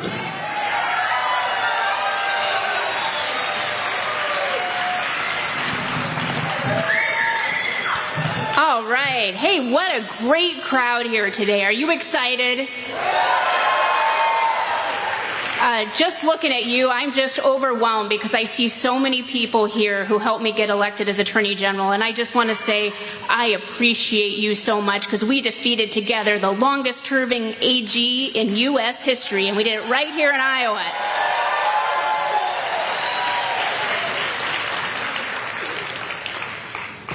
You know, I've been busy suing the Biden administration and supporting our law enforcement, just like you do.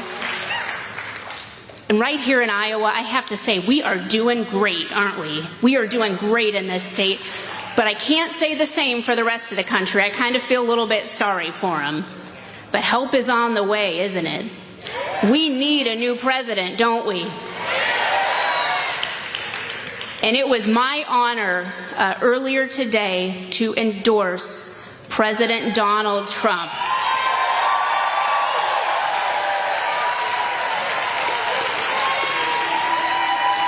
I can see he's got some big, good fans right here today. You know, President Trump, he has my full support. He has the support of the people of Iowa. And in 91 days, we're going to win the Iowa caucuses and launch the campaign to the Republican nomination and send President Trump back to the White House. President Trump, he's been there for us and for Iowa every step of the way. He's been there for our law enforcement. He's been there for our farmers. He's been there for ethanol. He's been there for families. He's been there for our seniors. And he has secured our border. President Trump won Iowa twice before, and in 2024, together with your help, we're going to win it for a third time, aren't we? And as Iowa's Attorney General, I am so proud of the job that President Trump did to keep America safe. And I think we wouldn't see what's going on in Israel right now if we had President Trump, right? We need him. We need him. He protected us from the terrorists, from the criminals, from the cartels, and only President Trump can make America safe again. I'd like you to join me in giving a warm Iowa welcome to President Donald Trump.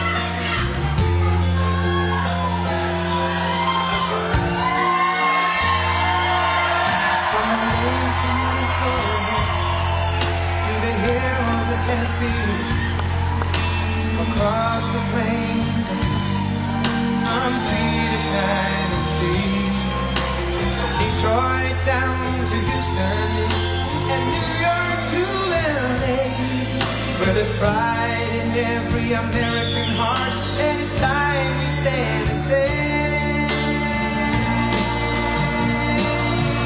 that I'm proud to be an American, where at least I know I'm free. And I won't forget the men who died, who gave them right to me. And I gladly stand up next to you and defend her still today. 'Cause there ain't no doubt I love this land. God bless the USA.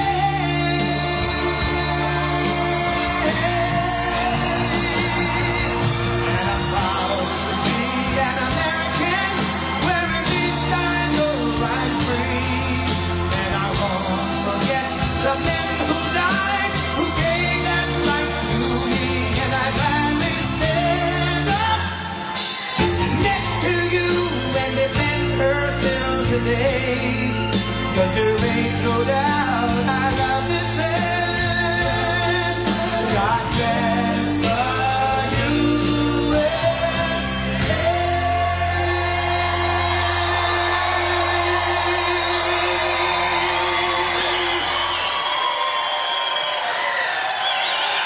Well, thank you very much, Iowa. It is great to be back in the home of First in the Nation caucuses. You're first in the nation. I wonder who kept you there. Guess what? It was me. You're there because of me, and I'm here because of you, in a true sense. But We're just 91 days away from the most important vote of your lives. This is going to be the most important election we've ever had. Our country's going to hell fast. We're not respected. We're laughed at all over the world. You see what's going on. The Middle East, that would have never happened. Ukraine would have never happened. Afghanistan, the way that took place was the most boring and horrible situation. Nobody's ever seen anything. Probably the most embarrassing situation anyone's ever seen. Nobody's ever seen anything like that, the way we fled and left behind $85 billion worth of equipment, American citizens, and most importantly, 13 of our great soldiers killed, and many of them badly hurt, 38 of them so badly hurt. You wouldn't believe how badly hurt. With your support, on Monday, January 15th, we're going to win the Iowa caucuses in an epic landslide. And we're going to crush crooked Joe Biden. He's a crooked, incompetent man. Next November, and we're going to make America great again, greater than ever before. We're going to do that. Seems hard to believe because we've gone so down. We were so powerful, so great. Just 3 years ago, energy independent. We're going to be energy dominant, and you think of what they've done to this country. I want to thank Representatives Bobby Kaufman, who's here with us. Thank you, Bobby, wherever you may be. A lot of people here. Wherever you are, Bobby, wherever the hell you are, thank you. Brooke Bowden. Thank you, Brooke. Thanks, Brooke. Great job. Stan Gustafson, and Stan, you've been fantastic right from the beginning, and I appreciate it very much. Thank you. Luana Stoltenberg, same name as the Secretary General. You know who I'm talking about, right? It's a great name and a great woman. Thank you very much. State Senators Sherilyn Westrick. Sherilyn, thank you. Thank you. Lynn Evans. Thank you very much. Great job. Been here right from the beginning, too. And Brad Zahn. You know, he endorsed me. Brad endorsed me before I ran. He said, there's a guy in New York that we have to get to run. Brad was the first endorsement, I believe, in the country, wherever you are, and your mother-in-law is here. Much more importantly, where's your mother-in-law? Stand up, mother-in-law. He loves his mother-in-law. Thank you very much. His wife and mother-in-law. But he didn't even mention the wife. He said, my mother-in-law is coming today. That's pretty good, right? Thank you all for being here. I appreciate it. Thanks for everything, Brett. Former Acting Attorney General of the United States, Matt Whitaker, a fantastic person. Thank you, Matt. Thank you. And today I'm truly honored to receive the endorsement of Iowa Attorney General Brenna Bird, one of the most popular and successful politicians in the state. She's a fantastic woman, respected all over the country, actually. And I want to thank her very much. Congratulations to the next governor of Louisiana also. Jeff Landry just won over the weekend. And he got a majority, so he's now going to be the next governor of Louisiana. He was an attorney general and did a fantastic job. I endorsed him, and he became a rocket ship like everyone else. And he went up and he won the race very convincingly and got the majority, and he won. So we're very proud of him. He's a great gentleman. Making America great again must begin with making America strong and making America safe again. We have to make it safe. It's not safe. Our country is in such trouble.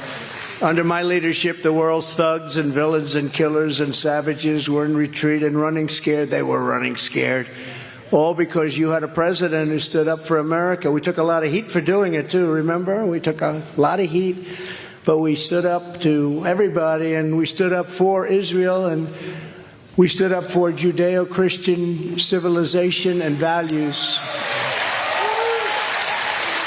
Hard to believe you take heat for that, right?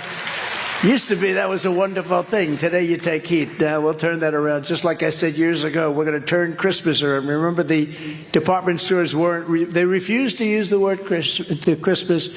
They wouldn't say Merry Christmas. They'd say Happy New Year. They'd have red. They'd have everything perfect. I said, where's Christmas? And by the time we finished, they all had Christmas up there. But in 4 short years, I obliterated the ISIS territorial caliphate. They said it couldn't be done. I terminated its founder and leader, al-Baghdadi. They were after him for 14 years. We got him. We got him. I annihilated the senior ranks of al-Qaeda, never to be heard from again. I eliminated Iran's terrorist mastermind, Qasem Soleimani, who was killing our soldiers by the thousands and thousands. He's the father of the roadside bomb. He loved the roadside bomb.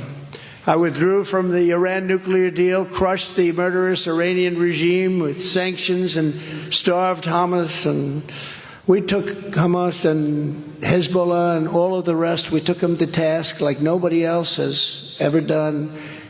And they were behaving for 4 years. You didn't see any problems anywhere, including here. I never talked about it when it was happening. I'd be in 3 years, 3.5 years. I said, I don't want to talk about it. But as soon as I got out, I said nothing happened for 4 years. We didn't have any problems. We got out of the wars. We won the wars. We defeated ISIS. We won all the wars and got out. We brought our great troops back home. I choked off the money to corrupt Palestinian organizations and stood with Israel like no president in history, recognizing the eternal capital, opening up the American embassy in Jerusalem, and recognizing Israeli sovereignty over the Golan Heights. That was a big deal. And with the historic Abraham Accords, we had peace in the Middle East. Can you believe that? We had peace until this character came along. He doesn't know what he was doing. His name was Crooked Joe Biden. And under Biden, it's danger, death, and destruction all over the world. That's what it's been. It's been a disaster. Whether it's the borders, whether it's the Middle East, whether it's Ukraine, everything is broken. The whole world is broken. A great gentleman, the head of Hungary, he said something the other day. He said they were asking him what would he recommend to Joe Biden to straighten out the world. He said there's only one thing you can do. Only one thing. Put Trump back, he said. You better put Trump back. That's Viktor Orban. Everybody heard of him? He's probably the strongest leader, a very powerful man. But he said, put Trump back. We had no problems with China. We had no problems with the Middle East. We had no problems with anything. They respected him, but they don't respect this guy. We have war in Europe and war in the Middle East because we have the weakest and most incompetent president in American history. You know, I used to be much easier on him. Then I got indicted. I said, now it's time to play hardball. They indicted me for nothing. They indicted me because I attacked an election that was rigged and stolen. And everybody knows it. Just as they have done. How many Democrats said the same thing in 2016, right? But with them, it's okay. With us, we're not allowed to do that. The heinous attacks on Israel this month would never have happened if I was your president. Zero chance of that happening. When I left office, Iran was weak, broke, and desperate to make a deal. They were ready to make a deal. We would have had a deal within 2 weeks after the election.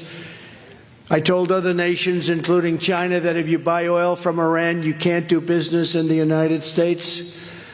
I said, I'm going to tariff the hell out of you if you buy oil, but you're just not going to do business in the United States. Every single nation complied. They didn't buy any oil. Iran's terrorist regime was bankrupt. It was hemorrhaging money and could barely pay the salaries of the radical Islamic thugs. Couldn't pay. They had no money. I hammered them. In fact, today there was a big article. With Trump, Iran was broke. With Biden, Iran is rich and powerful. It's very simple.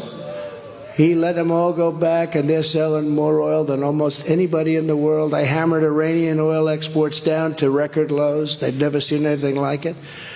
But then Biden came in, loosened my sanctions. He took some of the sanctions off, actually, and today Iran is producing more than 3 million barrels a day. That's a lot of money. They got so much money.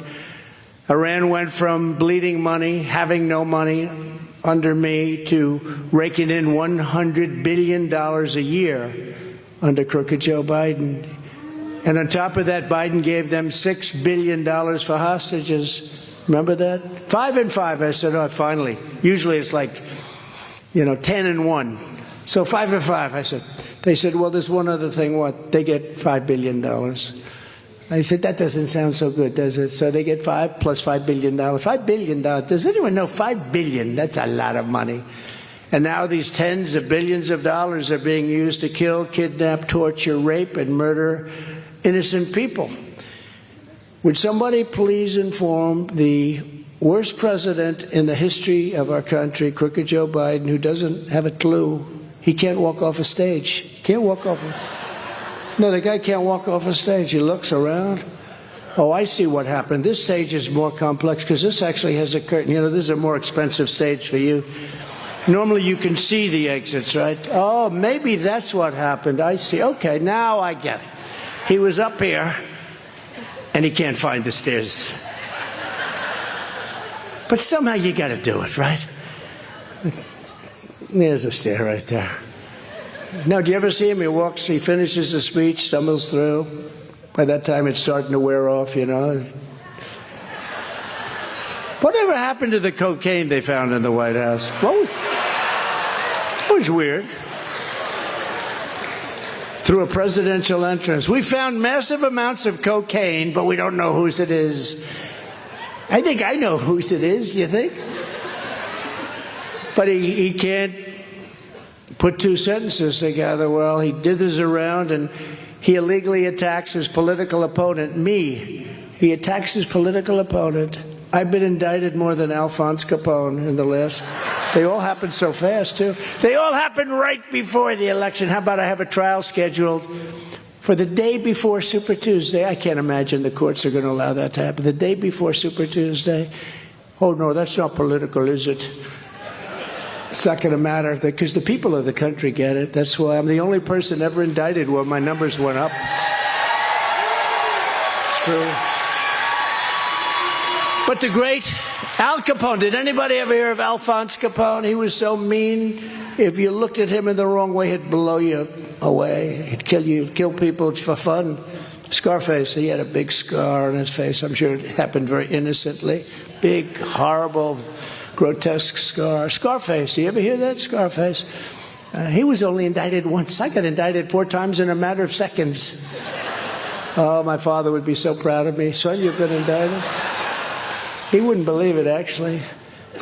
But they've weaponized law enforcement. That's all they did. Indicted for nothing. They've weaponized law enforcement. But the people of this country get it. We have an incompetent guy. And I used to, you know, out of respect for the office, I never used to talk about him this way. I felt this, but I wouldn't do it out of respect for the office. But once he did that, he did something that's a banana republic. That's what you do in banana republics. That's what you do in third world countries. So while Biden is always trying to blame everyone else for the many mistakes he has made, Iran is rapidly building a large-scale arsenal of nuclear weapons. Did everybody know that? And once they have them, and they weren't building them with me. Number one, they didn't have the money, but they weren't building them with me. I was ready for that if they did. But once they have them, which will be a matter of weeks, do you know that? Weeks. All negotiations stop. They won't even pick up the phone to speak to your president as he mumbles along, and they say, what the hell's wrong with that guy? That's when our incompetent fool of a president will drop to his knees and beg Iran for mercy. Please, please. You ever hear the song, James Brown? Please, please, please. James called me Mr. Brown. But he'd say, please, Mr. Ayatollah, sir. This is Joe Biden talking. Please, Mr. Ayatollah, sir. I will give you everything. I will do anything you demand. Please, please don't hurt us. This is the position that this fool has put us in, and we're closer to World War III than we've ever been to any world war. Nobody ever thought a thing like this could happen, and we're closer than ever before. We've never been, and I've been saying it for a long time. Did you ever see Trump was right about everything on hats? I don't know who did the hats, but I have been right about most of it.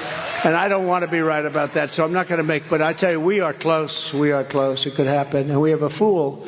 We have an incompetent fool as our president that has no idea. This is nuclear weapons. These are weapons that are so massively destructive. It's obliteration. It's not 2 army tanks running at each other and shooting. 3 years ago, under Trump, Iran was broke, had no nuclear weapons or even the prospect of a nuclear weapon. Biden has made Iran rich in a period of 3 years. and has no idea what to do about it. And they are in a position where they're going to have weapons, and they're going to be big ones too. Iran started the attack on Israel and desperately wants to become openly involved. Now, Biden refuses to admit that. Biden says, well, so far we haven't seen any evidence.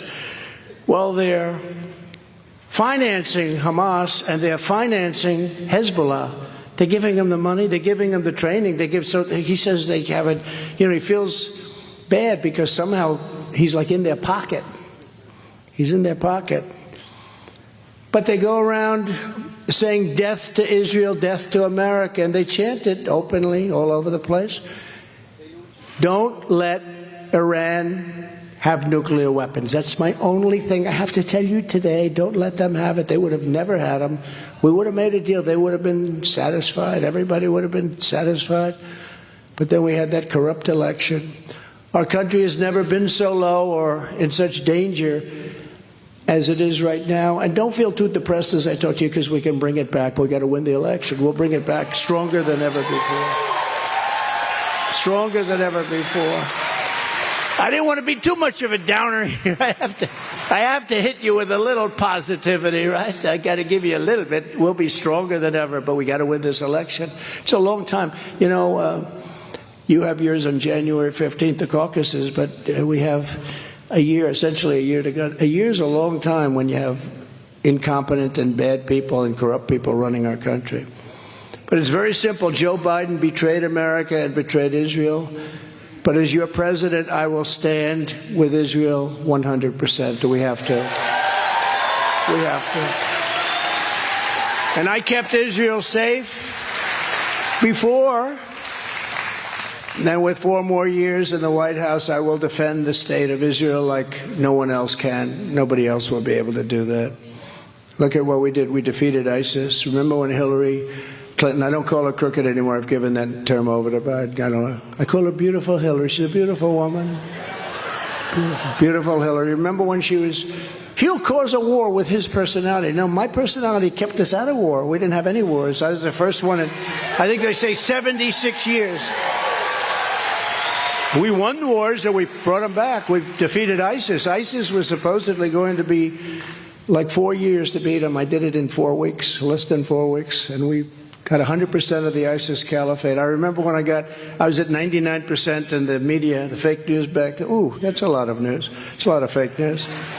But they were saying, he's leaving before he completes the task. I said, can Russia? Can Iran? Can Iraq, which, by the way, is sort of Iran, if you want to know the truth. Another great move by a certain politician who probably ranks right up there with... Nobody ranks, by the way, close to the one we have now. But we've had some pretty bad ones. I'll tell you, the happiest president in history right now is Jimmy Carter. Because I would say he was a brilliant president by comparison to crooked Joe Biden. I would say Jimmy Carter was a magnificent, brilliant. He was George Washington compared to this guy. But he's a happy man. That's good. When I'm back in the Oval Office, we will cut off every penny of money that we send to the Palestinians and the terrorists on day one. We will fully support Israel in defeating, dismantling, and permanently destroying the terrorist group known as Hamas.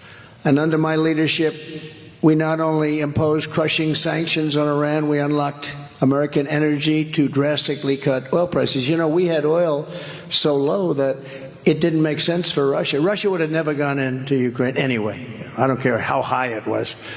I had a very good relationship with Putin, which the press hates to hear, But it's nice to have good relationships with people that can cause lots of problems. But we had a very good relationship with a lot of them, and I'll tell you, there was no way he would have done it. And I told him, I said, you can't do it. If you do it, it's going to be hell to pay. You're going to be hit so hard. And no. I said, no, you will. I told him, I won't tell you what I said, but I told him. And again, we got along, but I said, listen, we have a good relationship, but we're going to hit you so hard. And here's the thing. I told him what we're going to do, and he said, no way. I said, way. He said, no way. I said, way again. And he didn't believe me, okay? He didn't believe me, but he believed me 10%.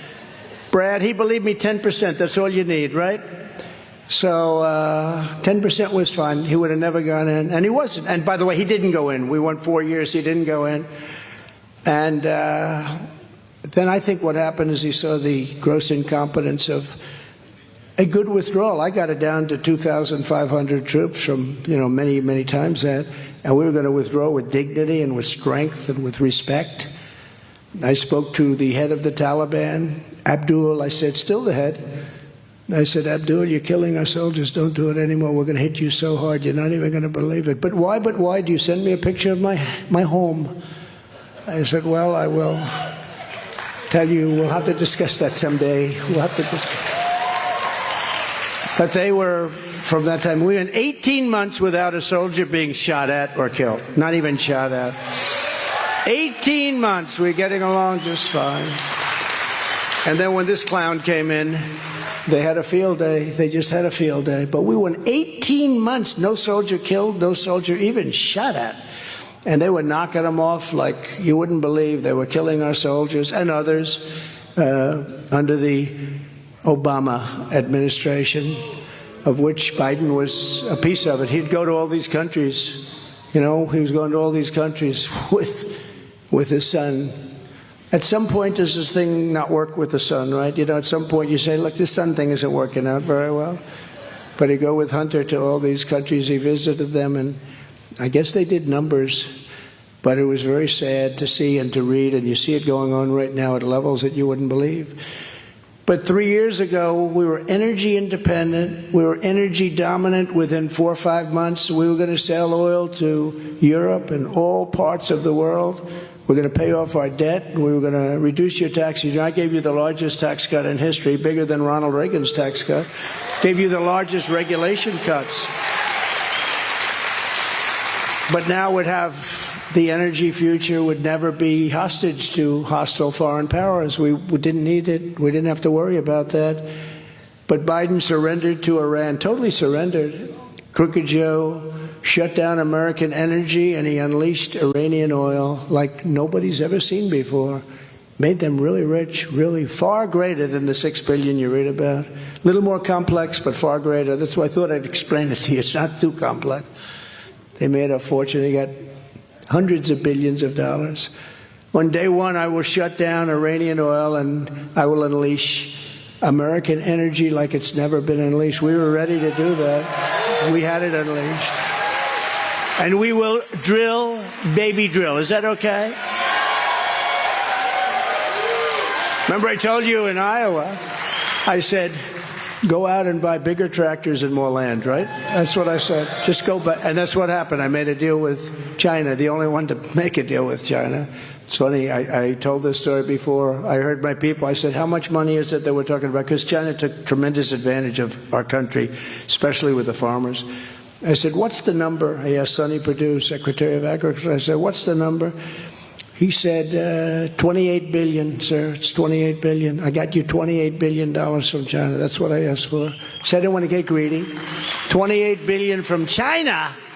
That's why when they say, sir, please don't talk that way when you're in Iowa. It sounds like you're so arrogant. And you shouldn't do it. I said, but I have to. Because I said, there's no way I lose Iowa. I got their farmers $28 billion for Nebraska and Iowa, Wisconsin, and any farm state. They got a lot of money. They got that money they couldn't believe. Who else would have asked China? I'm sorry, you got to give us $28 billion. No, we got hundreds of billions of dollars for the country. I took the $28 billion out of that. No other president got 10 cents from China. Not 10 cents. I got hundreds of billions of dollars from China. They weren't particularly in love with me, but I actually got along very well with President Xi until COVID, in which case that was a case too far. But most importantly, we will keep the radical Islamic terrorists the hell out of our country, like I did for 4 years. Like I did for 4 years, I kept them out, right? I wouldn't have said it. I told you I wouldn't have said it. In 3.5 years, I wouldn't have said it. 1 month short, I didn't want to talk about it. But right after we got out, I said, for 4 years, you had no problem. The atrocities in Israel are a horrific reminder that immigration security is truly national security. It really is. It's national security. We have people coming into our country now that are the same people in many cases as did what they did 2 weeks ago in Israel. The purpose of U.S. immigration law is not to protect the world. It's to protect the United States of America. We have to protect our own country.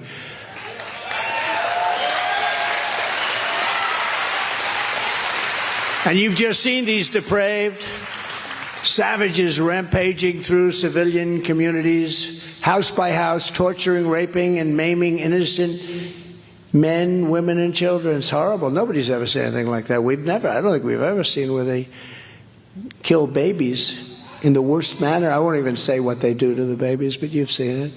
They kidnapped infants and they hurt the elderly horribly and took them hostage, and ultimately they killed them and tortured them to death. They had children tied up and shot, and much worse. I mean, that's as bad as it gets, but it even gets worse. The babies were murdered and they were burned. People who think like this, people who support this, and people who sympathize with this are sick. They're sick and they're evil, and they're not going to be fixed. You're not going to make them into wonderful people one day. I didn't know you had flies in Iowa. I hate flies. Now, I'll get in trouble for saying that. Cruelty to animals. No, it's true. You know, I said the other day, I was at a place, and it was a beautiful place, but they had like flies. And I said, get fly paper. They said, sir, they're not allowed to sell it anymore because of cruelty to animals. They actually said that. I don't know. Can you get fly paper? It used to be great, right? But they said, you can't do that anymore, sir. It's cruelty. What the hell is going on with this country? But today I'm announcing vital steps that we'll take to protect our people in the next term. We need this. First, upon my inauguration, and it's our inauguration. It's going to be our inauguration, not mine.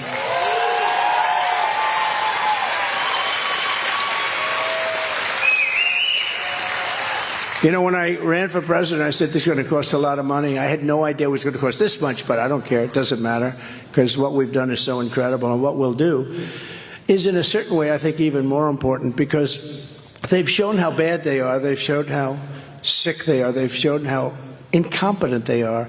And that's why we're doing the numbers that we're doing. We're doing numbers that are far greater than the numbers. You know, we did amazing, obviously, in 2016, but a lot of people don't understand. We did much better in 2020. Got millions more votes. That never happens. Usually a president gets less votes and wins. I got numbers that nobody believed, and was told by the biggest pollsters, Fabrizio, McLaughlin, sir, have you got 63 million votes again? It's a landslide. I said, well, that's good. We got millions and millions more votes. No president's ever gotten more votes, I mean, by a number, I think 2 or 3 times, what anybody else has ever gotten over the previous term. And then they said, we lost the election. Oh, really? Really? No, they used COVID to cheat. They did a lot of things that were terrible. Terrible. They went up. They didn't use legislatures. They stuffed ballot boxes. All you have to do is look at 2,000 Mules, right? They stuffed the ballot boxes. You notice the way those books have all disappeared? Somebody said, you know, I can't get the book on 2,000 Mules. I can't get the tape. I can't get the book. They want to get rid of all that stuff because they understand it. But as I've already said many, many times before, I will immediately reinstate and expand the wildly successful Trump travel ban on entry from terror-plagued countries, territories, and places. We're going to, they ended it. They ended it. And it just kept us safe. We wouldn't let people come in from certain countries where there's tremendous terror. Makes sense, right? If you're coming from somewhere full of people who want to kill Americans, we will not let you in. We worked very hard on that. We had the greatest border, most secure, safest border in the history of our country. We built 561 miles of wall. Nobody likes to say that. You know what they do is, if there's like a board laying there from 50 years ago or 100 years ago, a 2x4 that's rotted, they'll say, it wasn't a new build, it was renovation. No. If they had steel rotting in the sand that was a foot tall, that was ready to fall over or fell over, they would say, oh, that was a renovation. No, we did a great job with the wall. We did a great job with Mexico, too. They gave us 28,000 soldiers free. You know, when I say Mexico will pay for the wall, they paid for much more than the wall. They gave us 28,000 soldiers free.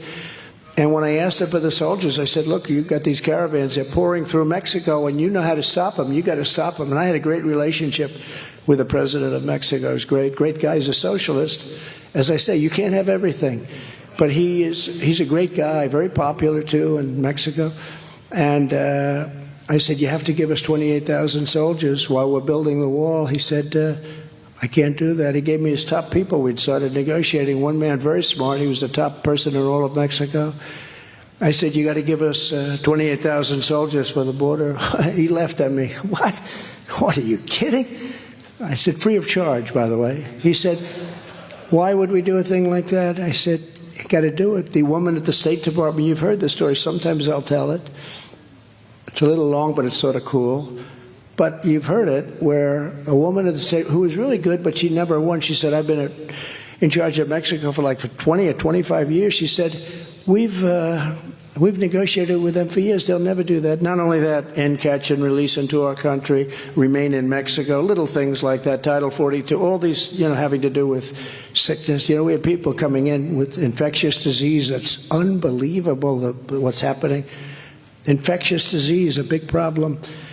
And a lot of Americans are getting sick because of what's happening at the border. But I said to him, no, you have to do it. He said, no, we won't do that. I said, yes, you will, 100%. I looked at him. I said, 100% you'll do it. He didn't know what the hell I was talking. He said, no, we're not going to do that, sir. I said, yes, you will. Here's the story. It's Friday at 4 o'clock. On Monday at 7 in the morning, every single car that you make, which is millions of cars, they took 32% of our automobile business. And by the way, the United Auto Workers ought to vote for Trump because their union is selling them down the tubes, okay? Their union is selling them down the tubes with this all-electric car fantasy. They cost too much and they don't go far. Electric cars are good if you have a towing company. Other than that, in fact, I'm thinking about opening up a massive towing company, and I'll quit this race for president. We're only leading by 58 points or something. No, it's terrible. This whole electric car, it's sick. They don't go far. It's good if you want to go to the grocery store, take a quick little drive. They say the best thing about an electric car, the first 10 minutes, you feel great. The next 45 minutes, you're worried about where the hell am I going to get a recharge? So it's a problem. But they don't go far, and they're very expensive. And the other thing is you'll never make them in this country because everything you need for an electric car is in China. We have the stuff that you need for our cars. It's called gasoline and oil. It's right underground. And they've sold. I have a friend who's a dealer. I think he said he's got 4,000 orders for new cars.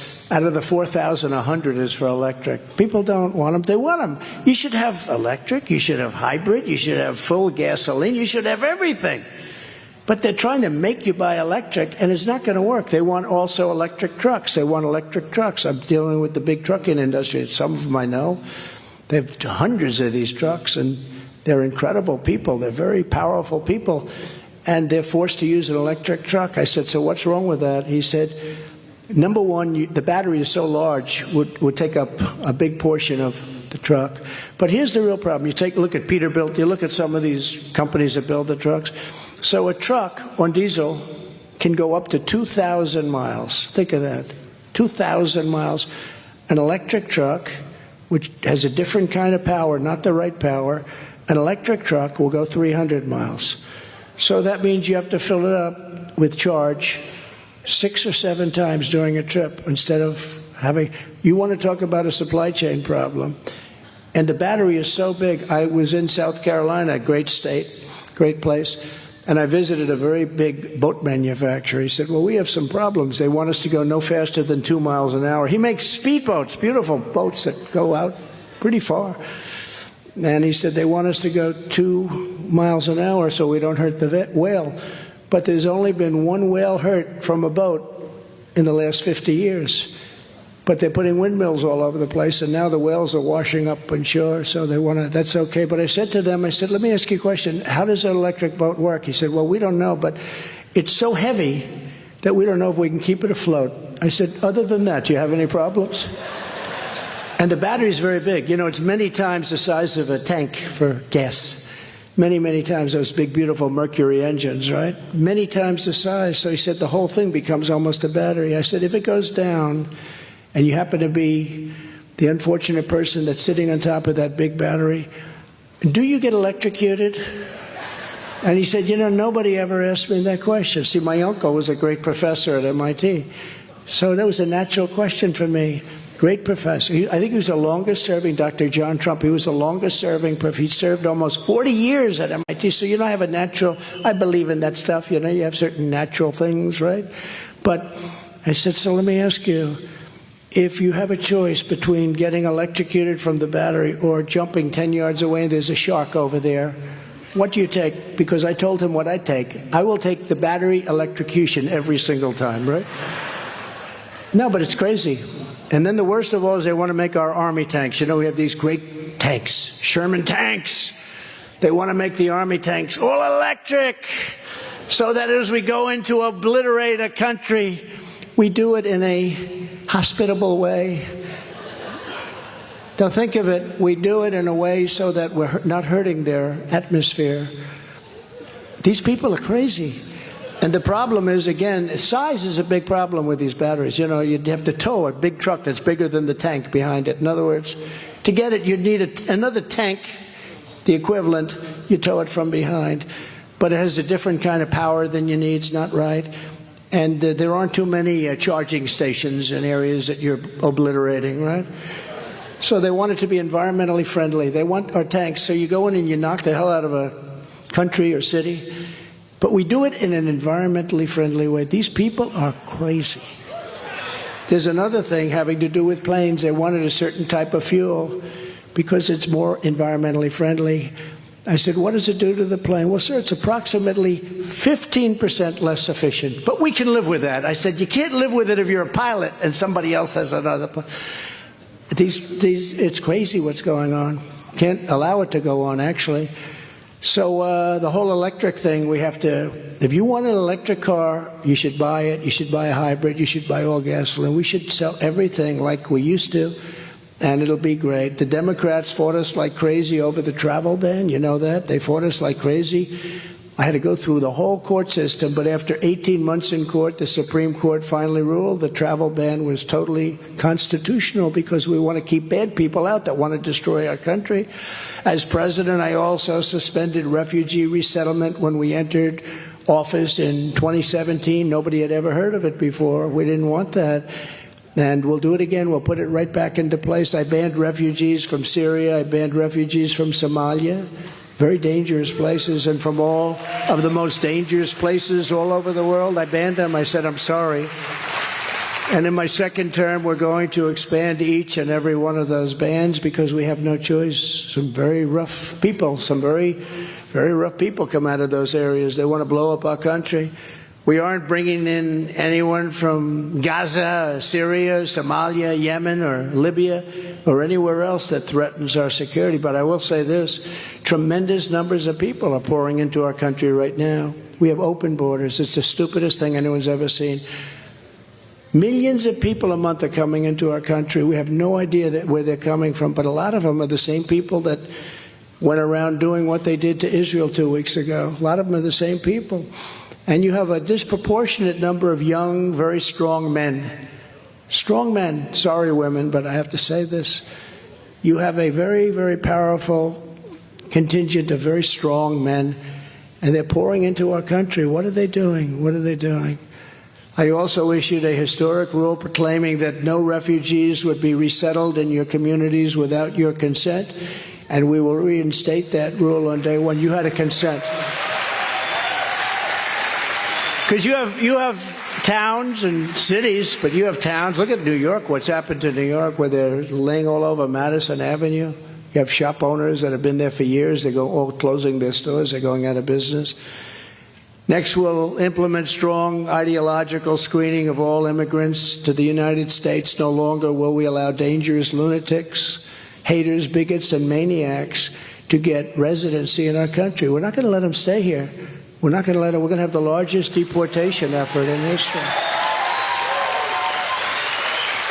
And people say, oh, that's so mean. But I think meaner is when you have thousands of people being killed all over. It's one of those things. You know, Dwight Eisenhower, you'll feel better about this, because people didn't consider him that tough a guy, but he was actually a very good president, good general, very good general. But he became president, and he was a very big person on deportation. He deported more than anybody else. He said, they cannot be here. You have to come into our country legally. That's what I say. You have to come into our country legally, and you have to love our country. You can't hate our country.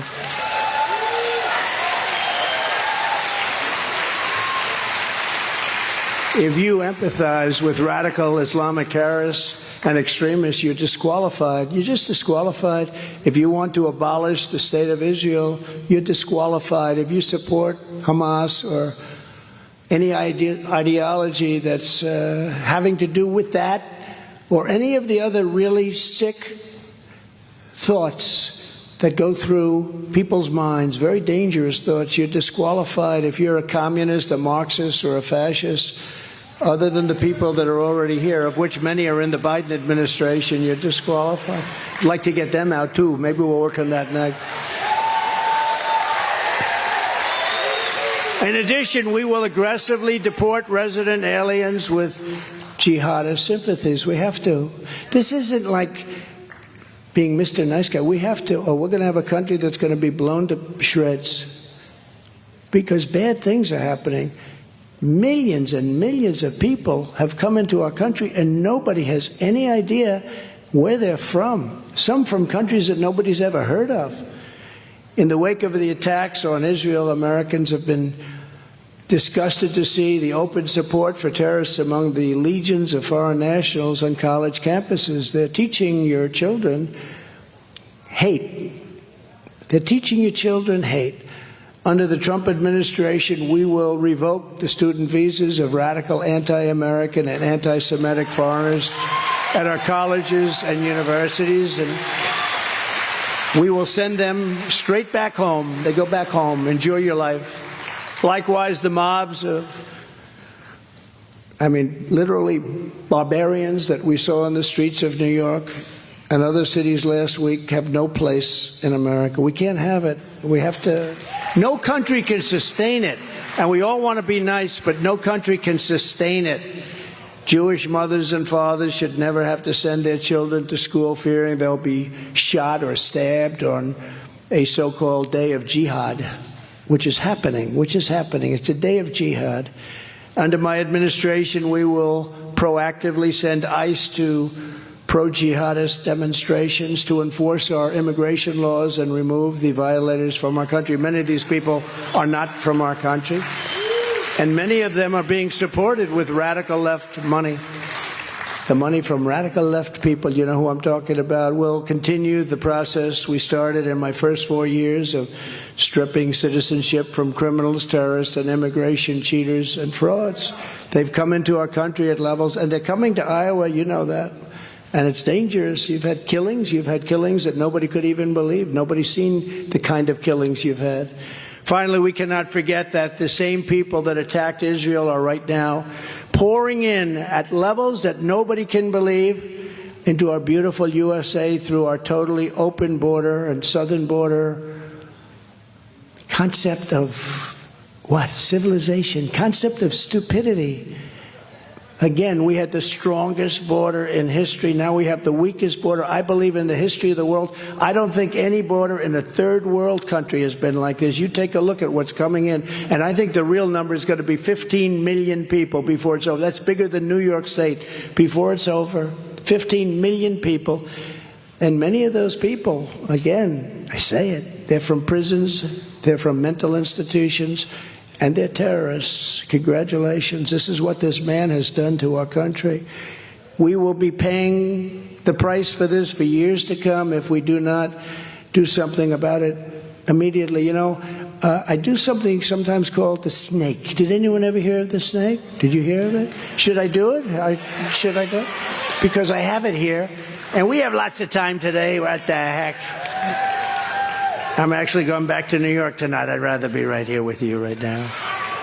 But we have plenty of time, and it's a snake. And what it is it's representative of the people that we're allowing into our country, because we know who they are. We're trying to be nice, but sometimes you can't be so nice. You have to do it. We have to run it like a country. You look at some countries have absolutely no problems. You look at others, they're a disaster. But our country is one of the great disasters of the world. We've gone from a great nation to a nation that's got problems like we've never had before. So this has to do with immigration. This has to do with Israel and what's taking place in Israel with the people that did that horrible, horrible thing 2 weeks ago on her way. And I think who's heard this before? Who? Should I do it again? Any no's? I don't think so. No, people like it. It's sort of rather incredible. On her way to work one morning, down the path along the lake, a tender-hearted woman saw a poor, half-frozen snake. His pretty colored skin had been all frosted with the dew. Poor thing, she cried, I'll take you in and I'll take care of you. That's exactly what we're doing, right? I'll take care of you. Take me in, O tender woman, take me in for heaven's sake. Take me in, O tender woman, sighed the vicious, vicious, vicious snake. She wrapped him up all cozy in a comforter of silk and laid him by her fireside with some honey and some milk. She hurried home from work that night. As soon as she arrived, she found the pretty snake she'd taken in had been revived. Take me in, O tender woman, take me in for heaven's sake. Take me in, O tender woman, sighed the vicious snake.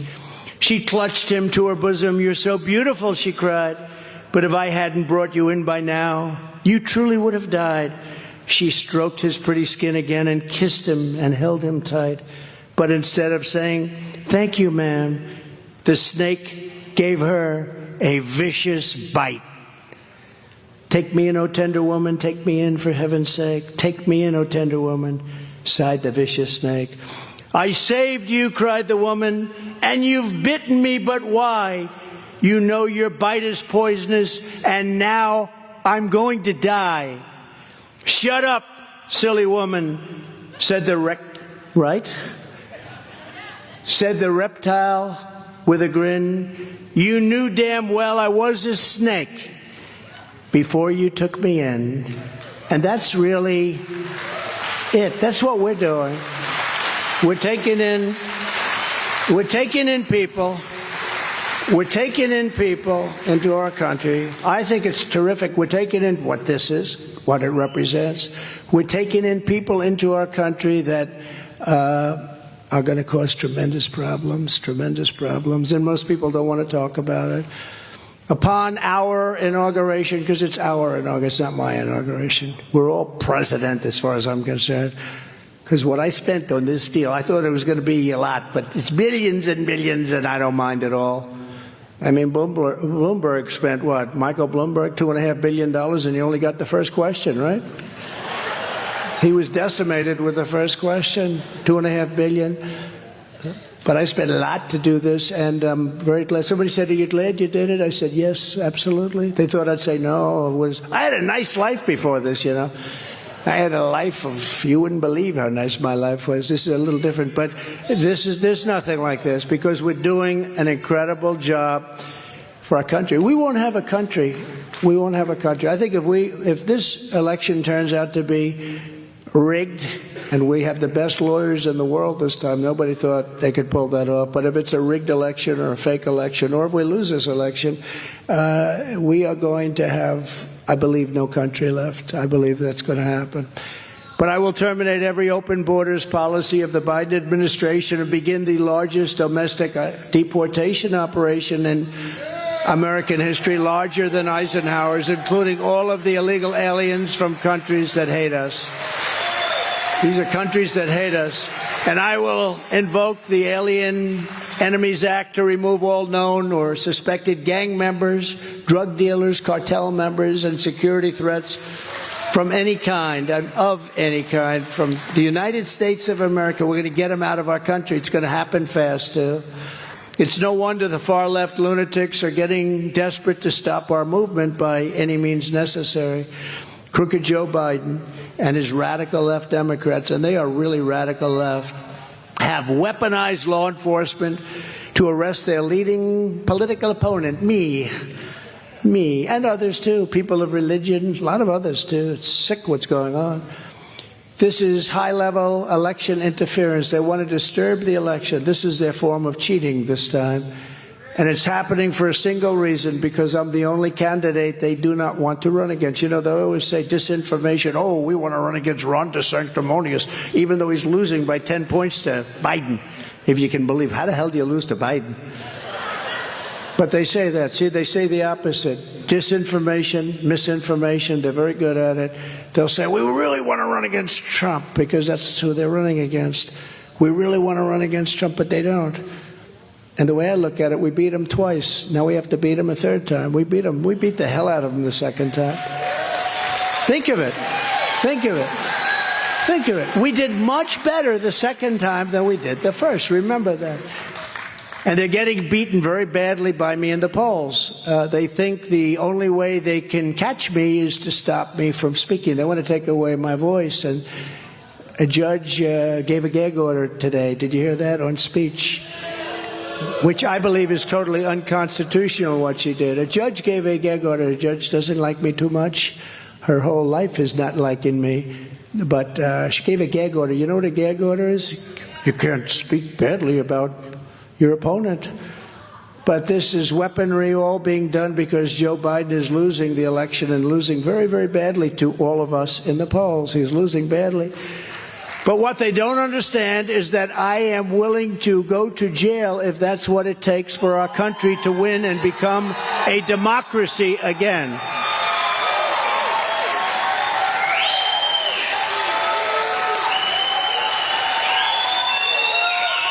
Thank you.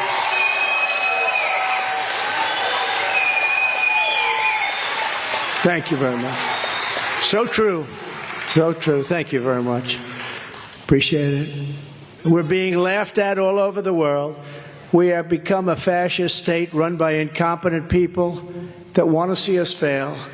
We're not going to let it happen. We're not going to have our country destroyed. The show 60 Minutes should be ashamed of themselves if anybody watched it on Sunday night. They just interviewed Crooked Joe Biden and led him along like he was a child. Each question contained the answer. This was a question, isn't it true that you love Israel? You know, it's every question, because they were afraid he might say no or something. And it was so weakly and apologetically asked by the host, who should have he should have never done what he did, that it was a joke. It's become a laughingstock all over the country. You take a look at what's happened, and people are showing it. And it really should be considered a campaign contribution to the Democrat Party. That's what they do. These should be campaign contributions. Why should CBS or these other networks get free public airwaves for this highly partisan type of show that they do, which never apologized to me for the mistakes they made on the laptop from hell? Remember that I said laptop from hell? Remember they came up with 51 intelligence agents that said, no, it came out of Russia. It came out of Russia right before the election. They're protecting Biden even though he's the most corrupt and incompetent president in the history of our country. They're protecting him. It's amazing to me. And again, the Carter administration looks brilliant by comparison. The only thing the Biden regime does well is go after Crooked Joe's political opponents. And even that will fail. That's going to fail. You watch. That's going to fail. It's going to fail bad. It's got to fail. Otherwise, we don't have a country. If it doesn't fail, we don't have a country. The Middle East, Ukraine, inflation, bad economy, the open border, horrendous Afghanistan, embarrassment, gas prices, our great auto worker death march. They're killing the auto workers by forcing the electric cars. They're killing the auto. You're not going to have any auto workers. I went to Michigan 2 weeks ago. I said, listen, don't worry about what you're getting per hour. That's not your problem. Your problem is you're not going to have a job in 2 years if they accept these mandates for electric cars. But so much more make Crooked Joe a total disaster for our once great USA. Have to say once great. In the new Morning Consult poll, highly respected, we're up almost 50 points. Think of that. We're up almost 50 points. These guys ought to get out. And I hear they're canceling all the debates after Miami because nobody watched. They had a debate. It was the lowest rated debate in history. Okay, that's what I read. I felt terribly about that. But we're up almost 50 points on Ron DeSanctimonious, a man who I got him the job, and then he said 4 years later, well, I'll run against him. Oh, that's not working out too well. In the Iowa State poll, we're dominating DeSantis 55-17, and he's sinking very, very rapidly. Ron DeSantis. That's the abbreviation for DeSanctimonious, in case you remember. Ron DeSantis, somebody from one of the networks on a straight interview. Ladies and gentlemen, we're proud to have Governor Ron DeSantis with us. It's DeSantis. But he actually changed his name, remember? To DeSantis. And I left a message, never change your name in the middle of a campaign. It's not a good thing. DeSantis. With his shoes, the whole deal. He's got the whole deal going. And in the general election, I'm beating Biden by a lot. In the echelon poll, I'm leading Biden by 4 points. And and by the way, DeSantis is getting killed, and so is every other Republican candidate. And in the ABC Washington Post poll that just came out, I'm up by 10, probably 11 points.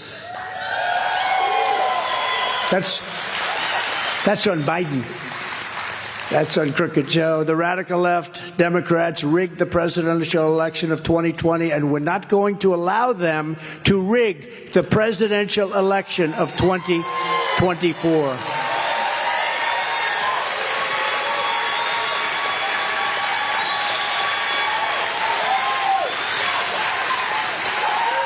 Thank you. Every time the radical left Democrats, Marxists, communists, and fascists indict me, I consider it a great badge of honor because I'm being indicted for you. Thank you very much. I appreciate that. You know, if I wasn't running, I wouldn't have any of this stuff. Or if I was way back in the pack, they wouldn't have any. They wouldn't bother. They do this to anybody. I mean, they have Trump derangement syndrome at a level that is far greater. I don't even know if I'm correct. I probably would be. They would go after. We won that election. They couldn't believe it. We believed it, but we won in 2016. They couldn't believe it. Hillary Clinton said, why didn't they do that for me? I was closer, meaning stuff the ballot boxes. It's true. She was closer in a few states. Never forget, our enemies want to take away my freedom because I will never let them take away your freedom. It's very simple. They want to silence me because I will never let them silence you. And in the end, they're not after me, they're after you, and I'm just standing in their way. I'm happily standing in their way.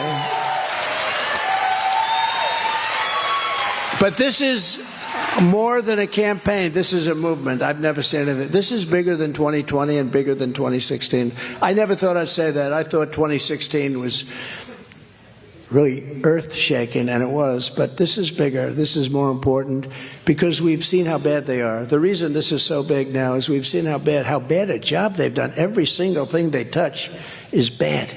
They don't have any success. The economy stinks. Inflation's through the roof. We have the highest inflation in 72 years. And inflation is a nation buster. If you look at inflation throughout the decades and the centuries, countries with inflation, they disintegrate. But together we'll get that taken care of very quickly. You know why? We're going to have so much energy. It's going to bring everything down. The energy is going to bring it. That's what killed us in the first place. They stopped everything, and it went up to $115 a barrel. With your autos, it was over $5. In California, $7 and $8, even more than that. You couldn't even get it. And inflation began because of that. Now everything is causing it. Bacon, bacon went up 5 times in the last year. 5 times. Together we fought for Iowa and Iowa farmers like no administration has ever fought before. Nobody fought like I did for the farmer. I ended the NAFTA disaster, the worst trade deal ever made, and replaced it with the brand new USMCA, the best trade deal ever made. And you guys are doing great because of it. It was very important. And again, I gave the farmers $28 billion. I gave them a lot. That's why I know I'm going to win. I feel confident. Unlike Ron DeSanctimonious, who hates ethanol, hates it. He's voted against it numerous times. Now he's coming along. He'll probably say, well, I'm all for ethanol. One thing with a politician, when they are against something at the beginning, Brad will tell you this better than anybody. When they're with you, when they're with something at the beginning, that's where they're going to be in the end. So he may change his little direction on the election. I don't even know if he has. Nobody cares. I don't think anyone really cares. But in the end, he's going to be against ethanol, and he's going to be against Social Security, and he's going to be against Medicare, if you can believe it. I kept my promise to fight for Iowa ethanol and issued a rule declaring that E15 would be made available all year round. Remember, it was only 8 months. And unlike Ron DeSanctimonious, who voted to gut Medicare and Social Security and voted 3 times to raise the retirement age to 70, big increase, I will always protect Medicare and Social Security for our great seniors. And we don't have to do that because you deserve that. You know, if we drill and if we sell oil, and we have so much potential. We don't have to destroy people with Social Security, Medicare. Here's just some of what we will do when we become the 47th President of the United States. When we become, before I even arrive in the Oval Office, shortly after I win the presidency, I will have the horrible war between Russia and Ukraine settled. Now, of course, Putin right now, he's sitting there like, because all the focus is on Israel, and he's bombing the hell out of them. It's terrible what's going on. But I'll get it done. I know both very well. I'll get it done. I'll get it done quickly. It's horrible. And again, it's not a question of winning, losing. I want to see people stop dying. When I was interviewed by those terrible people at CNN Live, remember we did that town hall? Did anybody see that town hall? It was the highest rated show they've had in 11 years, and they fired the head of CNN. Explain that. I must have done well. I either did great or horribly, one or the other, but they fired him. No, but I explained things on that live show. See, I love live television because they can't cut you off, or they're going to have a lot of open time if they do. That's why I love these guys. All those guys back there, they have those cameras raging, but when they think I'm going to say something bad about the network, those red lights go off so fast. But I'm the only candidate who can make this promise. I will prevent World War III. I'll prevent it. I'm going to prevent it. I will end Joe Biden's inflation disaster. We will quickly rebuild the greatest economy in the history of the world, which we had before. I will deliver additional tax cuts. The biggest tax cuts ever granted were my tax cuts, bigger than Reagan. People, they don't want to hear it, but they were. Just like in Florida, nobody ever wants to write this. I got 1.1 million more votes than DeSanctimonious. You know, they said, oh, he did well in Florida. Well, I did a lot better than he did. I got 1.1 million votes more than he did. Regulation, they don't, right now, I don't think he's even electable in Florida. You want to know the truth, if you want to look at it. But we'll do regulation cuts, energy price cuts, and interest rate cuts. Right now, you can't borrow money from a bank, and if you do, it's so expensive it doesn't work, and the housing industry is suffering. Everything's suffering. But more importantly, you can't buy a house now because the rates are up from 2.5% when I was there to 8%, 9%, 10%, and you can't get any money. Other than that, it's doing very well. Biden has 3 major problems, and they all begin with the letter I. Inflation, immigration, and incompetence. You ever hear that one before? On day one, I will repeal Joe Biden's insane ethanol industry-killing electric vehicle mandate. We're going to knock that out so fast. And you know who's going to vote for me because of that? Every auto worker. I think I have their votes anyway, you want to know the truth. But the auto workers, they love Trump. Because, you know, our auto industry was 50% of our industry was stolen between Mexico, China, Canada. Probably a lot more than 50%, I believe. But we're going to bring it all back. Under a Trump administration, gasoline-fired engines will be allowed, but child sexual mutilation will be banned. You know what that means, right? I'm always amazed when I say that, you know, because they mutilate sexually your children without your permission. And every time I say it, I say, could you imagine 10 years ago, 15 years ago, making that statement? People in the audience would say, what's wrong with that guy? Sexual mutilation. That's what they do. I will also sign a new executive order to cut federal funding for any school pushing critical race theory, transgender insanity, and other inappropriate racial, sexual, or political content on our beautiful children. And I will not give one penny to any school that has a vaccine mandate or mask mandate. It's ridiculous. And another one which you can't believe that you have to say, 10 years ago they would have said, take that man off the stage. There's something wrong with him. I will keep men out of women's sports, okay? Simple. Who thinks that that's like a good idea? But you know what? The Democrats do. I don't. Who can imagine? Do you ever see some of the records that have been brought, like in weightlifting? I think they lifted up 150 pounds. It's actually a very bad thing for women. It's very unfortunate that it's happening. It demoralizes women. It's a horrible thing. Weightlifting, swimming, all of these sports, records are being broken by numbers nobody ever thought were even possible. The swimming record was obliterated by, they're looking for a tenth of a second, and, people beat it by 2 minutes. It's crazy. The weightlifting, 150 pounds by a guy that didn't lift before. Have you lifted before? Beating champions. Have you lifted before? Well, not too much. Boom. And they break the record by numbers that are just crazy. I always say they put a quarter of an ounce on one side of the barbell. They put a quarter of an ounce on the other side. They go for a record that's been standing for 18 years. And a young woman gets up and she works so hard. And I won't go through the whole act because the First Lady hates when I do that. She hates, she said, it's not presidential, but I think it's fine. Oh. Her mom and dad are in the audience, right? They're so proud, but they're doing it up big. They put that quarter of an ounce on each side. Boom. You can't do it. Sorry, Mom. I'll do it again. I'll work so hard.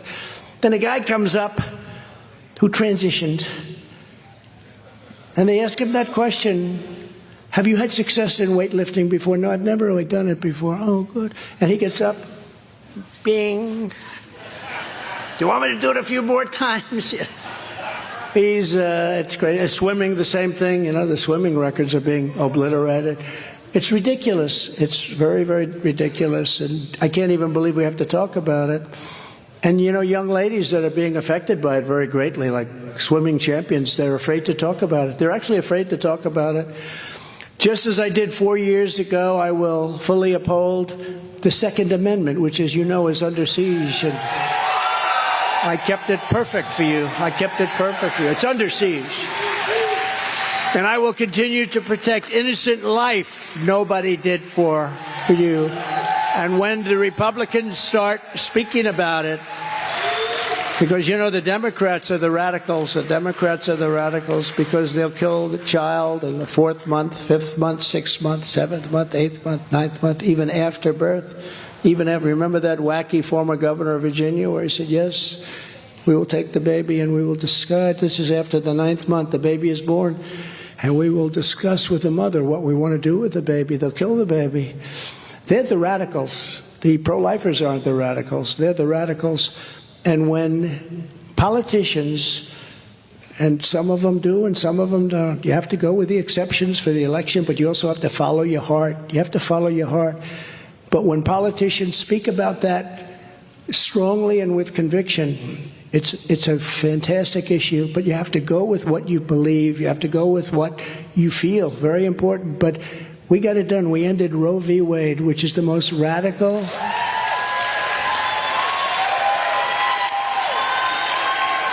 And we brought it back to the states, by the way. We brought it back to the states where every legal scholar, even those opposed, every legal scholar said it should be. We did something that nobody thought would be possible. For 52 years they've been trying to do it. I got it done. And again, it's got to be spoken about properly. Ronald Reagan, as you know, wanted the exceptions. He was in favor. He wanted the exceptions very strongly, felt that exceptions were important. Some people don't. Most people do, but some people don't. And you have to follow what you follow. But it's an amazing thing that was done. Nobody thought it would be possible. And we will restore free speech, and I will secure our elections, and our goal will be one day voting with paper ballots and voter ID. One day voting, paper ballots, and voter ID. But until then, Republicans have to compete, and we have to win. Once we win, get me in there, we'll change things around. It'll be so beautiful. You know, we had the greatest economy in the history of the world. No country ever did what we did. That's why we have this kind of support. If we didn't, you wouldn't be giving us this support, both in security and every other thing that we did. Rebuilding the military. We have tremendous support in the military, tremendous support from every single group, including women and suburban women. You know why? They want safety. They want safety. A lot of suburban women, they said, oh, Trump's not doing well with suburban women. I think we did great with suburban women. I think that we had a lot of bad things happening, but, you know, they want safety. They want security. They don't want to have a low-income development built next to them in their house that they work so hard to get with their husbands, you know? And we ended all of that. So we're doing well. We did well with every single group. And what's happened is we did well, but people take it for granted a little bit. For instance, we had the safest border ever. And in 2020, I never talked about the border because we had such a good border. There was nothing to talk about. I said, can I talk about the border? Sir, nobody cares about the border. I said, that's terrible. In 2016, it was the single biggest issue.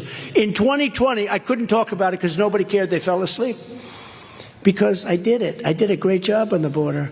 But now the border is worse than it ever was in history. It makes 2016 look like a safe border. They've destroyed what we did. I can get it back. We'll get Tom Homan and Brandon Judd, and we'll get all of these guys that are so great. And the people I had. You know, incredibly, all Biden had to do, one of his consultants think he looks good in a bathing suit, and they send him to the beach a lot, you know? On Tuesday, Wednesday, Thursday, Friday, does he ever go into the office? But they send him to the beach, and he's got a problem because those chairs weigh about 3 ounces. You know, they're marvels. They can hold a body, but they a child can lift them up, right? He can't. And he can barely get his feet through the sand. And he sits there all day long at the beach, right? If he went to the beach, instead of destroying our border, destroying our military, destroying our country, if he just went to the beach all day long and just let everything be run the way it was, he would have gone down, but really as a very good president. He's destroyed everything. And a lot of it was, they say he destroyed because anything I did, he just wanted to do different. How stupid is that? Because we had the safest border in history. Now we have the most unsafe border of any nation in history, in my opinion. And just in conclusion, this is what we must do to restore our country to greatness. All of the things that we've been talking about. The USA is a mess. Israel is under attack. Our economy is cratering. Inflation is totally out of control. It's very bad. China, Russia, Iran, and North Korea. Remember North Korea, how bad it was? And I got along with Kim Jong-un. They formed together as a menacing and destructive coalition. Our currency is crashing and will soon no longer be the world standard, which will be our greatest defeat in 200 years. If we lose our currency, we'll be the greatest. We will be a third world nation then. But it won't happen with me, not even a chance. Just like Russia would never have happened. Ukraine, China. Think of that. Russia with Ukraine, and China would not have even thought about going into Taiwan. And I had, with President Xi, I had conversations about it. I said, can't do it. You can't do it if you do it. It was almost an identical conversation I had with President Putin, but I used the names of different cities. Does that make sense to anybody? But I said, you can't do it, and he didn't do it. He only did it after I left. Planes. A week after I left, they had 28 bombers flying over Taiwan. They never did that with me.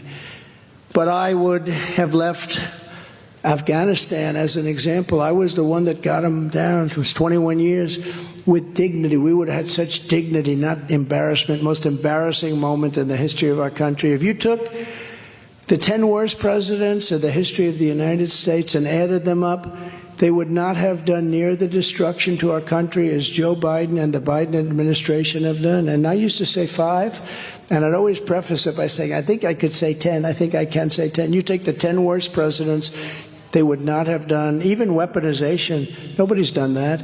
They would not have done the damage that this man's done to our democracy, to our country. We're a failing nation. We're a nation in decline, and now these radical left lunatics want to interfere with our elections by using law enforcement. It's totally corrupt, and we can't ever let it happen. If you want to save America from Crooked Joe and the radical left, then get every patriot you know. Make sure that you're registered Republicans. You have to be registered Republican. And get them out to vote in their local precinct caucus at 7 p.m. on Monday, January 15th. January 15th, so important. Get them to get out and vote. You got to get out and vote. We have to send it off with a bang. We're going to win Iowa, but we got to win by, we want to win by a big number because we want to go into that election. And remember, the only reason you first is because I kept you there. A lot of people like to take credit. There was only one person that kept you first.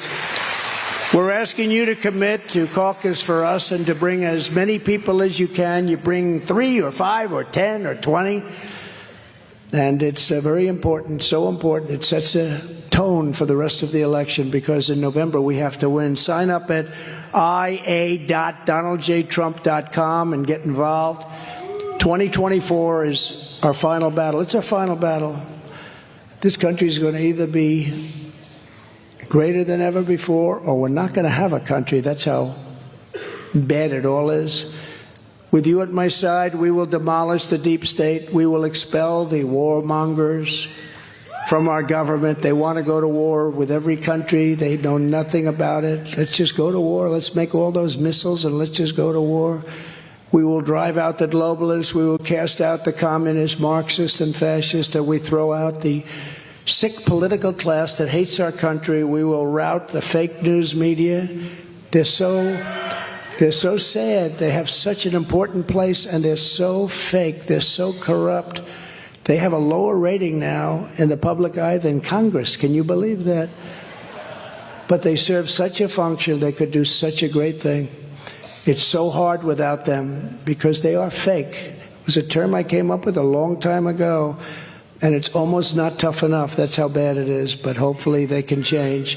We will evict Joe Biden from the White House, and we will finish the job once and for all. Once and for all.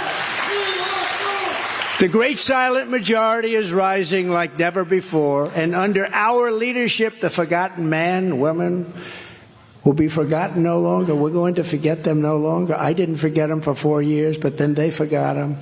With your help, your love, and your vote, we will put America first. We will make America great again, greater than ever before. We can do that, greater than ever before. Thank you very much, Iowa, and God bless you all. Thank you. Thank you very much.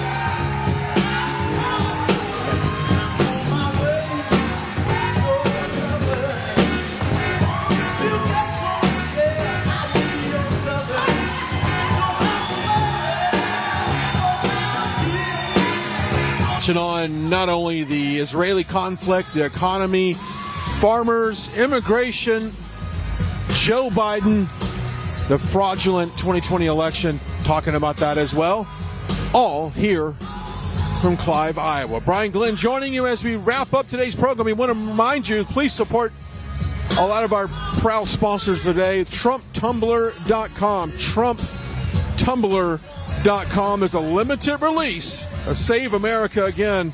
Check it out. Only 250 available. Go check it out. TrumpTumbler.com. Also, go pick up your free TrumpBook.com. Free TrumpBook.com.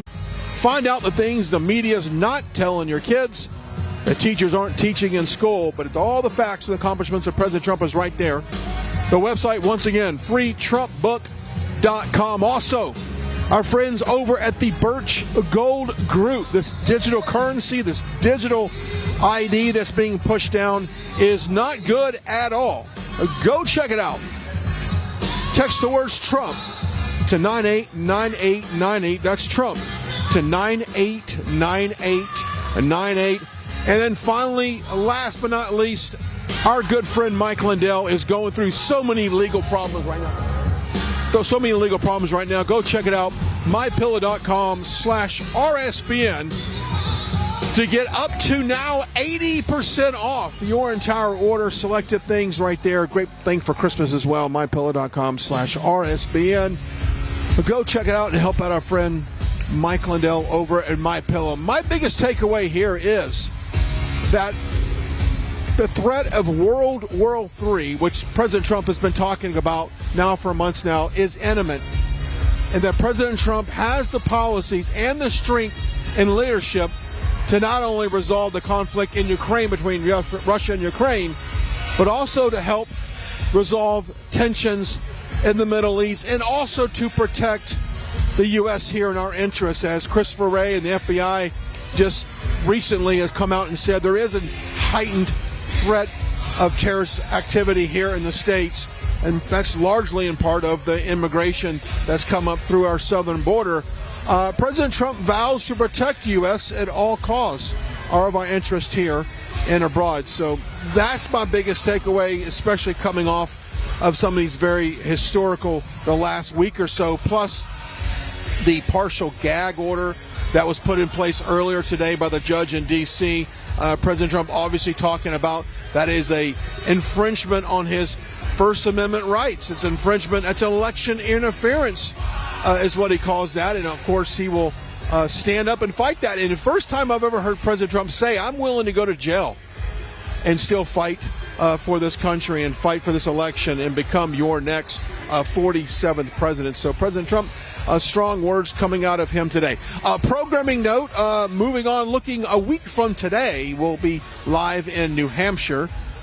Christina, Bob, myself, we will be live in New Hampshire. There are a few Trump events on the calendar, nothing that we can put out here publicly, waiting for confirmation on that. But you can always go to our website, rsbnetwork.com, to find out the latest updates on anything regarding the Trump campaign and also things that are going on in Congress. Tonight at 6 p.m.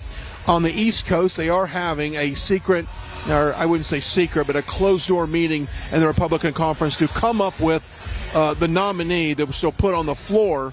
Tomorrow night, there'll be a floor vote on who potentially that speaker will be. Right now, the leader is Jim Jordan from Ohio. I think he's still shy a few votes to secure that 217 mark, but hopefully they'll get that worked out in the conference tonight so that tomorrow, when they hit the floor, we can elect a new Speaker of the House. As a reminder, follow us on all the social media platforms that Right Side has. You can follow me as well at Brian Glenn TV across Facebook, Instagram, X, and Facebook across the board. Please do that. You can also go to our website, rsbnetwork.com/donate to donate. Of course, we've got some great patriots. We've also got patriots like yourself. All right, I'll step aside as we close it out here on the second of our doubleheader. Until next time, Brian Glenn saying goodbye and so long from Clive, Iowa. We'll see you back here again. Hello, this is Mike Huckabee. President Trump said he wants to take back the White House and teach our kids to love our country. That's why my team created a kids guide to President Trump. It'll teach your kids all about President Trump's accomplishments and his vision for America. And right now, I want to give it to you for free as part of this free gift bundle. Get your free gift bundle featuring the Kids Guide to President Trump, a free kids magazine, and the Great Again video lesson by visiting freetrumpbook.com. That's freetrumpbook.com. What's up, guys? My name is Jaden Hurd, and I have a Christian show called Let It Be Heard, where we analyze culture and current events from a biblical perspective. I highly recommend you guys check us out. We now have episodes every Monday, Wednesday, and Friday. And basically, what happens is we react to videos, we have talking points, we have on guests, and it's very exciting. Come check us out on Rumble on the RSBN channel. God bless you guys.